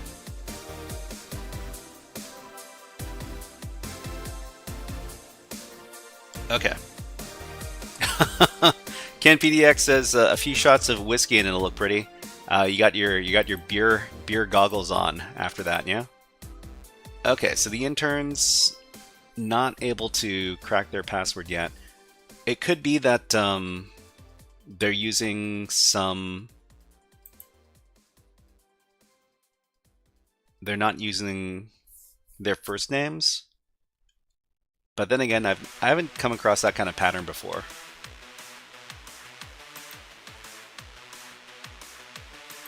What could be happening is that we're looking at... So instead of Diego Herrera, the username would be D Herrera.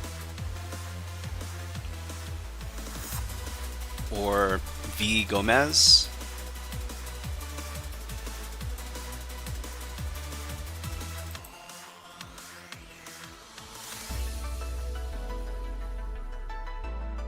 But maybe I need to pay attention to the other names on the list as well, because we've got a bunch of other names on the list. And then again, there was a hint that was talking about taking away the SSH access from the interns. Maybe they already took away the SSH access from the interns, in which case it doesn't really. We shouldn't be brute forcing them.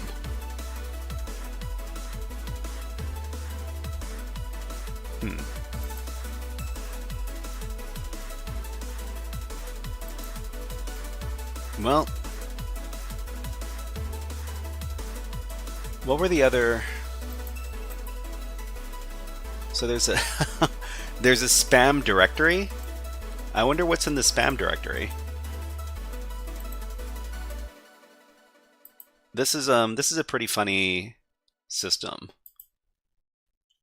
Let's check this out. No, not this.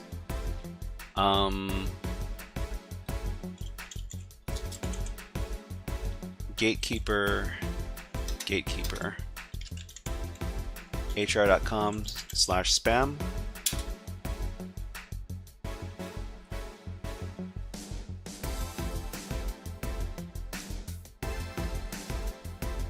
And what's in the spam directory? Anything?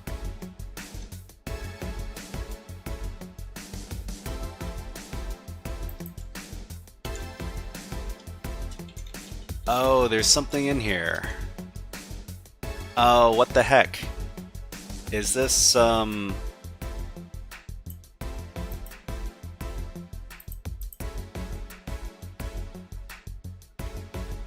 This is not Spanish. It looks like it's been encoded or encrypted somehow.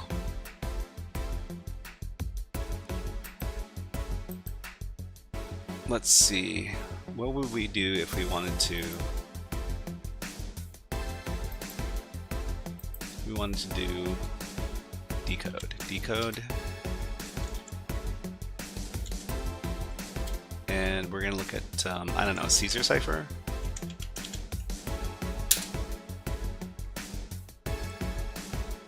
Okay, we got decode Caesar cipher.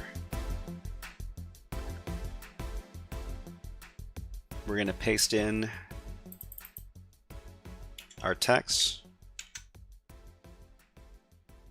And we're going to decrypt it with brute force. Okay, so... Oh, okay, the password for the interns is purple. Huh. That's interesting. Let's confirm that's what it actually says. Jeez. This has been a fun box. The password of one of the interns is purple. Okay, so let's go ahead and try to... that was just... that was route 13. Well, was it 13? It was route 13. Wow. Okay. Turned out it was route 13. Well, you don't need to be super... Okay, so I guess I can stop brute forcing now. So let's go ahead and try logging in. so what were the names of the interns again?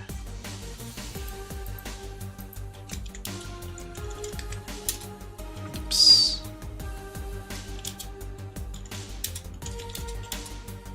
Cat interns. So there's Pedro and Valentina. To be honest, that password should have been in RockU. Maybe, maybe not. But let's try Pedro.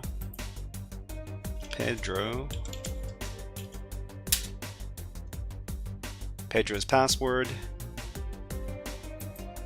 Let's grab that again. Purple. Thank you very much for the follow, Semantical SS. Thank you. Thank you very much for the follow on Twitch. You are now HackerFrog. We're in!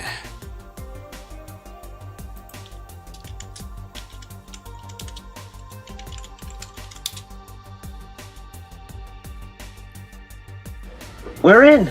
Shall we play a game? How about global thermonuclear war?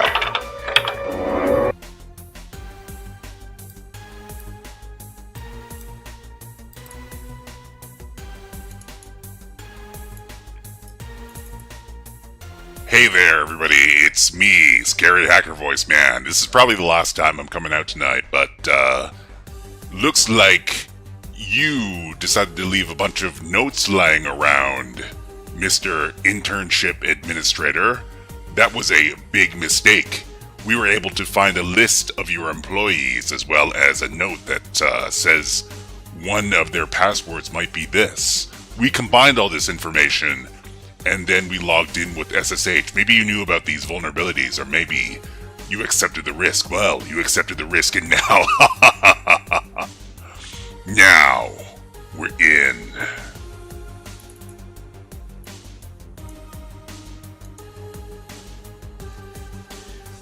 Okay, so we're in. We're one of the interns. We're the Pedro user. Let's figure out if we have any sudo permissions. Is it going to be a quick win for us here? Okay, so Pedro can't run sudo. Let's see if there's anything in this person's home directory. There's a flag. Okay, so we're not going to read the flag because actually there might be a clue in the flag. If there's a clue in the flag, then I kind of want to read it. So I'm going to read it off screen. And while I'm reading it off screen, we're going to take a break because it's time for a break. So you two people get a break, but everyone else gets to watch my favorite video. There you go, guys. I'm just going to take a little water break. We'll be back in about a minute.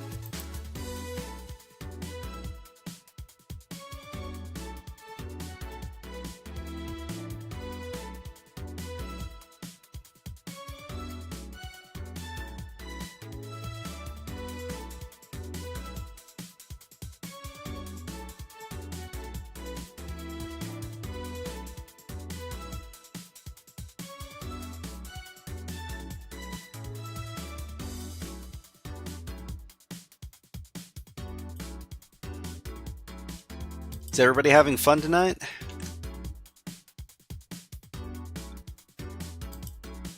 Okay, I read the flag. It wasn't super helpful. But let's put the birds away. That's a great bird. Put the birds away. We'll put the machine back on screen. Okay. Alright, let us continue. So Pedro doesn't have any sudo permissions on the box. MC25 says, doing everything I can to stall making grok patterns. Grok patterns for custom logs with 3 different types of timestamps. That doesn't sound like a... I don't know if that sounds like your idea of fun. It doesn't sound like my idea of fun. But let's see what other... So there's nothing else in this directory right here. Profile, bash rc, logout. Let's see what other users are on the system. There's only Pedro and Valentina. So let's go ahead and see if there's anything in Valentina's directory. I can't access that directory. That's fine. Something else that we can do is we can check out the rest of the website by going into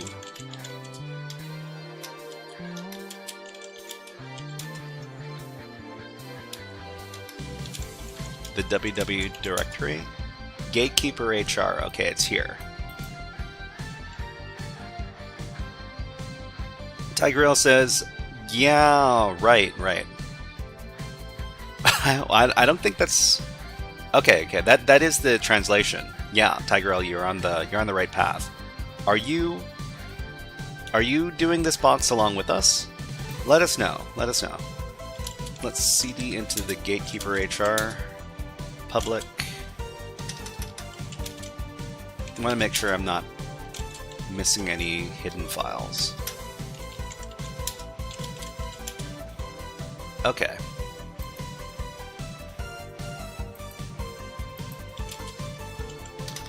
So there's the lab directory here. htaccess, login.php. Let's take a look at these files. Okay, so employees.php. It's probably not going to have anything that we... Is this making... Oh, this is SQL. Select star from employees. So we might have to access the SQL database to advance on this box. Okay, let's take a look at login.php. So login.php is also looking for select star from HR users where username equals username and password equals hash password. So hash password equals MD5 on the password. So it looks like we need to... We might have to access the database.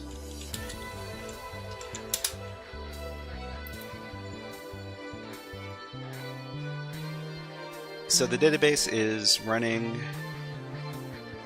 Oh wow! So Valentina is the other user's running a script. So opt cleaner log cleaner.sh. Okay, so let's check out the script.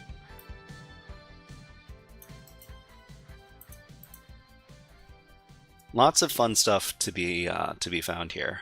So let's lsla on that script to see if we can... We've got write permissions. Okay, so if we have write permissions on logcleaner.sh, we can write into logcleaner.sh a reverse shell command, and then we can get access as the Valentina user. Let's go ahead and do that. Or is there a better option we can do? I don't think so. What services are running? There's Apache. There's also MySQL. There's a MySQL user who's running the database right now. Okay, I think there's also an entrypoint.sh script that's being run right now. I don't think we've got permissions with that script, but we can go ahead and take a look at it anyways. So yeah, so the entrypoint.sh script is being run by root, but we don't have any permissions with the script. But we can directly edit the logcleaner.sh, which is being run by the Valentina user. CypherFreak says there's your SQL injection. Hint, a logged in user, maybe. I want to become the Valentina user. So let's go ahead and just call this one SSH shell, and we're gonna set up a reverse shell.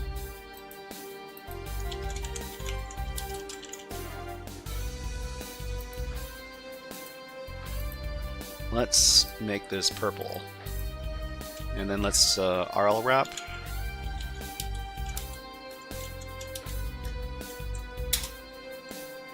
Okay, so we've got our reverse shell listener over here, and let's write in a reverse shell payload.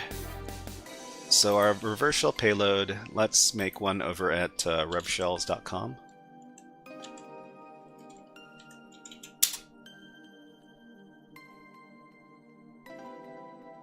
Okay, so let's do. There's a lot of tools that are not on these Docker containers, so we need to check what tools are available.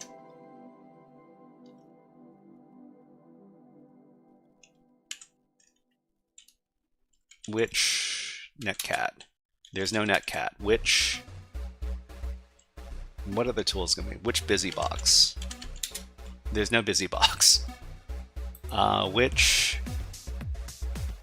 There's Python, right? Which Python? Which Python 3? There's no Python or Python 3. Tigirl says trying to.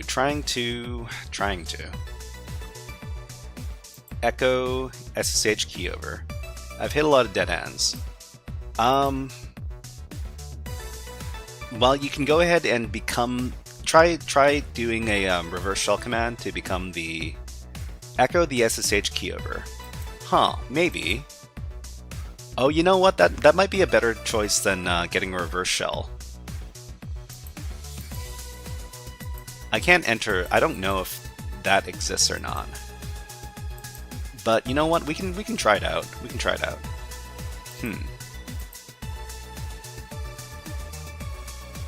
So what are we gonna do? Nano.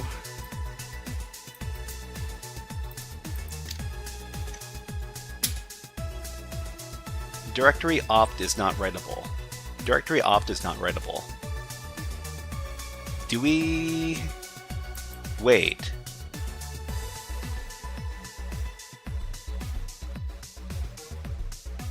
We can't save anything in this directory? It's in the opt directory, but logcleaner.sh is writable. We look... It's writable by everybody, but can we actually make... Okay, let me try putting something... Echo... HackerFrogs. We are able to save it. Let's cat it out and see if the changes actually took place. Yeah, this worked. So in that case, let's change this to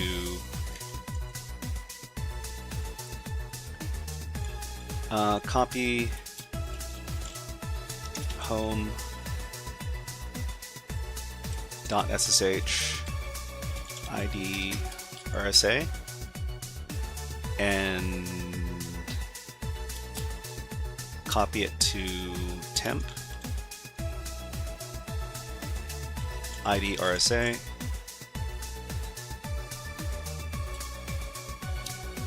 and what is it? And chmod 777 temp id RSA.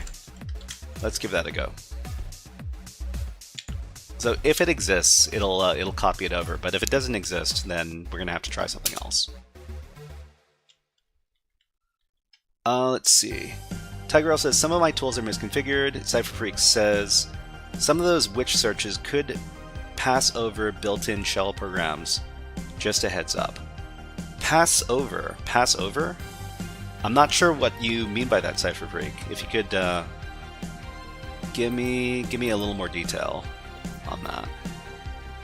So there's no BusyBox, there's no Python, there's no Python 3. There is PHP because the server runs PHP. Not return their presence.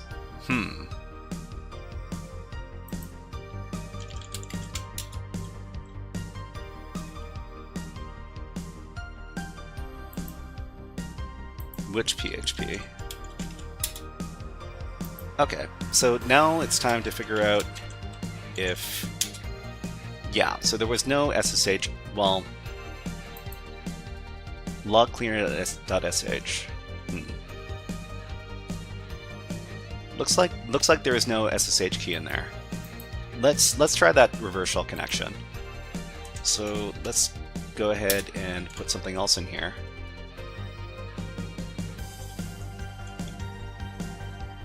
And let's just do...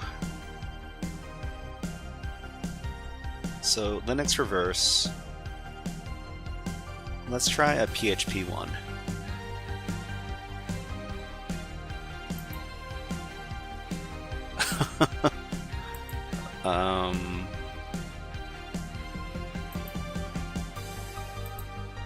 PHP exec. Okay, let's try this.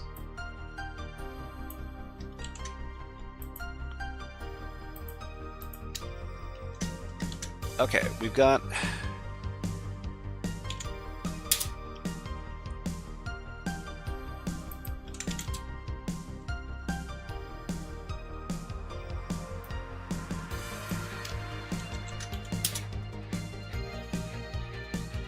Let's see if the reverse shell opened up. Okay, it worked. We're Valentina. Great.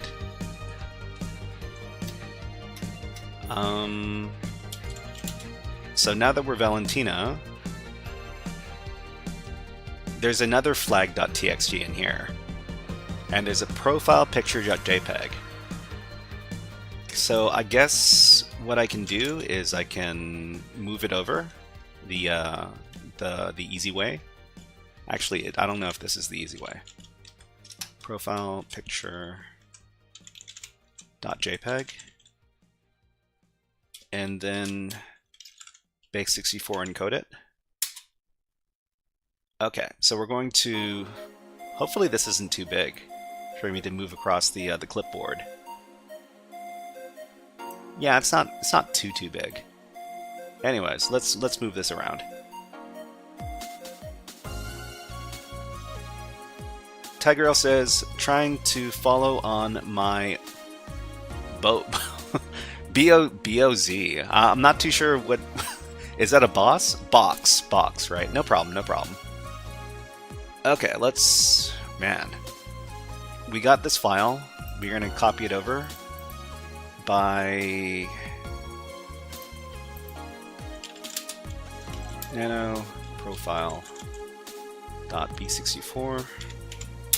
Paste in all this stuff. Then cat profile b64. Base64 decode. And output is a file called profile.jpg.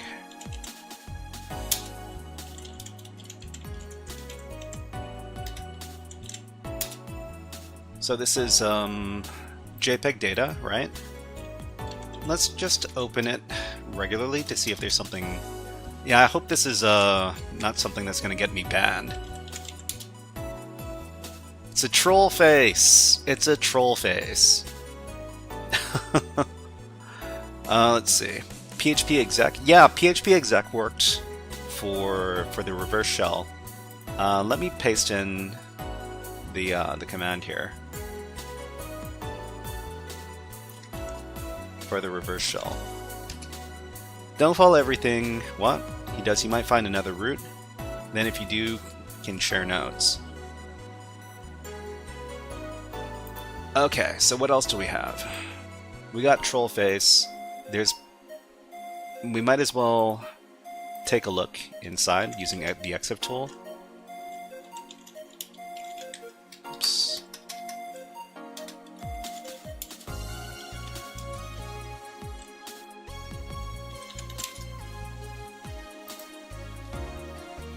Okay, so nothing super interesting in here so far. Let's try running strings on it.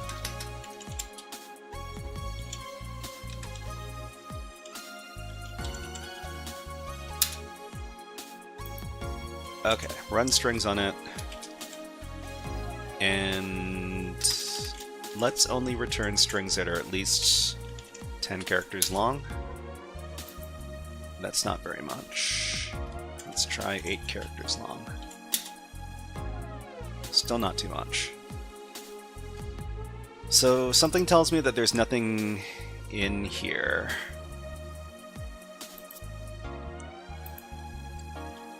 We could also run stegseek. Or what was the other one?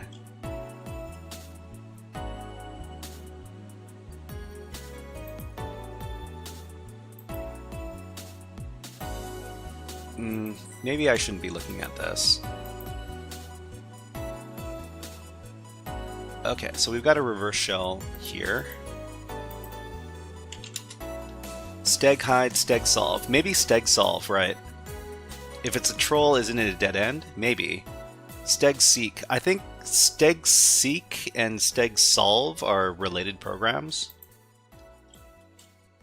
Anyways, I'm gonna read the flag off off screen just to make sure that there's nothing important for.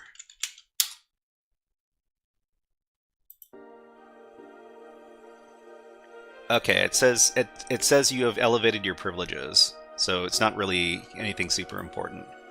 So it says here you've escalated privileges. Colored terminal seems neat. Oh, you mean these?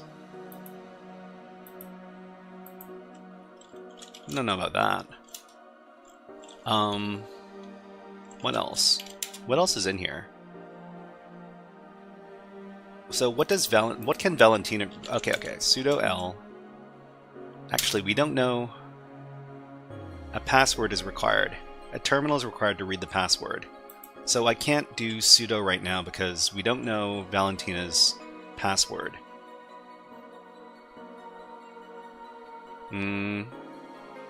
Valentina's password.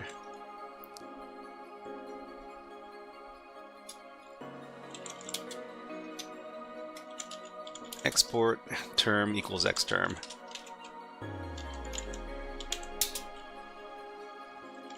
Is it that easy? No. We can try to upgrade our shell.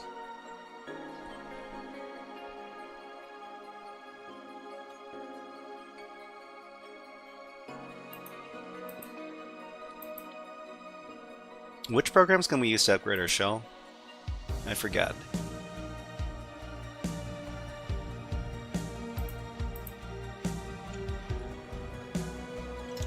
Hack tricks. There was something in here about reverse shells. Yeah. Reverse shells, full TTYs. So you can use Python 3. And you can use script. I wonder if script is on this box. There is script. Okay, so we can upgrade the yeah, OreoByte has the answer. You can use script as well. So what is the command with script? It is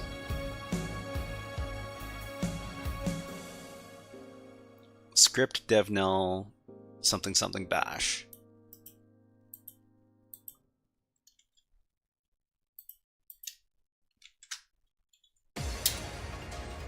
Okay, so sudo L is going to ask for the password of Valentina. We don't have the password for Valentina, so we can't get the sudo permissions.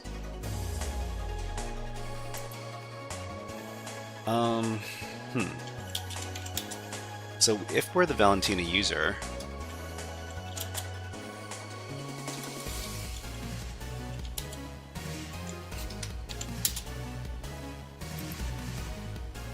Valentina's running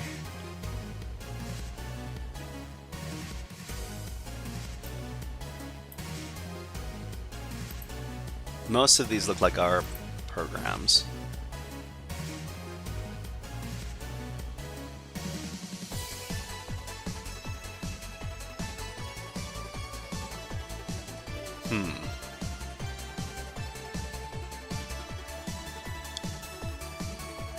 Okay, I think this might be a good opportunity to run linps and see if there's anything. Actually, wait, is there netstat? There's no netstat.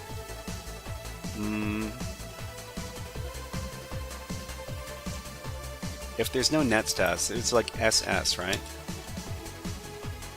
Okay, so we've got SSH, but where's the database? Is it this one?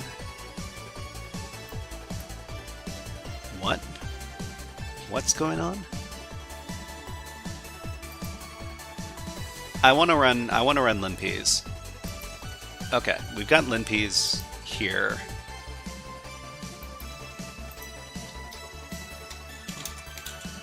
Let's go ahead and start up our... Wait, where'd it go? Didn't I copy it here? Did I delete it? Okay, we need to. I need to go and get linps again. Okay, so linps.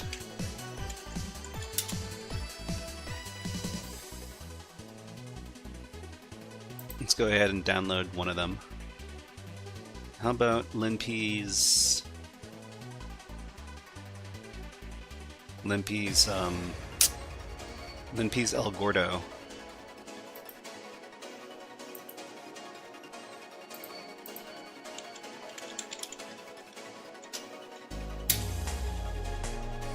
Okay, and then let's serve up the HTTP server, and then let's download the thing.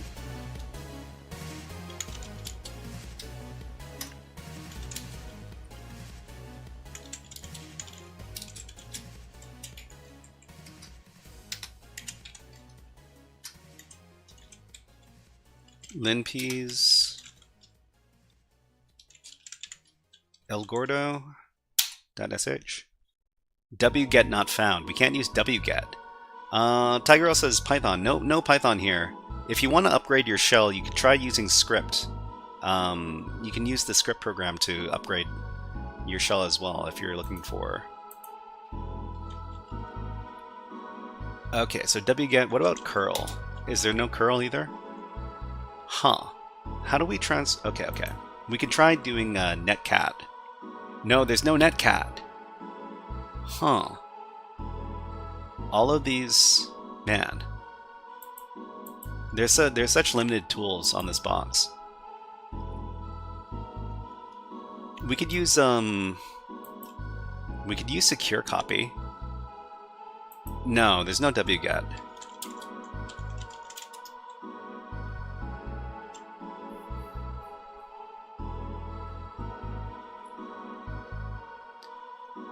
You have a tool for me? Okay.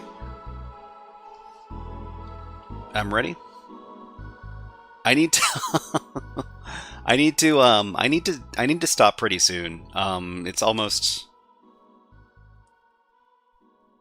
9 o'clock and I haven't had dinner. You can do bash logic wget. Bash logic wget.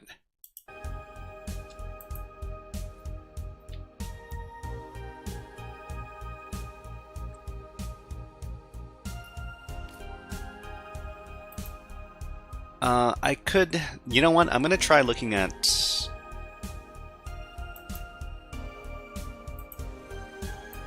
Hacktricks, because Hacktricks also has... It's got a section on file transfers, I'm pretty sure.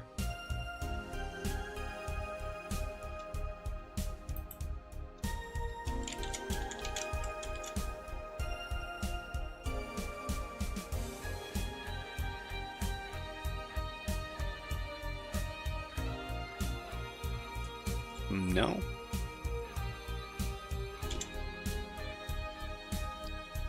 I wonder if we could do. We could probably do it with PHP. We want to use PHP to download a file.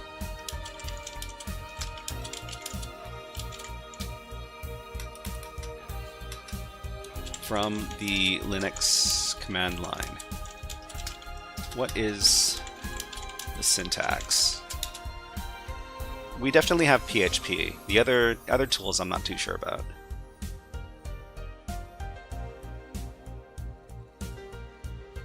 File get contents. Okay, we want to run this as a one-liner.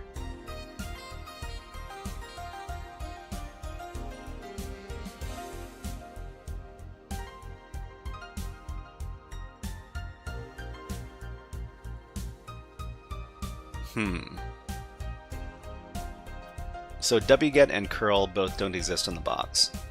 Check Discord. Okay. Okay, let's check Discord.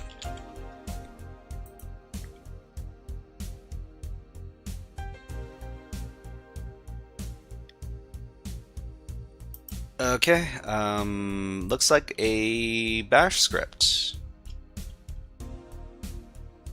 Huh, okay. Well, let me give this a go. Thank you very much, Oreo Byte. Let's try this out. So I'm pretty sure I can't... I'm gonna have to use the SSH shell here.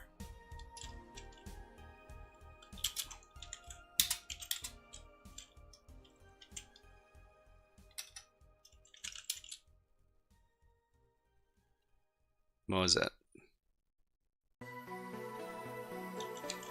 Call this dl.sh. Paste in the thing.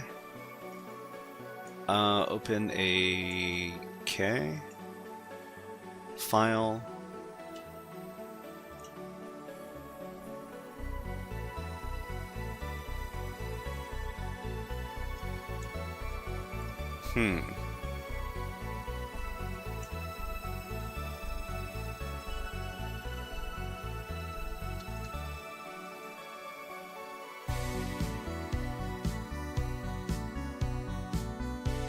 Okay, let's try this out. So it's gonna be what? chmod plus x on dl.sh, and then dl.sh run lhost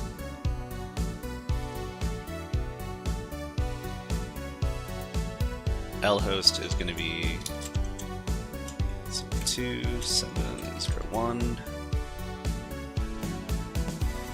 on port, what was it, 80? It's on port 80. File to download is going to be linps fat.sh. Did it download?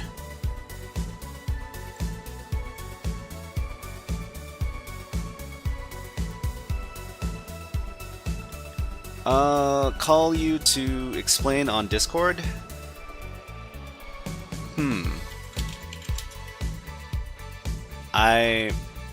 Do I need to... Wait, Oreo Byte. Okay, I'm gonna answer Discord. Hello! Do you want me to put you on stream?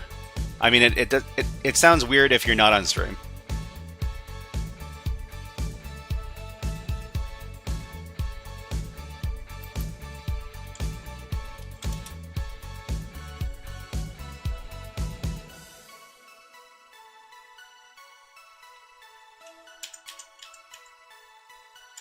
Just the IP address, okay?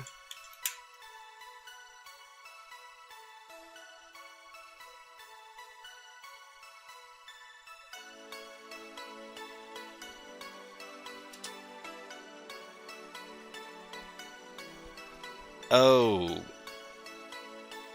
Okay, okay.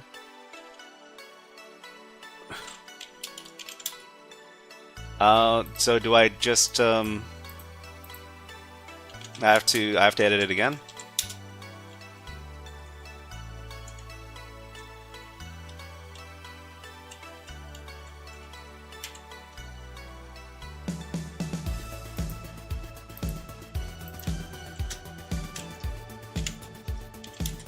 Okay, so I should rename the file. Okay. Yeah.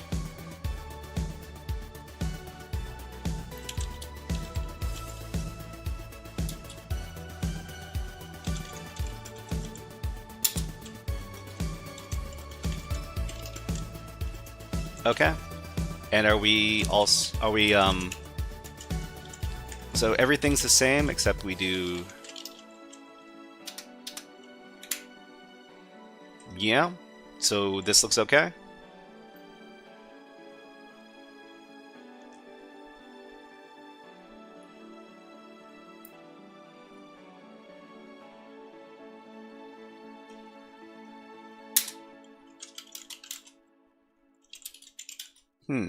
Doesn't look like it downloaded anything. Oh, there's a file called dl.sh now. Okay. Bash dl. Okay, let me make it executable first.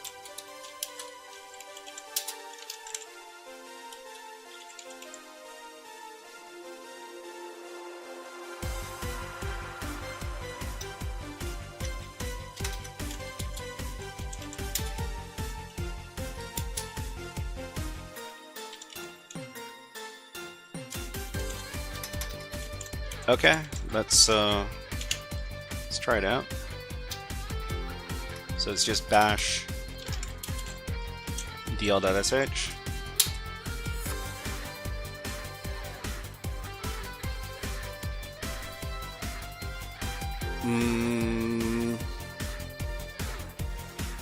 Is it downloading right now? Let's see if Okay, so the file was accessed, so I guess it worked. Let me take a look and make sure that it actually... Okay, it's here. No, wait. Is it an empty file?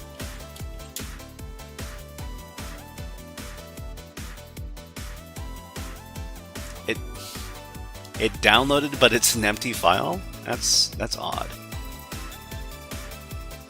Or let me check. Let me check the directory.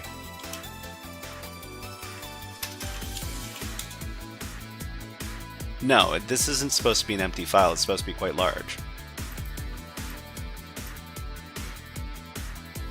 Let me...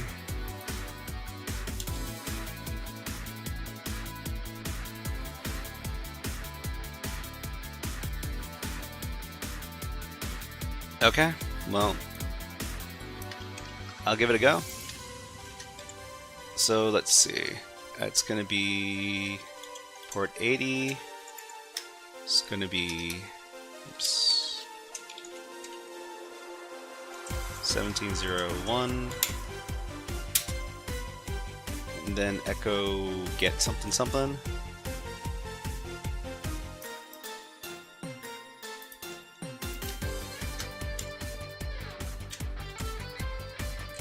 Get, what was it? linpeas fat.sh and then cat file descriptor 3 to peas fat.sh.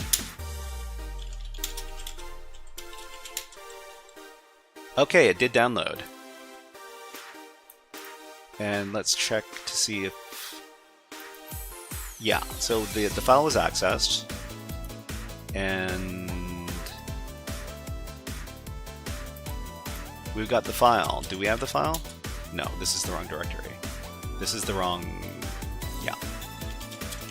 Okay, so it's here. This is... chmod plus x linpeas. Thank you very much, Oreo Bite. Yeah. So let's do something on Friday with the Windows stuff.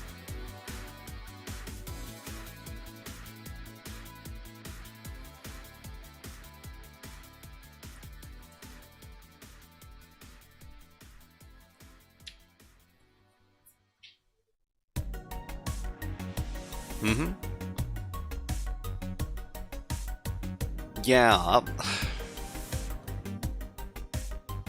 Okay. But yeah, I should probably get off stream pretty soon, because it was good to see that you can just use Bash to download something if you don't have anything else. All right, I'll talk to you. I'll talk to you later in the week. Okay.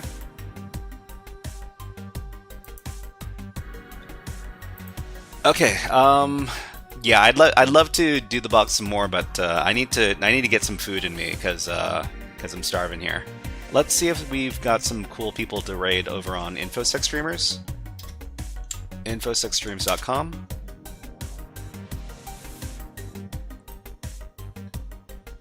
I'm the only person on InfoSecStreams.com.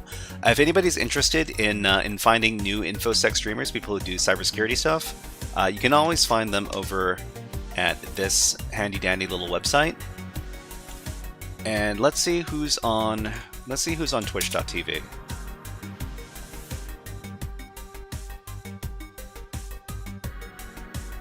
It looks like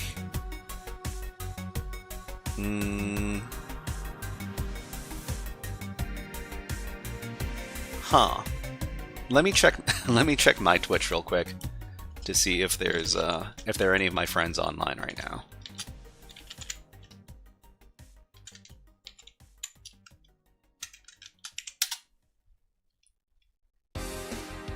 Okay, looks like my friend SnowX Cones is on, and she is doing leak code. So if you're interested in leak code and doing leak code problems and learning about how to do programming stuff, then you might enjoy her stream. When you arrive on her stream, please type the following raid message: frog, hip, hop, hack, frog, just like this. And tell her that hacking is awesome. All right, we're going to be back on Wednesday. Wednesday, we're going to be doing more hacking, more interactive CTF boxes, more hitting your head against the wall. You know, trying to figure out how to get the hacks working, and it's going to be a lot of fun. Same time as today, but until next time, let's do a shout out of all the great chatters that we had today. Great friends like Oreo Bite, Ty Grail, and Cypher Freak. Who else was here? There are a lot of people here. If you want to get shouted out now, leave a message in the chat and I'll shout you out. Samantha Class, thank you very much for following today. Who else do we have? Ken PDX, Cybernerd Dante, and let's see, S2M Green, all of our good friends, Numkey. Okay, let's go ahead and set up that raid. Enjoy the stream. Awesome. Nice to... Oh, let's do one last Hack the Planet. Hack the planet! Hack the planet! Shut up and get it! Okay, so we're gonna be hacking next time on Wednesday. Hope to see you there. Raid in 3, 2, 1. See you next time.